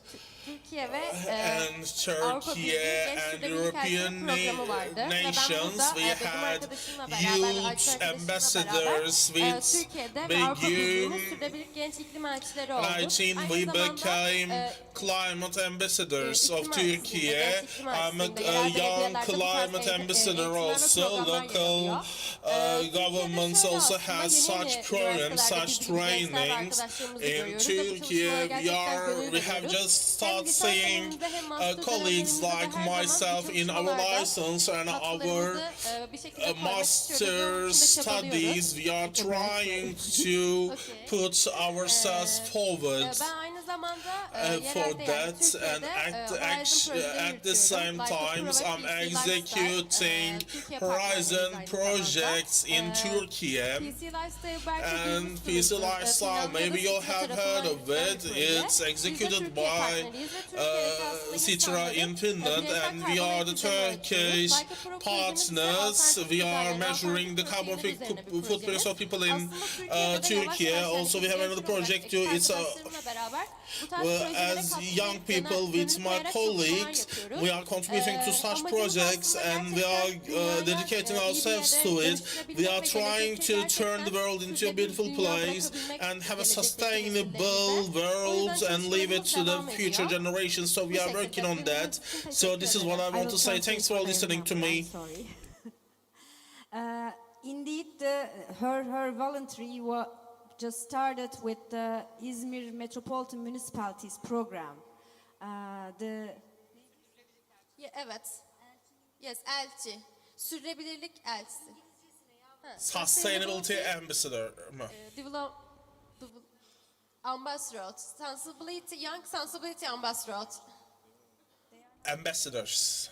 So she has been volunteer of the municipalities program about sustainability, and then her systematic activism just started, and many of other students' activism started with the program of the municipality for sustainability, and now she is one of the researchers of two Horizon projects, one of which is PS Lifestyle.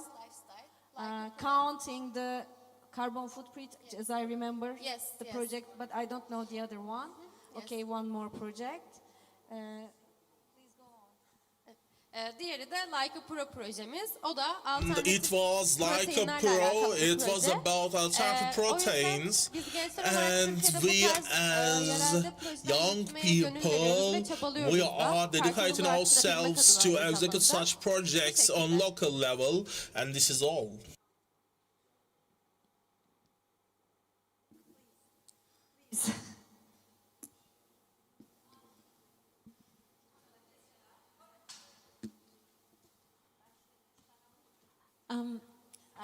I want to thank you for this fantastic video.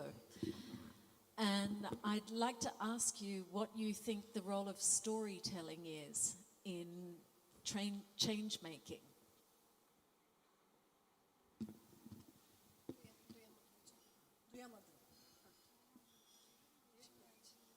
Could you please ask again? They couldn't hear. So first, thank you for this really great video. And you told a particular story. Whenever we tell a story, we choose how to tell that story, and it communicates different things. I wonder, can you say something about how you see the role of storytelling in change making? in making changes in society.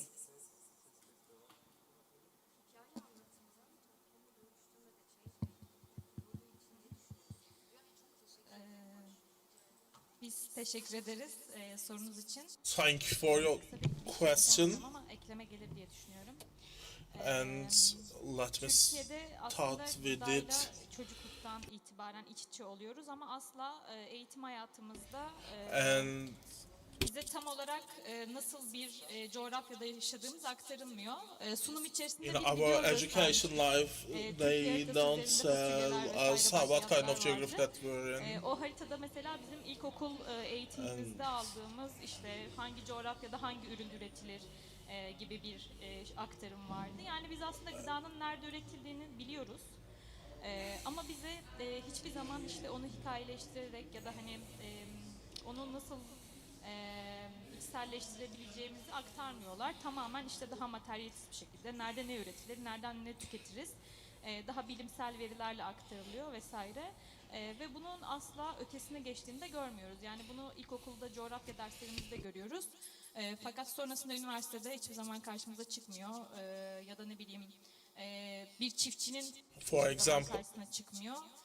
Bir çiftçinin asla böyle hikayeleştirerek anlattığını görmüyoruz. Sadece işte anneannelerimizden, nilelerimizden ki onlar da üreticiyse eğer işte biz zamanında şöyle yapardık, böyle yapardık diyerek anlattığı hikayelerle biz aslında bizim neslimiz bir şeyler öğreniyor. Bence aktarma konusunda ve bilinçlendirme konusunda çok önemli bir rolü var. Özellikle o kadim üretim bilgisine sahip atalarımızın, işte anneannelerimizin, babaannelerimizin bize aktardığı bilgiyi alma aşamasında bence çok önemli bir rolü var. Keşke bunu daha küçük çağlarda ve sadece kırsalda değil bu arada kentsel alanda da devam ettirebilsek. Eklemek istediğiniz bir şey var mı? Yok. Okay. Yeah, okay. I will summarize. Okay. What she said is like that.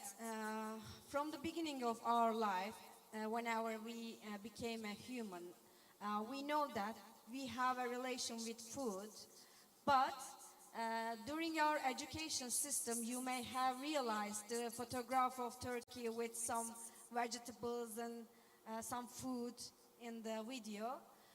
We were taught that Turkey is an agricultural country and these are produced here, there, whatever. But in reality, we don't have such an information.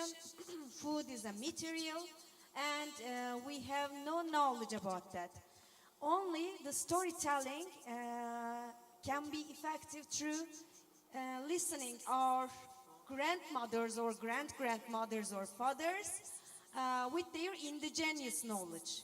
But if we cannot reach such an indigenous knowledge or if we do not practice that, then there is no relation between we and food.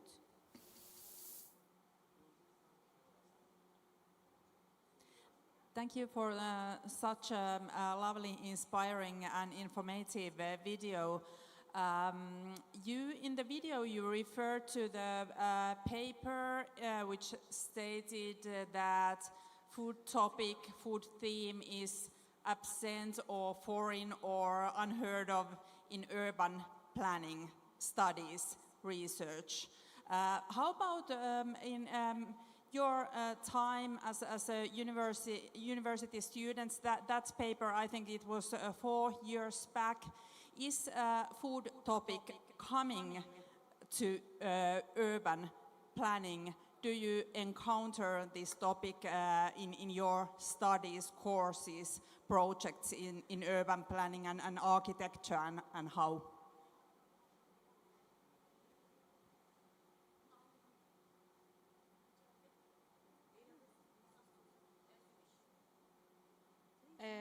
Burada 3 şehir plancısıyız. Bir adet de peyzaj mimarı arkadaşımız var. Lisans eğitimimizde normalde kentsel gıda planlaması diye bir eğitim, Türkiye'deki planlama eğitiminde maalesef ki verilemiyor. Fakat bizim İzmir Demokrasi Üniversitesi'nde Emel Karakayar tarafından açılan Tarımsal Gıda Peyzajı adlı dersimizde 4. sınıfta yani lisans öğrencisiyken aslında eğitimini almaya başlıyoruz. Yani gıdanın da planlamanın bir parçası olduğunu 2021 yılından itibaren biz planlama eğitimimize kattık. And we added to our planning education since 2020. Yüksek lisans programında Begüm In ben ve Ayçin our gıda alanında tezlerimize yazmaya devam ediyoruz.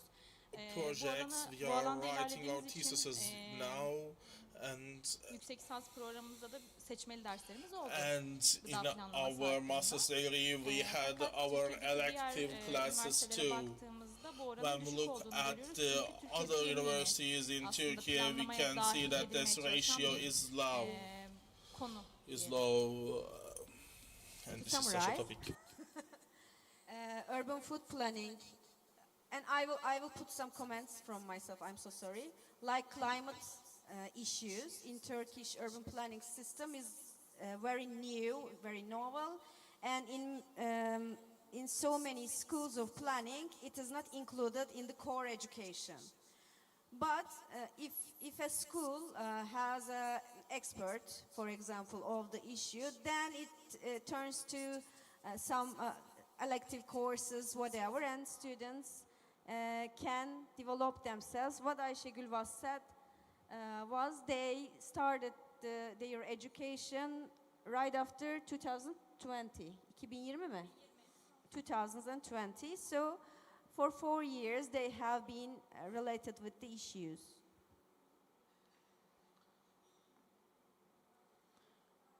Okay, we have time for one more question. Anyone?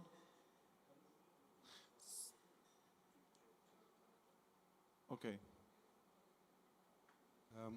Would you like to come in contact with Turkish students in the Netherlands that are activating networks within their student community and have access to a lot of educational material, because within our universities and schools of applied science, climate change and all these things are already in effect in their courses. Are you open for an exchange, for instance?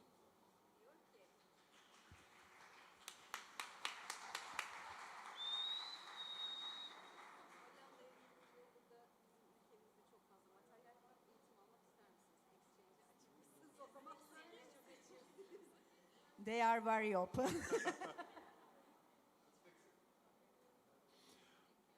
Thank you very much. Thank you, Emel. Thank you, everyone. Thank you for being here.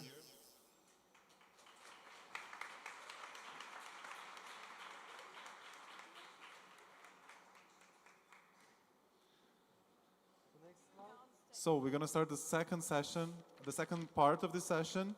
We'll invite to the stage research professor from Oslo Met, Einar Braden, Rachel Heckinger from senior researcher at the University of Luxembourg, Daniel Wilde, professor from the University of Southern Denmark, Mikael Lindel, senior lecturer at Tampere University of Applied Sciences, and joining online we have Julia Hosquelar, postdoctoral research fellow at the University of Luxembourg.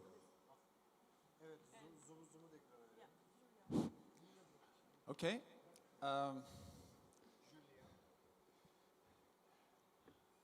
Let's see if these old people on stage are completely reactionary in their thoughts compared to what we have seen.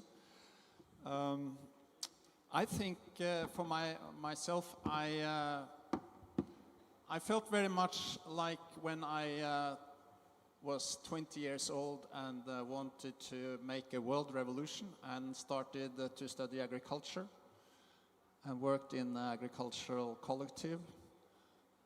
And I must admit that I didn't really manage to carry out that revolution.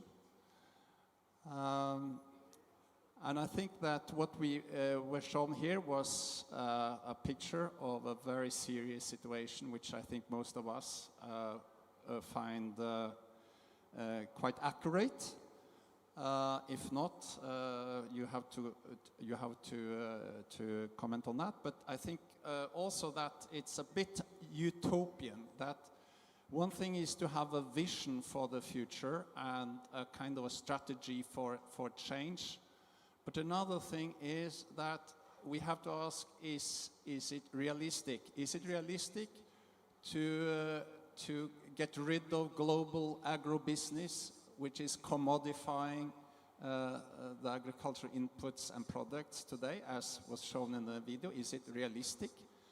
And do we need this kind of visions to make change, or do we need more realism to make change? That was maybe a first kind of question, and I challenge you to have your thoughts about as I understand, was the main narrative, to repeat what you asked for, Daniel. So do you want, Mikael, to say a few words about your thoughts? Okay, thanks. I will thank the students for the presentation. That was excellent. Thank you. One comment from the history shown in the video is that the line "everyone worked together." So the challenges in food system are so, let's say, complex that we need all the people in building the like new things. And talking about FUSILLI, we have learned lots of things when we do things together, learning from each other. That's my point. Yeah, I want to push back a bit, Einar, on this notion that what was shown was utopic and that we maybe need a bit more realism. And maybe it comes back to the question of storytelling and narratives and the perspectives we choose to take. I think what was shown in the video we can already see in some parts of the world, not everywhere. There is great inequality and great injustice, and we've heard a lot today about how we can feed the world 4 times over. It's a distribution problem, and there are many other things that we've heard today that give cause for thought. But when you say bring some realism in, the reason I push back against that is because I think we can realistically, no matter how old we are, advocate for radical change. That may seem radical if we think of the system in certain ways, but if we approach the system as something that has, a system is complex. It's a whole lot of nodes that are connected in different ways, and you pressure one part and it can cause pressures in other parts. And so it's about what are the small changes that we can do maybe that can have big impacts. Big impacts throughout the system, big impacts in the narratives and mindsets that we bring to what we have to do. So I want to advocate for seeking out and trying to together co-construct the kind of narratives that we want to be working towards. Yes, is my microphone, yeah, it's working as well. So I absolutely loved the video, and one of the reasons why I loved it so much is that you recounted the story, particularly at the end, in the past. So you basically enacted a performativity to show that this has already been done. This is already existing. And you basically just show the ingredients, how this can be done. And this is really something I think is quite important, that we go for innovations like this, also other ideas like the social security of food, for instance. Lots of ideas in this domain that can bring about quite a radical change without waiting for big, established, hegemonic capitalistic structures to come along, come on board, and possibly fight or not fight those innovations, but just really carve out a space and go about just doing it and not being afraid of co-option, because there will be a certain degree of co-option, but already just getting on with it. And this will create traction, and that's how you showed it in your video with what I call the performativity of the innovations that are within reach. And another point that I find important is that we have to give more and more space, or claim more and more space, for such multiplication of voices on food sovereignty. That can be quite revolutionary. They can also be more incremental. There can be different changes in the cursor, but we need this fundamental multiplication of voices and claiming arenas where they can be displayed and where they can be heard. Okay, thank you. And Julia, hello. What are your thoughts about the video we have seen? Yes, can you hear me? Yes. Okay, perfect. So first, I also love the video. I agree completely with what Professor Rachel has said. And I want to emphasize the need to always remember the core of food sovereignty. I believe that it's not what we need is to think that what is not realistic is the system in which we are living. What is not realistic is to continue sustaining this way of food production and consumption. I think what is realistic is to look forward to reach what we have just saw in the video. And I really encourage to get inspired and promote collaboration and dialogue by and between the initiatives that can shed some light to the greater landscape. These lighthouse initiatives like urban farming that I know are happening all over the world, but also some agroecological farms that have started some networks, community farms. I think that if we keep in mind that, we will already be doing something. And I agree completely with Professor Rachel. We really need to claim those spaces and to amplify the voice of the unheard, especially the indigenous communities. I'm here in Quebec.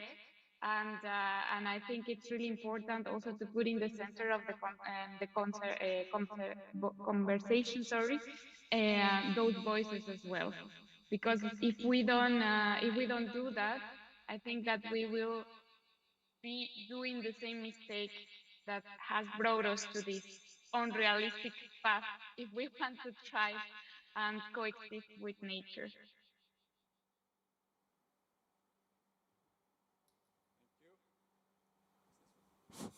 Last one. Okay, thank you, Julia.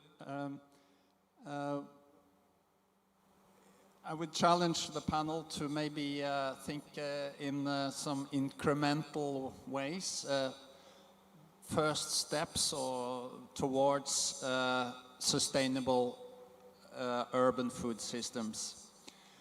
Could you please suggest what, because you have done a lot of research on this, what would you suggest are the main indicators of a radical transformation, the type our young students have suggested? What would you suggest are the measures or the signs we should look for, the indicators?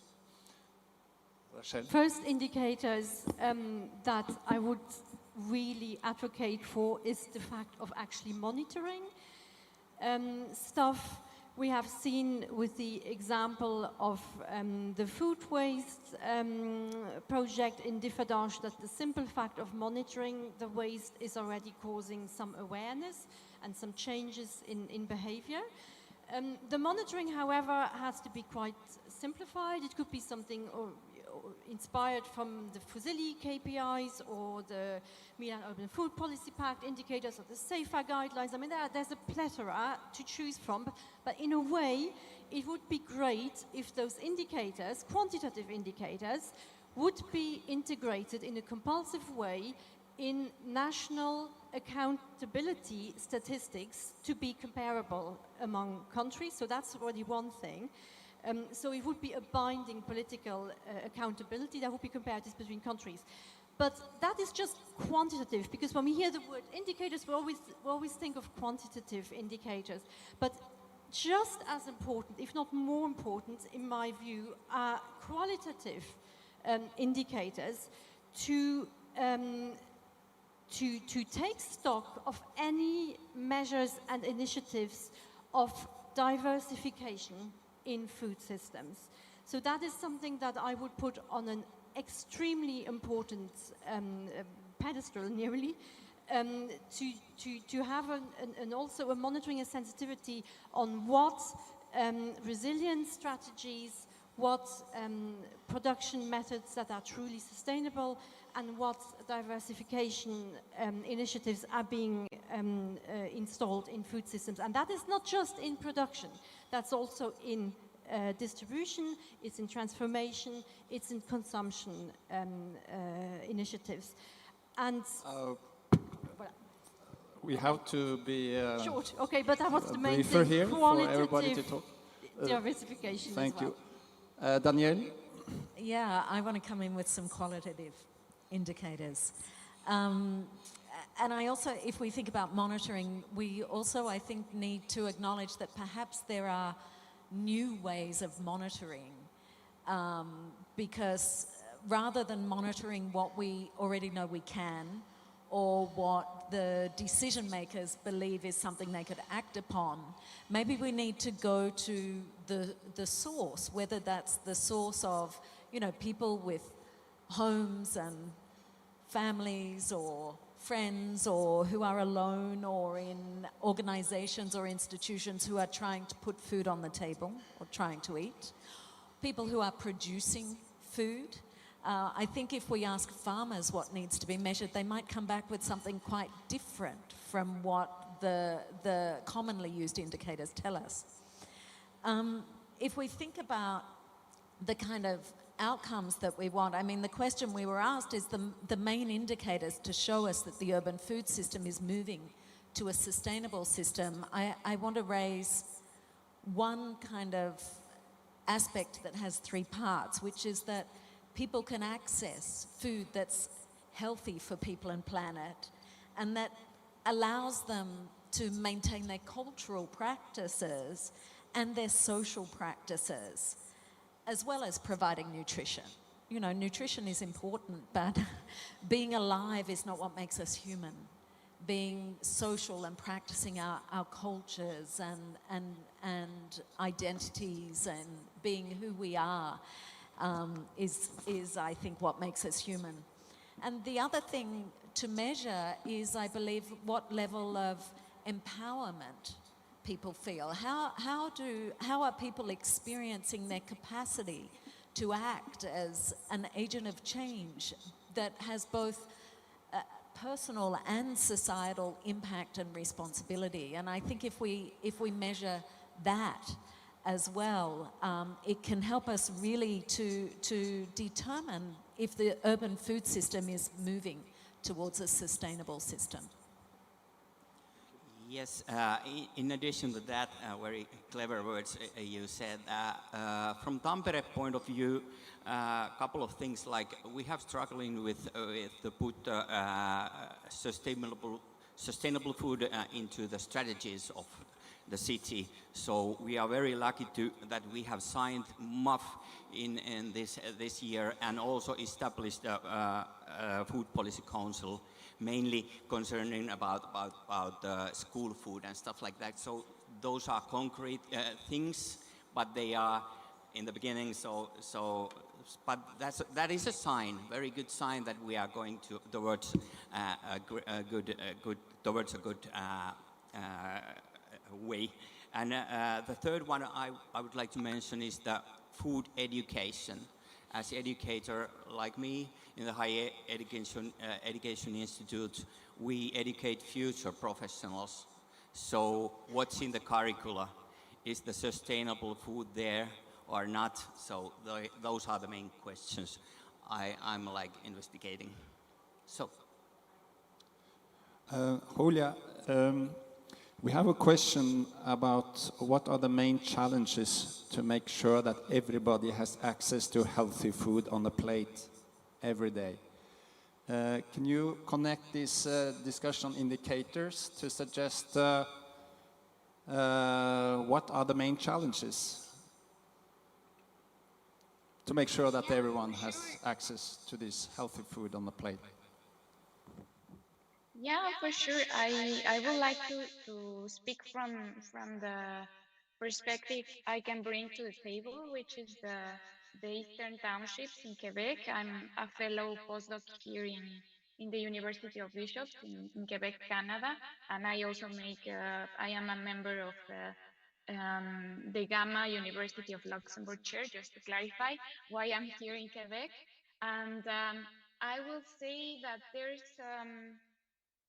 I think there's something we need to talk about, which is establishing fair prices for farmers and making food nutritious and culturally appropriate food accessible to people. I think that's one of the things we have to focus because we for sure want to make sure that agriculture is sustainable. I can tell you that here in this region, agriculture is not sustainable. We are lucky enough to have different policy tools, such as the development plan of the nourishing community is in French, so that's my best try of translation. But basically, this is a plan that is done in a public consultation. It's also done through several sessions with the main stakeholders for finding a strategy of how to bring local food closer to consumers in the municipalities and to help with one of the main challenges, which is the economic disparities. Here in the area, we have one of the highest rates of food insecurity amongst Canada. It's like 1% higher than the rest of Canada. And the fact that people have to spend more money in housing and they have less to spend in nutritious food is something that's really worrisome. Also, the availability of food, of locally nutritious produced food is one of the challenges. And the dependency on food banks. There's quite a lot of food banks, but they are not enough to supply all the people in need. And there has been an increase in employed people that has to go to get their food on food banks. And also we have some regulation issues. There's good strategies to try to fill in these gaps, but the law is really strict on what can you do with establishing food hubs because of sanitary concerns and health issues. So I believe that there's a need to establish a dialogue between different actors of the food system. But I am very hopeful. I am very grateful to be part of this consultation process, and I encourage other places to adopt these kind of initiatives of development, developing a plan for having a community, a nourishment community, or yeah, bringing closer and solving these food insecurity issues.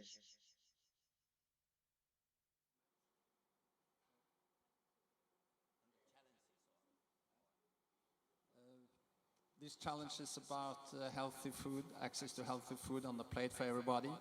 Short comments? Shortly, I look it from the Finnish perspective. Our system, food system and the food business is highly centralized, so can we have a place for small producers and primary producers so that we ensure that ensure the value distribution equality in our country. That's one of the main concerns in Finland. So.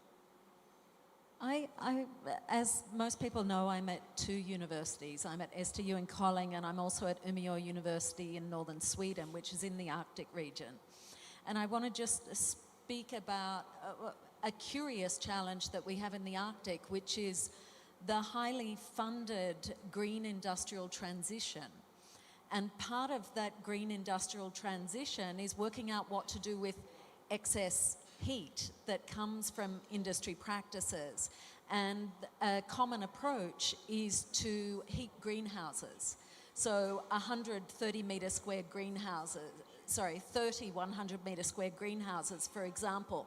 And the business models that are being brought forward are to base the greenhouses on monocultures such as they use in the Netherlands, because the research shows that that's what consumer wants, tomatoes that don't taste like very much.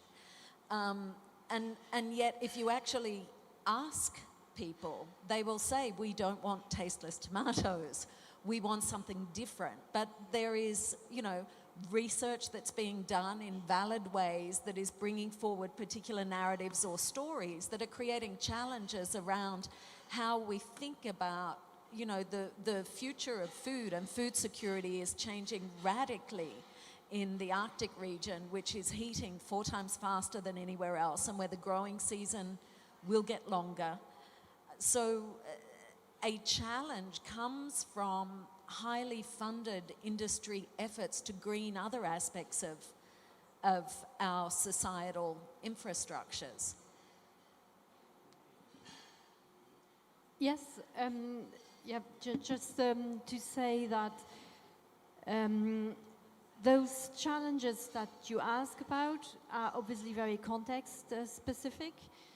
And even in Luxembourg, where I'm based, which is the country with pretty much the highest GDP per capita in the world, there is 18% of poverty in the population. So even in a country like that, there are hefty challenges, and the challenges are actually structural.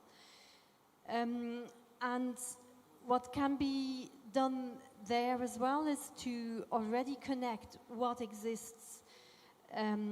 Something that Mark was saying this morning, if I remember correctly, to already much better connect what exists, and as a very simple example, come back to the waste management project that we heard of today, for instance, and link that to distribution of surplus rather than actually putting it in the bin.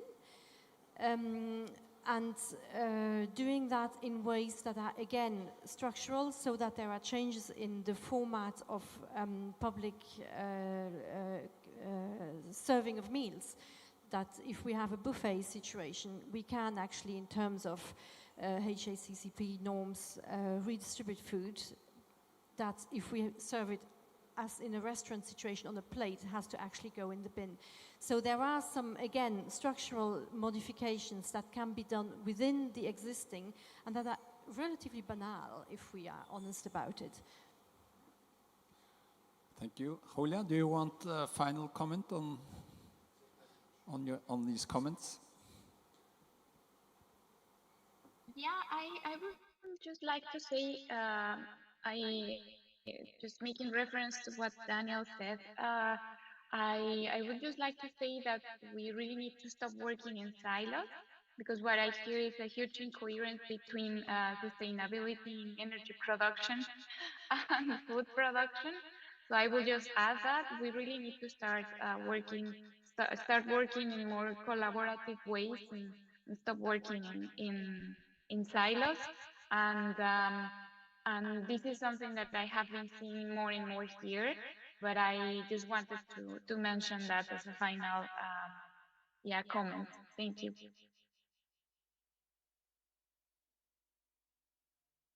I suggest we turn to a final huge question which we have put on the table panel.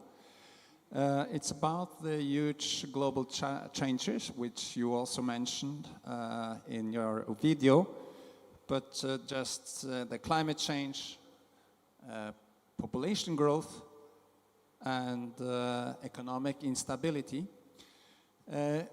So the question is, how can the local, the urban food systems be protected from these volatilities on the global? Is it possible to reduce the vulnerability of the urban food system on these global changes, which we are seeing going on? I think, Danielle, could you be the first one? I'd love to start. I want to just speak briefly to the example of Maruya on the south coast of New South Wales in Australia.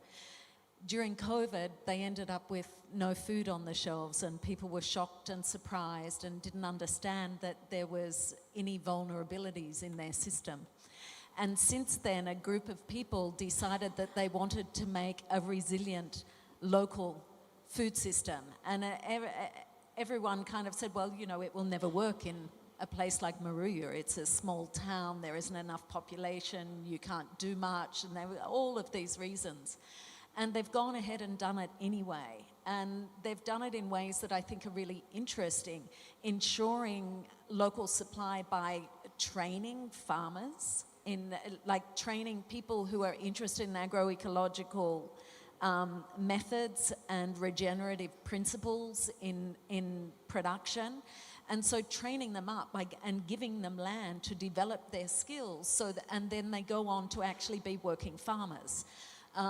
Training other people up and running an open garden space where they give people plots of land where they can do experiments, and these experiments, sometimes they're just for the pleasure of having space to grow, and other times they're very real on the social space that they made in the garden, which was very visible. And so despite evidence that pointed to their idea of having a resilient local food system, telling them that they couldn't do it, they went ahead and did it anyway. And they gathered people together and they co-created possibilities, and they thought wildly out of the box. And despite many challenges along the way, they are growing an extraordinarily resilient local, and pressures in the system can be pushed more in the direction that we want to take it. So it's local enough to have as high a resilience as is possible. Thank you. We are allowed to exceed a little bit the time limit. We started a bit after what was scheduled. So if you have patience, please, 5 minutes more. Comments, Mikael? Yes? Very, very well said. As you mentioned very good things. From Finnish point of view, we have a welfare society in Finland, but we still have kind of problems of inequality there, and that's in Finland we have the saying that one is a master of one's destiny, so that shouldn't be a case. We need everyone to bring the best possible results. That's I think, all I can add to that shortly. Julia, you want to say something?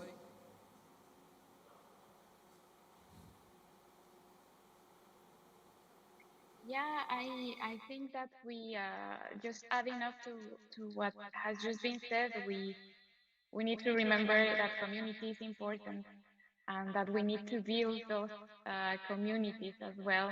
I think we sometimes get too involved in individualism. I can see it here, but we need to keep community values as the core as we look for solutions for everyone. I think that's one key thing to I think I'd like to add to what has been said, that obviously we're in a a period of doom and gloom, as Jane was painting earlier. And what you were saying, I mean, that the ecosystem around the country is actually dead. I mean, it's a reason to really be despaired. So we're not being naive, but in that context, what will help us to go forward is to keep an emotional commitment as well towards those values, and to experience something that Mark said, small word, it was fun. It might sound out of place, but it's really the emotional and affective commitment to changes that will help us go forward, that will help us come up with ideas, and that will also help us with citizen commitment. Like you were saying earlier, that policy obviously has to give regulations, have sanctions, but needs the help and the participation of citizens. And that can only happen if the food environments are enhancing, if it's a fun experience, a convivial experience, to participate in a myriad and a multitude of activities, be it community, cooking, festivities, get-togethers, communal gardening, you name it. But it has to be something that makes us feel like a society and not just being alive as a simple, surviving, but actually continuing to build culture and society in a meaningful and peaceful, equitable way. And to learn off people and communities that we often marginalize. People are often marginalized because they're a little bit different from the norms. But if we embrace the full spectrum of humanity, if we embrace the full spectrum of culture and identity, if we learn from those who are different from us, I mean, I'm Australian and I live in the Arctic. I live in 2 unceded Indigenous territories. And when we learn from people who have other perspectives and who have stewarded and cared for the land for many, many years, we can together learn how to think new ways into the very different conditions that we are moving into, that no one has lived through, at least in living memory. Thank you. I think that was a good final note, appealing to community and the emotional happiness, actually, conviviality of being part of community that is changing, making changes in our environment and our living conditions. So maybe that's also an advice to our younger colleagues, that we must remember to enjoy the community while we are changing the world. Alexandra from Kharkiv, she showed in the middle of the war, they organized a food party, a food feast. And this is, I think, tells us maybe that how we can go about. Yes? Can I say just one more thing? Our bodies are really important in this. When we eat, we ingest other living parts of the natural world. And we entangle ourselves with the rest of nature, and it's the closest we get on a regular basis to being our who we are as part of nature. Our bodies help us know things. It's not just our brains. We make sense of the world through all of our senses, and from that sense-making process, we make meaning of the world. So the commensality or fellowship at table, conviviality, the thinking through moving, making, doing, cooking, eating together, growing, having your hands in the soil, smelling the world, I think is fundamental. And we have these gatherings of all of us intelligent people. I think we sometimes forget to say it, but I think we can see it in the examples of the things that work well It's when people are there engaging in embodied ways of imagining and knowing and sharing and being together. Thank you, dear panel. I think this was a good prologue to the dinner we will have together this evening. Please, our wonderful master of ceremony, you may. Thank you, Einar. Thank you, Daniele. Thank you, Rachel. Thank you, Michael.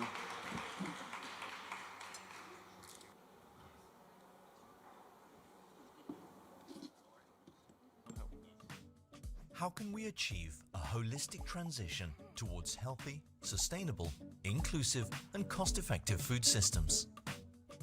FUSILLI addresses this challenge by fostering the urban food system transformation through innovative living labs implementation in 12 European living lab cities. The living labs are collaborative spaces where communities implement sustainable food practices through actions that cover 5 key areas of the food system. Governance, innovative actions to create long-term commitments for sustainable food systems. Production and processing, innovative actions focused on urban agriculture and farming. Distribution and logistics, innovative actions to minimize packaging and logistics impact. Consumption, innovative actions that aim to raise awareness of sustainable urban food systems. Food waste, innovative actions to reduce and recycle waste to produce bio-based secondary products. Some cities have created food environments that market local products and promote healthy consumption habits through educational programs. Other cities have planted urban gardens that engage citizens in sustainable farming and strengthen urban-rural connections. Another concrete example is the establishment of public kitchens to test innovative, scalable practices that ensure food surpluses are reused or redistributed to minimize waste. FUSILLI has sown the seeds of change. Now it's up to the cities to nurture the labs and grow a sustainable food future. Thank you, everyone. We are coming to the end.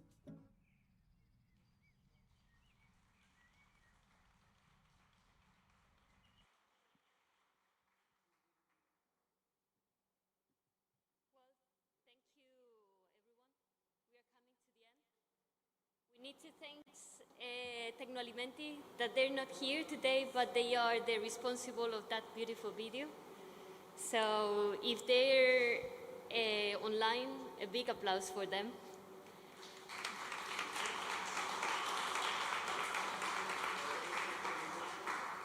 And finally, first of all, thank you everyone, participants and speakers, for being here in this final conference, and hope you've enjoyed the whole day.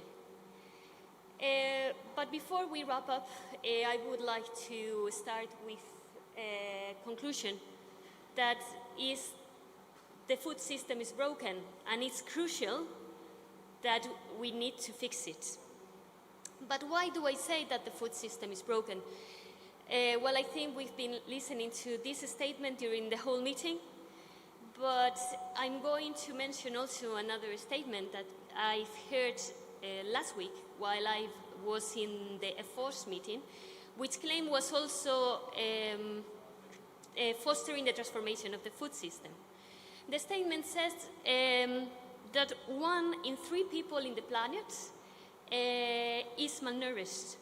And this data become when you gathered all the severe wasting, the severe stunting, the severe obesity, overweight, diabetes, anemia, hypertension. When you join all this data together, you obtain this statement that is 1 in 3 people in the planet is malnourished. And no country is exempt of this problem. I was curious in my trip to Turkey, so I Googled what was the situation in Turkey.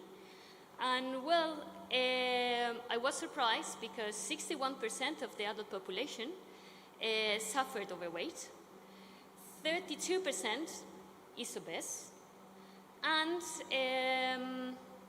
25% is anemic.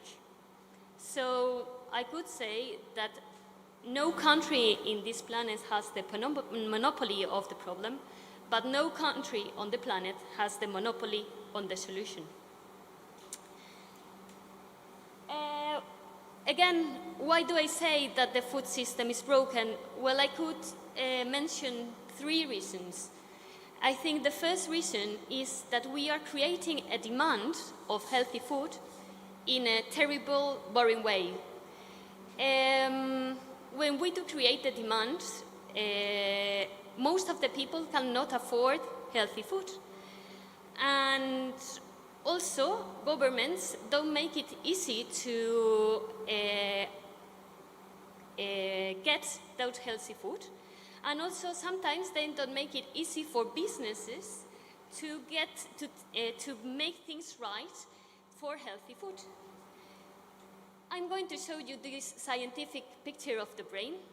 The left side of the brain represents a very driven, numbers, logical, linear kind of people. I would say that I'm this kind of person, although my family and friends wouldn't say the same. And I would allocate here the classical behavioral change programs. On the other side of the brain, on the right side, we can find all the other stuff. We can find the emotions, we can find the colors, the language, the disability, the music, the deliciousness. That's another thing. I've been going to a lot of meetings during these 4 years about food, and I've never heard the word delicious when referring for food, for healthy food. And why should I eat healthy food if it is not delicious? Well, I think businesses are brilliant on this kind of stuff. They most of the times make us to buy things that we don't even know we need it, and make us to eat food that we don't even know we want them. So behavioral change is rare, but if we do it right, I think it's very powerful. So I think we need a hybrid approach. We need the best of the science and the best of the public sector, and we need the best of the disruptive progress of the businesses. The second reason is that we need to drive down the prices of the healthy food. We can find processed and unhealthy food very cheap and very easily. But it is not the same situation for healthy food, so we need to make a change on this approach. And finally, we need to enable businesses to do positive things for the food system. And it's very important to not ignore businesses. We need to hold them accountable and enable them to innovate and contribute to the food system. And in this aspect, governments, I think, play a very important role. They need to include them, to incentivize them, to make them innovate in the correct way, and include them also in their budget documents. So, to finish the meeting, maybe, that's a personal opinion, what we need to do is not to think on the demand on this kind of stuff, not make that such effort on the environmental impact or in the business stuff. I think the main important thing is to ask the right question, and I think it's also mentioned in another sessions. I've heard a lot that question, how much food is needed to feed the world in 2030 or even in 2050? And these two food here, rice and hamburgers, are doing very good work. We're filling stomachs. But it is enough for filling stomachs. I think this is not the right question. Maybe it's not mine, that question, but I read it in an article that the good question is what needs to happen to nourish the world. Nourishment goes beyond than filling stomachs. It's ensure health, dignity, and possibilities for all. So that question challenges all of us. And it's not just producing food, it's making food available, affordable, and desirable. So to achieve this, we need policymakers, we need businesses, we need families, we need schools, we need communities. But am I doing enough? Or could I do more? Could I do as a policymaker, as a Minister of Health? Could I do as a journalist or as a researcher or as a civil society organization doing more for Nourish the World? So as Jane Butterfly also say, facts need to happen. And we need to build a norm, we need to drive down prices, we need to support responsible businesses, and we need to collaborate with responsible businesses, but we need also to inspire behavioral change. So here we are today to being part of this journey, so thank you very much for being here. Oh, that's... okay, thank you.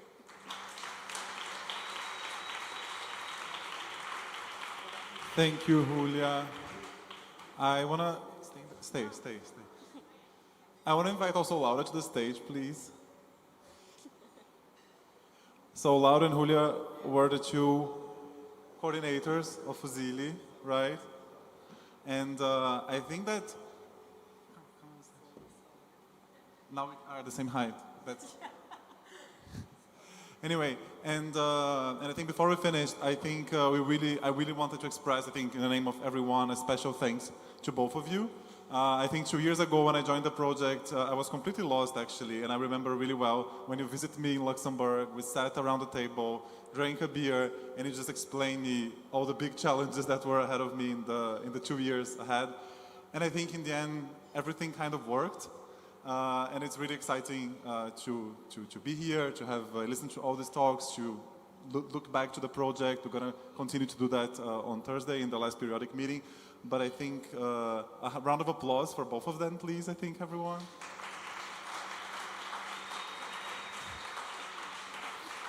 And well, we still have the dinner tonight.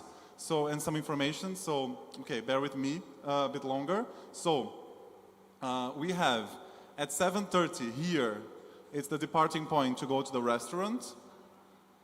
Or you can go directly to the restaurant and then you have the address that was sent by email at 8 there at the restaurant. So I think, right? The name of the restaurant is Özdemiroglu Kebab Baklava.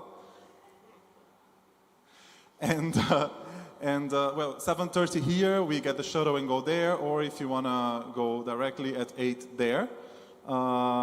Tomorrow, we previously informed you that we should be here at 9:30, but 9:15, right? So 9:15 tomorrow, everyone here to get the shuttles for all the field trips we're going to do today. We're going to visit a bunch of really nice locations and activities and projects that Nilüfer implemented during the FUSILLI project. So 9:15 here tomorrow for the day of visits, of field trips.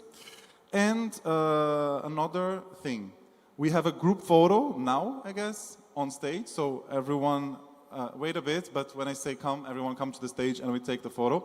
And also, please, in the entrance hall, there's this big canvas of the FUSILLI project, and the idea is that everyone that was here today and that's going to stay with us in the next days signs that canvas. So you can leave a message, sign your name, give your autograph, I think, and leave your mark in Nilüfer. And I think now we can just come and to take the photo on stage, everyone, please. And thank you, everyone that is watching from all over Europe and the world, online. Come, people. We'll take the final picture.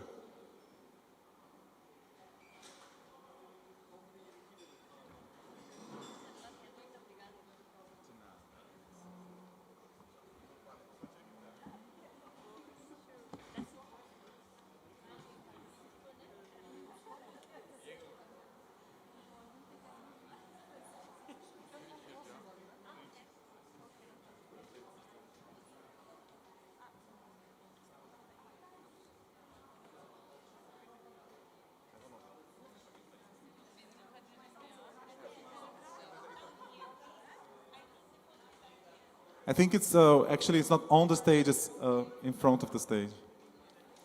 It was not very clear.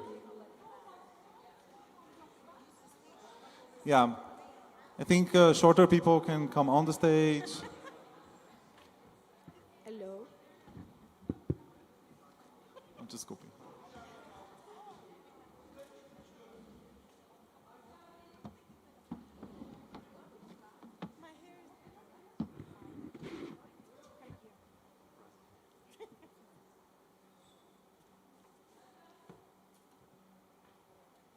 Everyone says cheese.